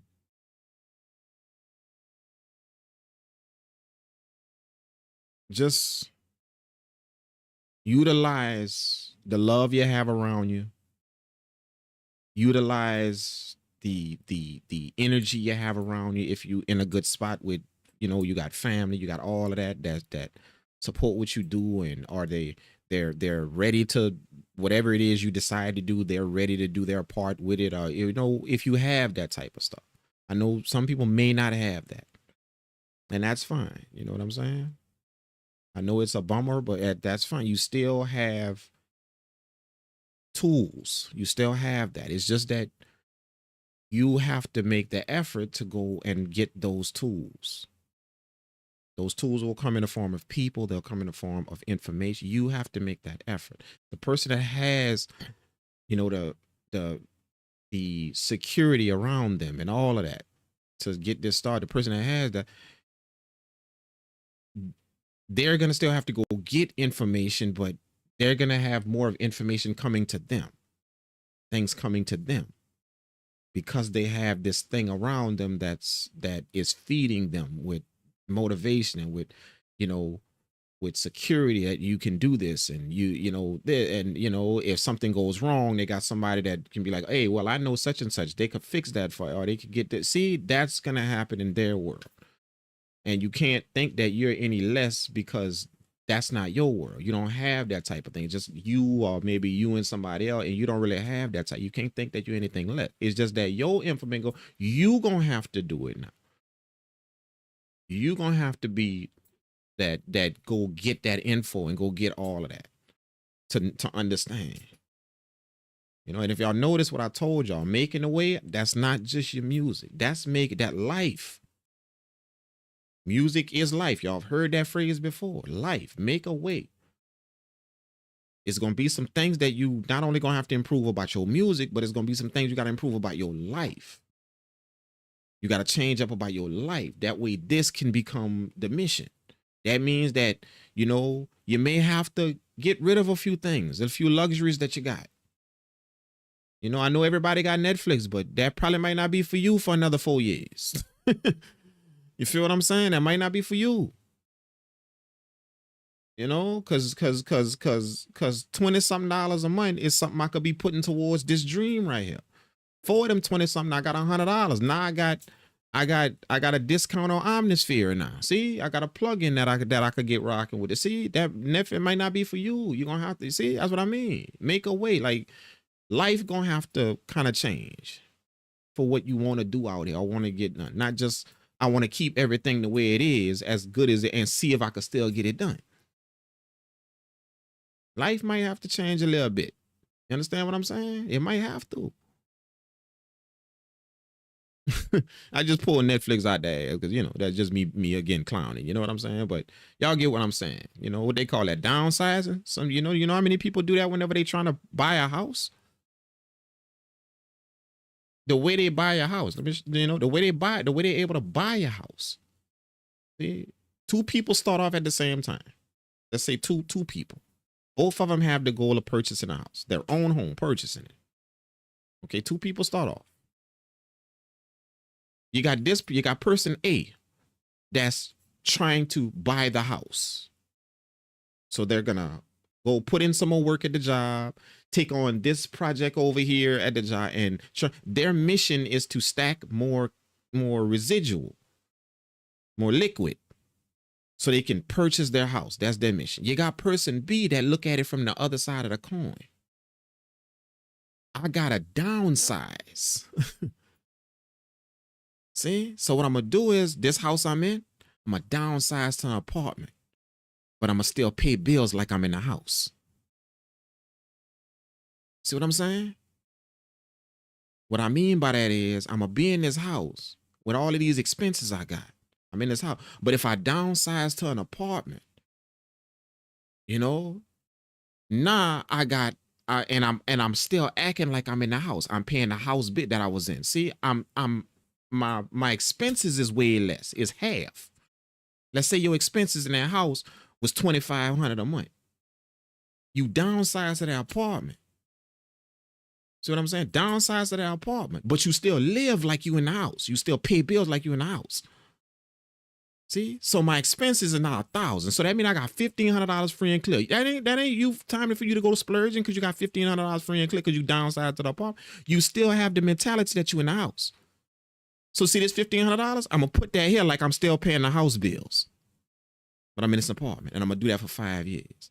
See, which one you think gonna get that house first? That dude that's taking on all of that extra work to or trying to increase his liquid, or you that did the other route, downsize to take what I already got and put it here instead of paying it for a house. See?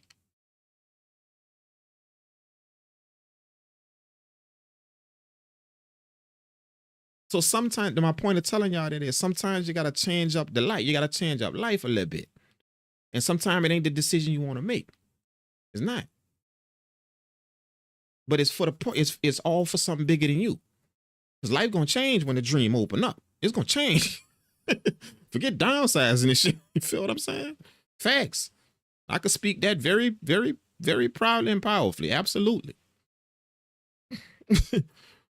Yeah, I second that. Oh, life gonna change whenever the dream open and shit actually start flowing. You see what I'm saying? So sometimes you gotta do the thing you don't want to do what you want to do. If that makes sense. You see what I'm saying? What some people say, you got to be uncomfortable to get comfortable. Like, you know, people say that in so many ways, you know, like it's all kind of ways people say that, but it's all the same thing. You know, you got to take 10 steps back, or you got to take, 5 steps back to take 10 steps forward. You see what I'm saying? Like all them different sayings has the same meaning. That sometimes you got to do that thing over there to get over there. And that thing over there that you doing, that might not be a good look, or you might not want to do that. But you got to bite that bullet for them whatever how many years to get there. See what I'm saying? I don't know if that makes sense. Like ain't nobody saying nothing. So I don't know if that. Now see, we got people watching, but ain't nobody saying nothing. Did that make sense? I don't know. Does that make sense to y'all? Am I talking shit, or did I lose y'all? I don't know. Hopefully y'all listening. I don't know. But I'm assuming y'all listening. We got people here, so y'all ain't clicked off yet. So I'm assuming y'all listening. But yeah, sometimes you gotta kind of, that's just how it is. Or I could be like dude A, and try and keep everything the same around me. Try and keep everything the same and still get that. I ain't saying one wrong or right. I'm not saying that. But you got to understand which one you are, like which one you could rock with. Some people could be dude A to where, yeah, I could keep everything how it is. And just get more of this and more of that and more of this, and then get that thing up there. Get whatever I want up there going. But some people not in that spot to where I might have to be dude B to where I got to bag back a little bit. And then,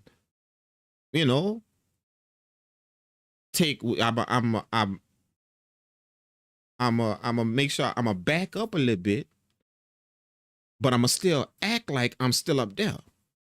Meaning I still got those bills. I still got that shit. I still got that. See, I'm still paying that $2,500. I'm still doing that. Whatever that is, I'm still paying that. But I'm over here. I'm in this apartment. You see what I'm saying? So that means 15. Even though my apartment bill is $1,000, I didn't downsize $1,500 for the month. And I'm just pulling numbers out there. I know shit is probably way more expensive there or whatever. But I'm just pulling numbers out there just so y'all can get the idea of what I'm saying. I downsized to $1,000 for the month, but I'm still living like I'm the $2,500. I'm still living like that. meaning that I'm still paying those bills in my brain. I'm still paying. See, my bills is 1,000 though, but I'm gonna see that 1,500 because your income ain't changed or whatever you doing ain't changed. It's just that you downsize. So now whatever you would spend on the house, 2,500 a month, now it's costing me 1,000 now. So that means I got 1,500 free and clear now. That ain't the time for you to think you it's time to ball out now because you got this extra money. No, that ain't extra money. You still have the mentality that you paying the house bill. You still do. So that 1,500 going here. I'm still paying a bill. I'm still doing that. See? 4, 5 years. I'm serious. That's how people get a house. That's how people get that thing they want. They go do something they don't want to do, but still live like they up there. They still got the mentality that they still up there. I'm still paying that. I'm still paying that. I'm still paying that.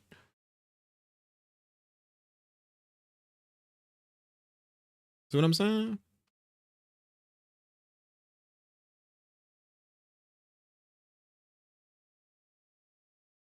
You know,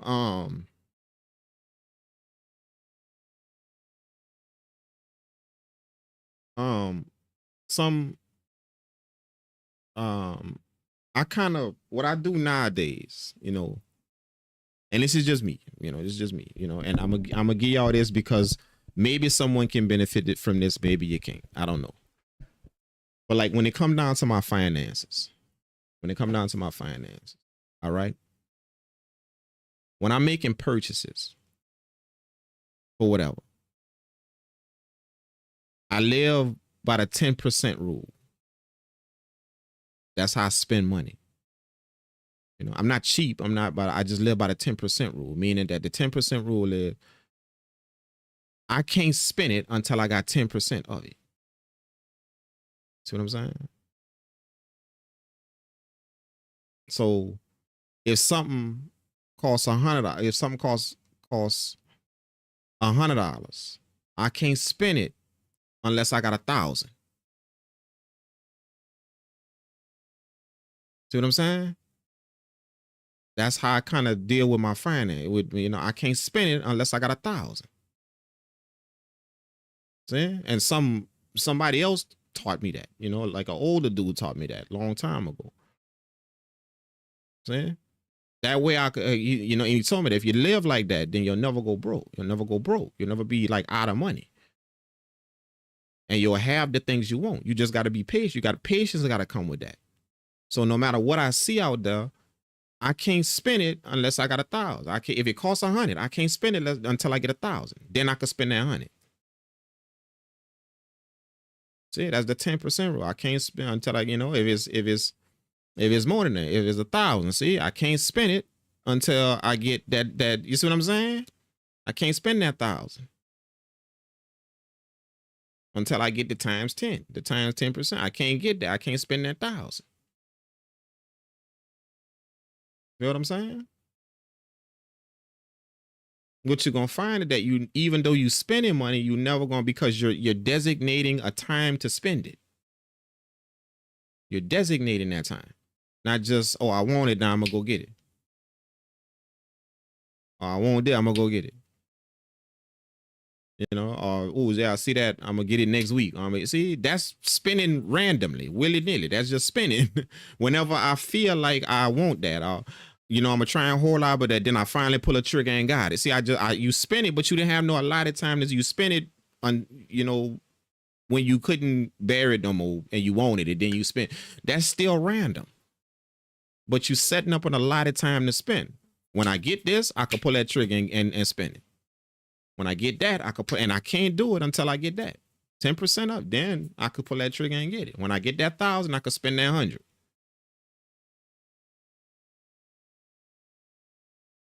And you keep going, however your I'm just using 100 and 1,000. But if your finances is, you know, 1,000 more than that, then still 10% rule. I can't spend this 20,000 until I get 10 on top of that. 10. You see what I'm saying? I can't spend that. If you're looking to purchase that new car, nah, I can't spend that. Can't spend that till I'm looking at 10% of that.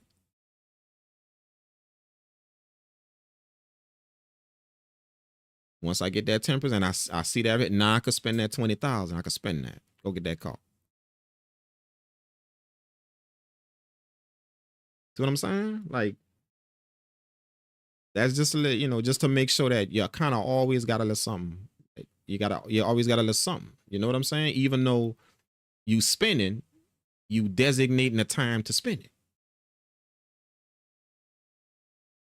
You know? So that's how I kind of, you know, and I've been like that for a while, you know, like, you know, like I'm gonna spend it when I know I got it, when I know it's there. You see what I'm saying? That when I'm gonna spend it. Now the good part about it is, you know, this shit I buy is investments, you know, like the shit I buy, like the big stuff I buy is investment, is so I know whatever I do with it, that's coming back. You feel what I'm saying? It's coming back. 100%, it's coming back. Whether it take, you know, 6 months, you know, 3 months, it's coming back. When I spend 20,000, you know, 15, you know, 15, 2,000 on this, and then a 2,000 for a synthesizer and 1,000 for that, and that's coming back. You feel what I'm saying? And if you think that's far fetched to believe, then shit, you spend 1,000, what that is, like 8 beats for $89.99. See, that's coming back. Like that's literally what it is. 8, 9 beats, boom, $1,000. You see what I'm saying? When you start looking at it in that fashion, especially if you got the people to buy them. Like I've been in this quite some time, dude. I got the people that buy a beat. Like, you know, I built up quite a clientele just from being in this for a long time. You know, my studio mix. We're not even going to even talk about beats. You know, like my the bulk of my income comes from the studio, not music production. That just happened to turn into another business. You know, but the bulk of my income comes from the studio. So we got, you know, we have our clients. We have contracted clients. We have, you know, we don't even do walk-ins no more. Like people just booking and coming in. We don't even do that no more. It's just simply because we got so many clients that they are scheduled clients now. They are literally scheduled clients. Companies, they are scheduled companies. They come in and do their voiceovers and do their whatever. You know, this studio is rented out. You know, for $2,500 for the weekend. So it's rented out sometimes. You know what I'm saying? That other audio engineers coming in. They just need the place. See, all of that. So there you go. You see what I'm saying? And all of that's nothing big time. Like if you're thinking that's big time, none of that's big time. Y'all could do that. Like seriously. Y'all, like whatever you know, that room you got. You know how many dudes they got out there on Facebook that's trying to look for somewhere that they can record this on real quick? Hey man, listen, I got an audio interface, I got a laptop, I got some speakers, I got a microphone, I got all of that. Listen, bro, you know, you can come to my spot, you know, just give me whatever, $100. You can come to my spot, record all you want, bro, whenever you want. Just give me $100. You see what I'm saying? You just rented your spot out. Somebody that want to record this on, and they in a 1-bedroom house that with 4 children in there, and they can't get no peace and quiet to record their music or do whatever. You just gave it to them. For $100, I could do all. Yeah, man, just give me $100. Boom, you just rented your room out with all with your, and that ain't no studio you rented that. That's a room, literally a room with your laptop, audio interface. You just rented that out to somebody who can't do it. See what I'm saying? Now somebody that's looking at you saying, "Hey, bro, I got a studio for rent," and looking at that and seeing the stuff you got in it and downplaying you, because see, don't fall victim to that, because that's falling victim to, you got to be big time out here to do something like that, to rent out your spot. You got to be big time to do something like that. Now you're falling victim to the social media world. You're falling victim to that image of social media online. No, you don't have to be famous, or you don't have to have no big studio to rent it out. You can rent out a room, literally, with a microphone, a few soundproof panels on the wall, your audio interface, a laptop, and you rent that out. Because see, this is what you got to understand about the consumer. There's always a person that needs that. There's the person that needs that big studio, but there's the person that needs that. And the reason why they need it is because they come from humble beginnings. Like, bro, I'm in a 1-bedroom house with 4 other siblings. There is not a piece of peace and quiet anywhere for me to record anything. Your spot is a dream to them. That little room you got. That's a dream come true. That room you giving them access to. Yeah. So you ain't gotta be no big time to do something like when you hear somebody talking about, yeah, I rent out my spot. Man, he don't do that, man. You know, that's you thinking that you gotta be busy. You fell victim to that image online. That's you think is you fell victim to it.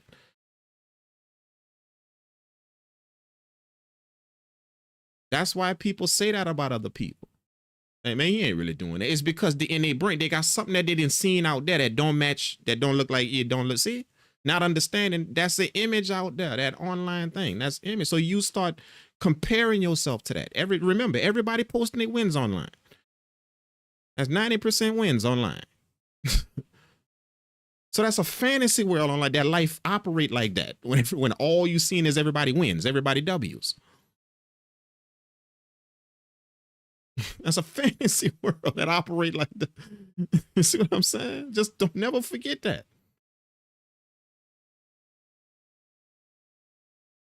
It ain't that people are lying. That don't make it a fantasy world. It don't ain't that people are lying. I'm not even going because that ain't my place to judge what's true about people or not. That ain't my place. You know what I'm saying? It ain't people lying. So I'm not worried about that. I'm only sure they got some people that lie, but I'm not worried. I'm talking about the people that's actually telling the truth online. It's just that the truth they telling is all they wins truth. That's the truth they telling.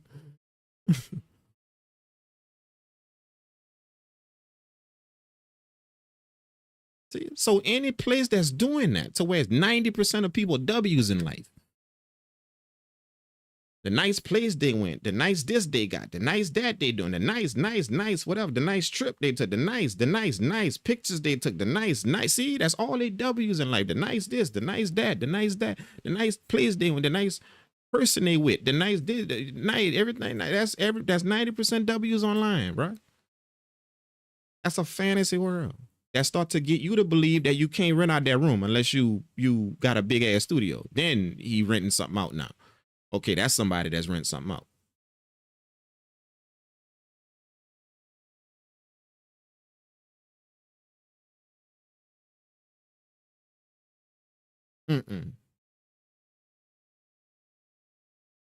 Nah, man. Nah, that's what that world start to do. We start to gauge people on that image we see online. So if they ain't moving like that image we see online, man, they fraud. They ain't doing that. They fraud. Totally missing the fact that that image you gazing at from that you see from everybody on, that's a fantasy. Is everybody wins. So it make it look like it's all rainbows and unicorns when we pull up social media. So, and the people that are posting they losses, like I told y'all, the people that are posting their losses, that money come with a donation link. They posting their losses because they trying to get some sympathy from you. It's a buy me a coffee link somewhere attached to them losses they post. It's just somewhere. Just search for it. It's somewhere. Here's my donate if you want to, you know. You know what I'm saying? So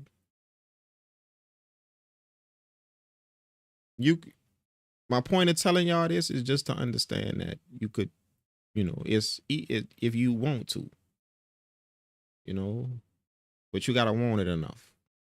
You gotta make a way. So that's making a way. Not worried about if I'm in some big studio to rent it out. I got this room, I got these speakers, I got it, and I'm more than sure they got somebody out there that don't have that space. They don't have it. They don't have that. They always got people worse than you, so they don't have that space.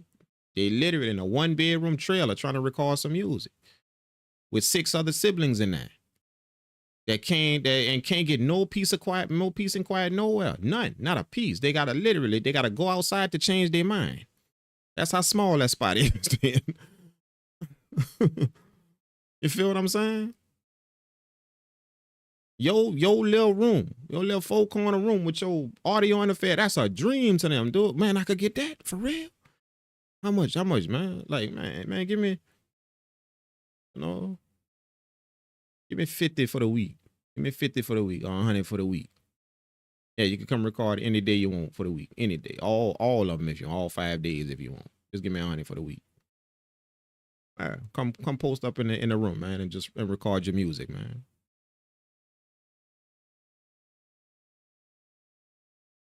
You're renting your studio out. That's what you're doing. You're renting it out. See? That's what you're doing. So why would that be far-fetched to believe that if somebody like me tell you, yeah, I'm renting my spot out? Like, why would that be when I just explained to you, anybody out there could do that? Anybody. See what I'm saying? That's what I mean. You can easily fall victim to that online world of you think it got to be all flashy for it to be something. Or for somebody to be telling the truth, or for somebody to be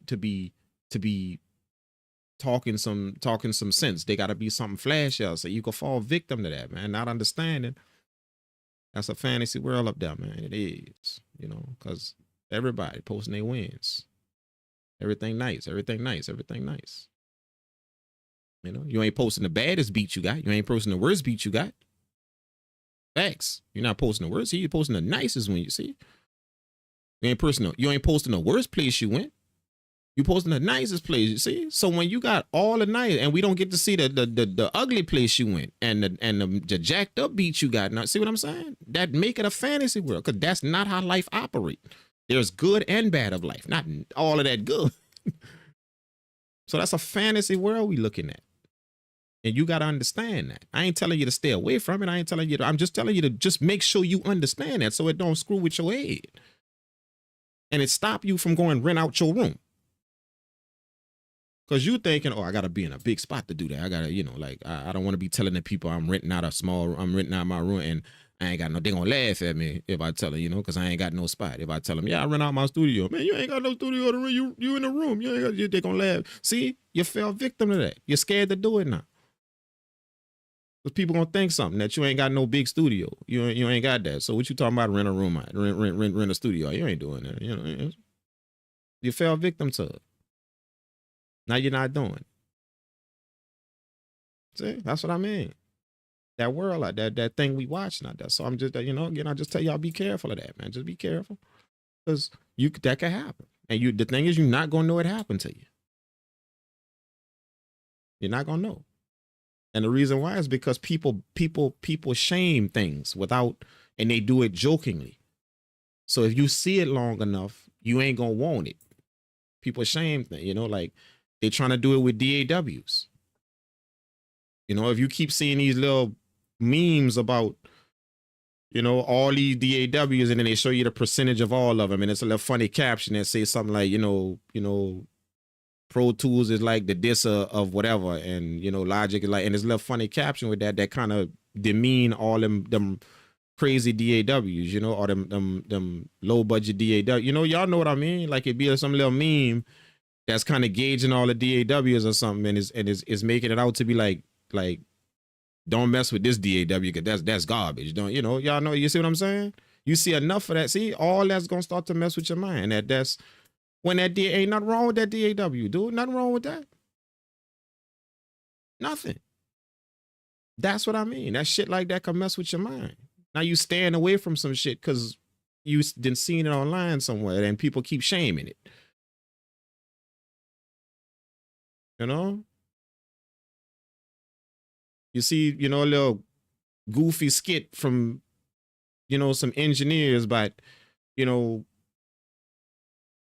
if you got the Apollo or the Apogee or whatever, yeah, you know, there's some dude walk in the studio and like, hey, all right, yeah, I could deal with that audio interface. But then, you know, flip side, the next little skit is when you walk in the studio and you see the little Focusrite sitting on your desk and he walk out. See, everybody laughing at that, but ain't shit wrong with that Focusrite interface, dog. That's your start right there. See, but you could easily start looking at that and stay away and run from that, thinking, oh man, I don't want to be looked at like that. Like I got that interface, man. I don't want to be looked at like that. When billions of dollars didn't been made off that interface, totally forgetting that. Billions of dollars then been recorded right off that goddamn interface, bro. Billions of dollars from records, man. See, shit like that. That's what I mean by that online could start messing with you. All because you taking in some funny shit that's defaming something else.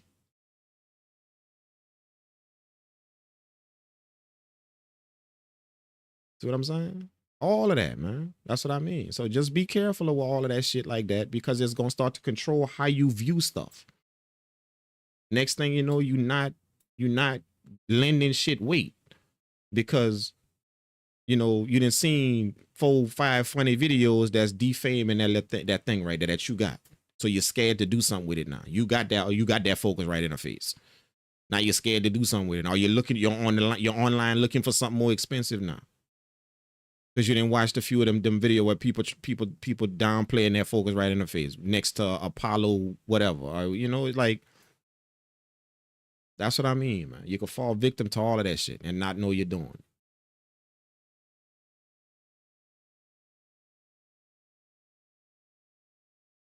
So y'all be cool, man. I love you guys, man. I'm gonna get out of here. It was nice talking to you guys again, man. We made a cold beat. The reason why I went live like this, just in the middle of the night like this, is because I literally had some ideas in my head at the spot. So yeah, I'm not gonna. It's impossible for me to just sit there with my ideas and not get my ass in the car and come to the studio. It's impossible, dog. Like, it ain't gonna happen.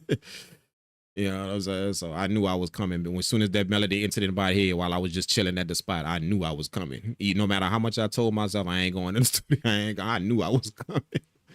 So I just decided to go live, man. I know I was live just a little while ago, early, but I decided to go live again and just kind of get this idea out right here, So I figured, why not do it online, on just online, So thank y'all, man. Thank y'all for rocking with me. I appreciate the company, man. I know probably everybody waking up going to work right now, but thank y'all for the company, man. And yeah, bro. I got a few days to myself, few. I got 2 projects I'm taking care of in the front studio, but they're not big. So I got a few days. That's why y'all seeing me online like this. I got a few days to myself. Probably next week is going to be a little bit more hectic, but I got a few days to myself right now. So that's why y'all seeing me pull up online, live stream after live stream every day, So, yeah, I'm gonna try and do it again tomorrow. Go live again tomorrow. Make a few beats, and yeah, pull up, man. Pull up if y'all like this type of stuff. If y'all want to rock with me, if y'all want to be in the chat and just kind of vibe out, pull up, and I always enjoy it, man. Whether it's 3 people, 15 people, 45 people, 2 people, I don't, just I'm all up in this music. You know what I'm saying? So, but I like when y'all actually when y'all pull up and actually wanna see what's up. So yeah. When y'all see me again tomorrow, man, pull up, say what's up, man. And I'll see y'all, man. All right. Y'all take care. Again, stay safe.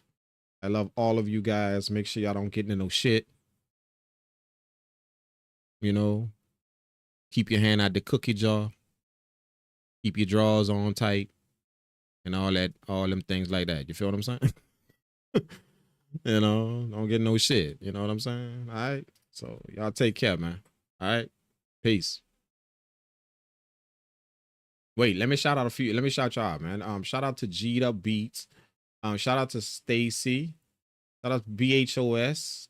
Control Alt Delete. Appreciate you, man. Shout out to I don't want to miss nobody. Did I miss something? Did I scroll? I think I'm scrolling too fast. Did I miss anyone? Nope. Okay, let's keep going. Thank you so much for the $5 super chat, Control Alt Delete. Appreciate that. Shout out to Daniel P. Appreciate you, man. Shout out to Jones on the beat. Appreciate you for pulling up, man. Iceman. Appreciate you. Lionel Ferreira. Appreciate you pulling up. School hit the button. Appreciate you pulling up. Thank you so much, man. All of y'all. Y'all take care. Be safe. And again, I love you guys, man. All right. Peace.